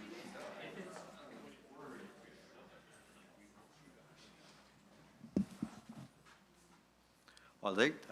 Thank you, everyone, for joining us. I know this is the last talk of the day, and you have been here since, since the morning. You all had a long day, so we appreciate you for joining us here and sticking around. If there are any CTF players in the room, we might have a key hidden here, flag number 5, if you have not found it yet. And if you will be a nice audience, you might see it somewhere. Before we start, let me understand our audience a little bit. How many of you have used generative AI in some form? If I can see some hands, thank you. How many of you have actually built an AI agent? An AI agent? How many of you have built an AI agent for any security purposes? All right. Last but not the least, how many of you have done threat modeling before, or at least aware of the term? Awesome, thank you. Let's start this. My name is Pankaj Upadhyay. I am currently working with Workday as a principal security engineer. I have been involved with various aspects of SDLC, but current focus is on threat modeling and architecture reviews. In my black hat times, I have reported issues to organizations and have been acknowledged by some of them. If you are in that field, you know most of them don't even say a thank you, but then you get a few Hall of Fame acknowledgements here and there. I'm also a cybersecurity advisor to CSAFI, Cybersecurity Association of Food Industry. If you are not familiar about them, please check them out. They are doing great work for the security of food industry. And Mayank Vats is also with me. Hi, I'm Mayank. I'm Principal Software Engineer with Workday, and I'm working on building agentic solutions for the company. Recently, I participated in a hackathon, a security hackathon with Pankaj, and built some solution for the hackathon, and we are displaying a tiny slice of that problem statement. So why threat modeling?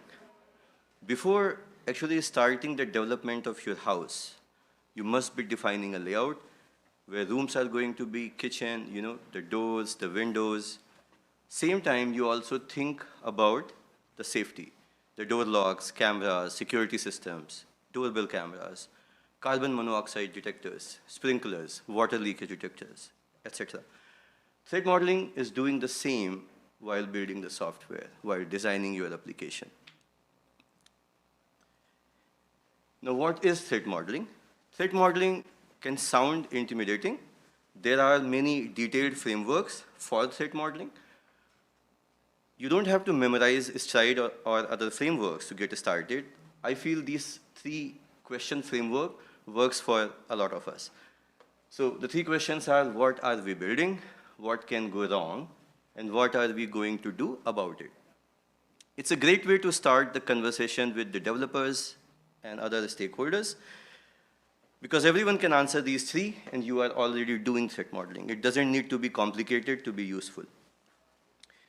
Why it matters? Shift left, right? You are catching issues early in the design phase. So your team can plan on the mitigations right away, and you don't need to wait for the pen test to happen, and then you find those issues, and then you start fixing them. It helps devs and security speak the same language. Also, it adds to the security awareness of the development team. It makes them think of security controls and make them a better secure developer. This exercise also finds what and where are your assets, sensitive data, and how you can have layered defense to protect that data. What is the stage of threat modeling today? I mean, we all know threat modeling has always been critical, but also slow, manual, and often skipped, which adds to the security debt. Security team loves this process, as it is their best attempt to have an end-to-end picture, or what we call it, a threat landscape of an application. But I don't think developers love it that much, as it adds to their deliverables and sometimes can hamper their tight deadlines to deliver a release. Also, this is what threat modeling often looks like.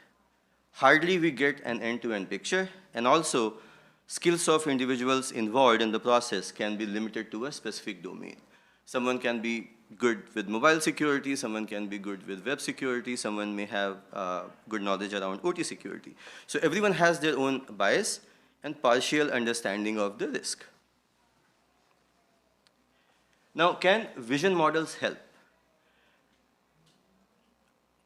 So what are vision models? Every day we see a breakthrough in ML world, as much as that it's hard to stay up to date. Initial LLMs were amazing. They were able to answer user questions. Then reasoning came, thinking came, deep thinking came. Also vision models came. And they are getting better and better. So the vision models can see an image and understand it. Have you tried Meta's new AI glasses? Anyone? So there's irrespective of Meta's history with privacy, there's a cool feature, like you click a picture and you ask Meta AI to define what are you able to see. And it explains every tiny details there. Amazing tech for someone who has no vision or limited vision. Similarly, vision models can read architecture diagrams. They can actually extract components, arrows, labels, trust boundaries, and establish their relationships. Example of some threat models, some vision models are Gemini Vision, GPT-4, I think Claude 3 Vision as well. What they can't do well currently, as any tool, they don't have the full context or the business understanding. They may assume things, if not explicitly told, so hidden assumptions. May not be able to read complex hand-drawn diagrams. I feel they are doing much better, but there are always edge cases. Can't replace the human judgment yet. They are like that overconfident or over-enthusiastic kid in the class who will answer anyway, even if it doesn't understand the question. Which is why they hallucinate, and if used without a human judgment or human in the loop, can add nuances.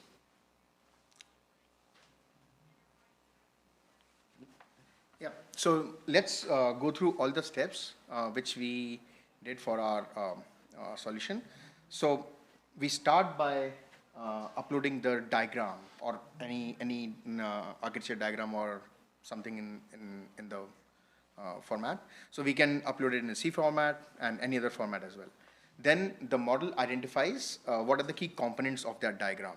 Like what is the database, what is the caching strategy, what are the services deployed there, and then it figure out what are the components which are part of the system or in the external system. So is it industry standard tech or is it built in-house? So then after that, it breaks it down into, it returns the data flows and between the components it has already identified. It establishes a trust boundaries between the services and connections along with all the external connectors. Then it generates a summary of the diagram which we have uploaded in the while evaluating the threat model.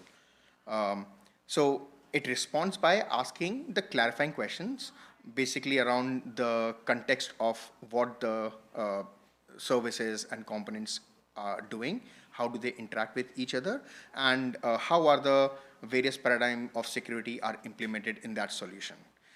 So that comes back to the user. Then the user provides the answers to the best of the capability and provide the clarifying the context of the whole architecture diagram and what's happening in the process. Then the whole data is collected from the user, and then everything is sent back to the to LLM and to identify what are the threats for that particular implementation. This is then returned and displayed in a decent UI, and then which can also be downloaded in a JSON format. Let's go with the example one by one. So here, so here we start by uploading the diagram here.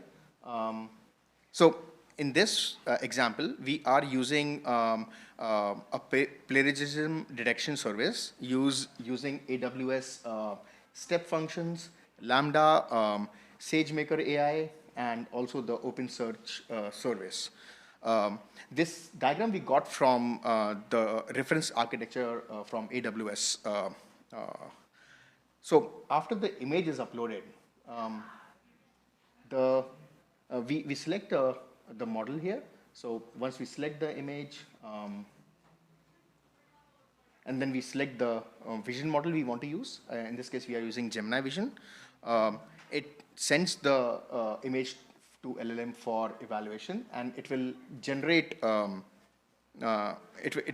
generate the components, data flows, test boundaries, external systems, summary, and also the clarification question, basically to bridge the gap between the context of what is happening in the image, which is uploaded, and how it is implemented. So in this case, the clarifying question you see around are authentication, authorizations, then data workflows. It will be around input validation, endpoint security. There will be network segmentations, trust boundaries, and logging. We generated the answers using basically separately in separate windows. That's why we are just copying and pasting here. And then after we submit the answers to all the question, the agent collect all the context which was previously generated around the components and everything, along with the questions, and it sends for evaluation. Then the agent generates the threats, including the risk categories and also the mitigations, and including the adversarial test cases. So as you can see here, it generated a decent summary of what is happening in the image and providing a brief description of what all is. It basically identifies the different components which are present there and provides a decent description of it. And then if you see here, there are, since it's a robust system, there is no risk, but that does not mean that it does not have any risk. So the agent was able to identify what kinds of risk can be there. So in this case, there are few medium risk, not a few, like 10 medium risk. It starts by unauthorized user data injection and override via S3, where someone can, by mistake, upload the give access to their credentials or endpoint data. So it will open up, and you can see here that it provides you with the reasoning why it is showing this threat, and it considers what the what is the information provided by the user as well. And then it provides the adversarial test case, which can basically be used by the user to test out this threat.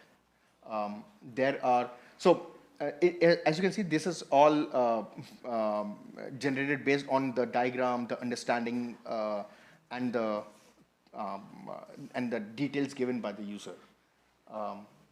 It also gives you mitigations as well. So for all the threats which are present, it will the system is providing the mitigation on how you can stay away from them. It also prioritizes the criticality of the mitigation, and also what is the effectiveness and the cost. So developers can come in and then basically grade the mitigations based on the cost and effectiveness, and then they can build up their pipeline and take care of this system in the best way possible.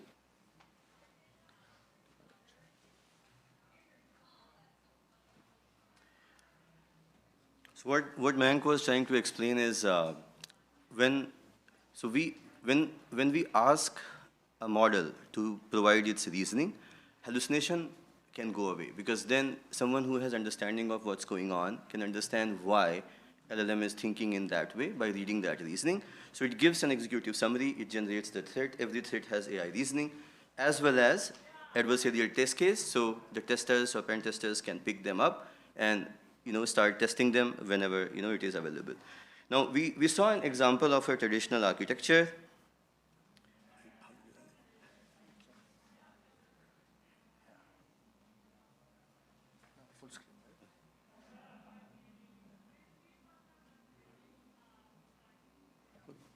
Yeah, so we saw an example of a traditional architecture.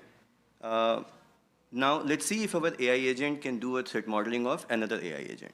As we say, put machines against machines. So this is an architecture diagram picked from one of the AWS blog posts, which uses AWS Bedrock agents. Now, and one other thing is how we are building the context. We are asking agent to generate those questions or find out from the diagram what it's not able to understand. So with this, if you would notice, one of the clarifying question was, so this is around prompt injection, yeah. So in this particular diagram, which we picked from one of the AWS blog posts around having an agent which can deploy infrastructure as a code, we told our agent that this agent has access to, the whole, like permission to deploy and change the infrastructure. Although we answered that we are using Bedrock's guardrails, which are a standard by AWS to protect against prompt injection, it did rate that issue as high, saying that there are still indirect prompt injection attacks or advanced prompt injection attack can happen, and this agent has a lot of autonomy. This can be used in destroying an infrastructure, deploying an infrastructure with insecure configurations, and if it can totally get rogue. So another thing we noticed here that for an agent architecture, it went beyond the stride. It did not do the stride analysis. It went through the agent-specific threat modeling, which has specific categories around prompt injections, data poisoning, and other stuff. Moving on. Also, depending on the questions answered, it changes the final threat report.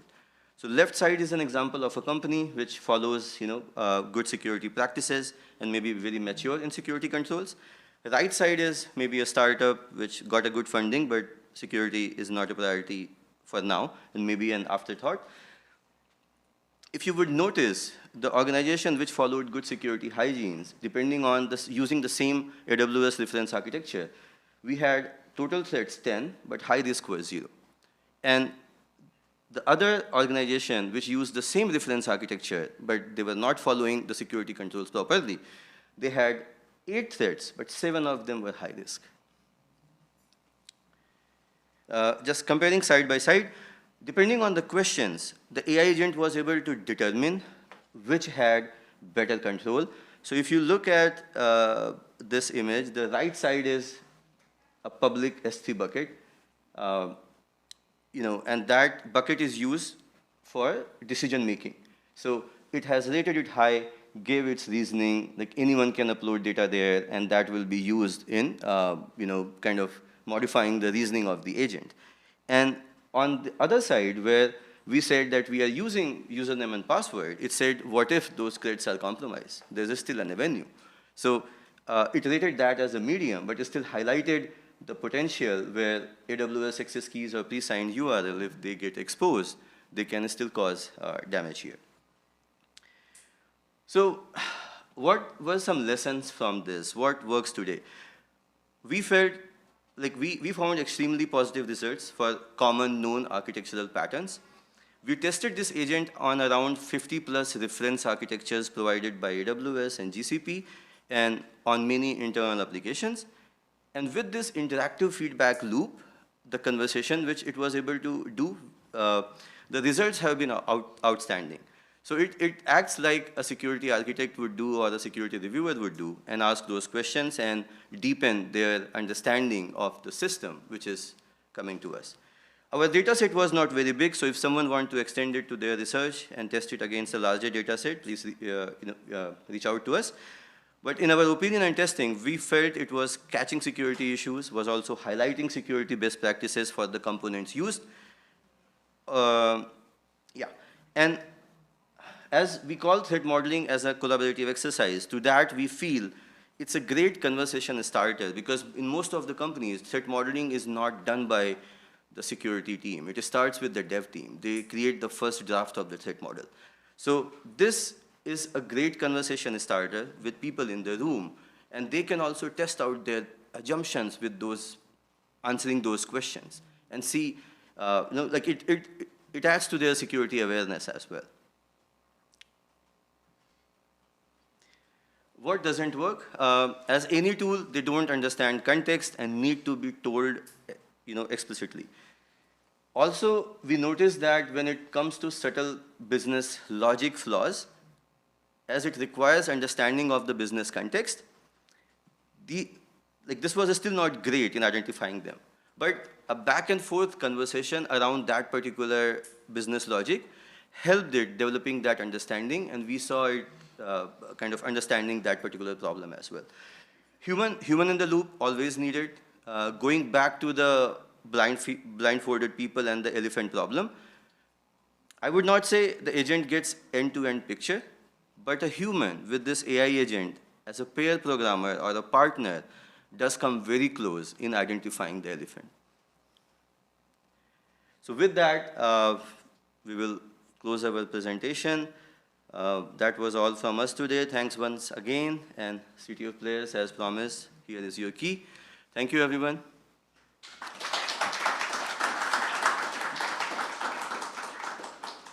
If there are any questions, we would love to take them.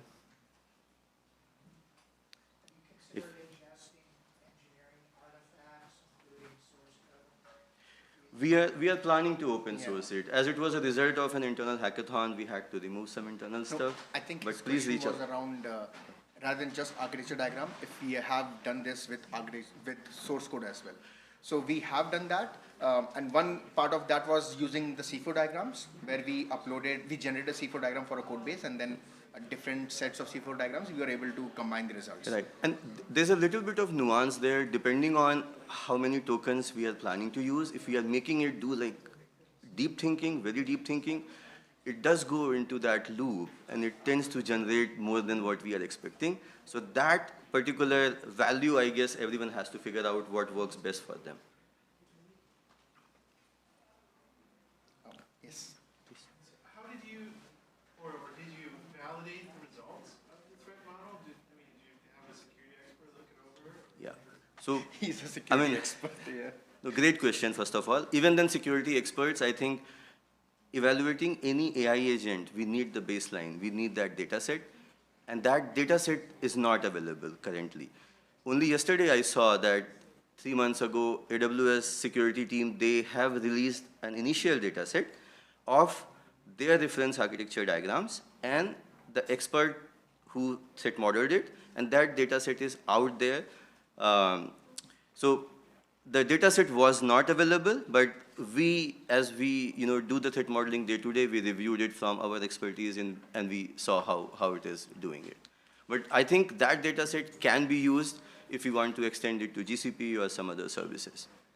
And what we have noticed is that it's really good at understanding even the internal architectures as well, like we have been doing for our internal evaluation. So it's very good at identifying even the smaller components, and then we can query back and forth, which was not there in this, but in another solution where we were going back and forth with the agent and then asking it to basically bring it to the system which we were generating the threat models for. How does it do when your architecture is a lot more complicated? You had relatively few things in your architecture diagram. What if there are 20 times more things? Great question. So I think that was another point. Like if you have 100+ components, it does tend to go into the loop. It may generate, kind of a report where it's difficult to identify all those sets. It's still able to read it, but I think with the increase in the max tokens now, or the context, I think it is still doing a much better job. It takes a lot of time though, so if we have the time, if we can let it run, it can produce that threat model as well. And then the challenge becomes is how many questions a developer will ask. How do you define the boundaries of the system? So that's where the challenge will be. Right, because it can be, it is good, but it can be irritating as well. Like how many questions you would answer to do a threat model. So I feel like that is a delta which a company has to figure out, like what works best for them, and everyone has their own threshold. Yes, please. When the backends have access to the same model, I mean, what does that mean for this threat modeling risk? so I feel, again, like being transparent to the industry, I feel every open source anyway has to publish a threat model. So currently, if you go and start using a particular open source component, what sort of visibility you have, in terms of that threats. So anyway, they need to publish the threat model. They need to tell what sort of risks exist in their system. So anyone who is using it are aware about that, and then they can take care of that action. So I think Security Scorecard is doing a good job. It's a good collaboration between Google and other companies. So they give a ranking to each and every open source repo. But I feel it's a good idea, unless people want to hide what sort of security findings they have. I'm cutting you off now. Okay, thank you. Thanks, everyone. Thank you, everybody. Okay.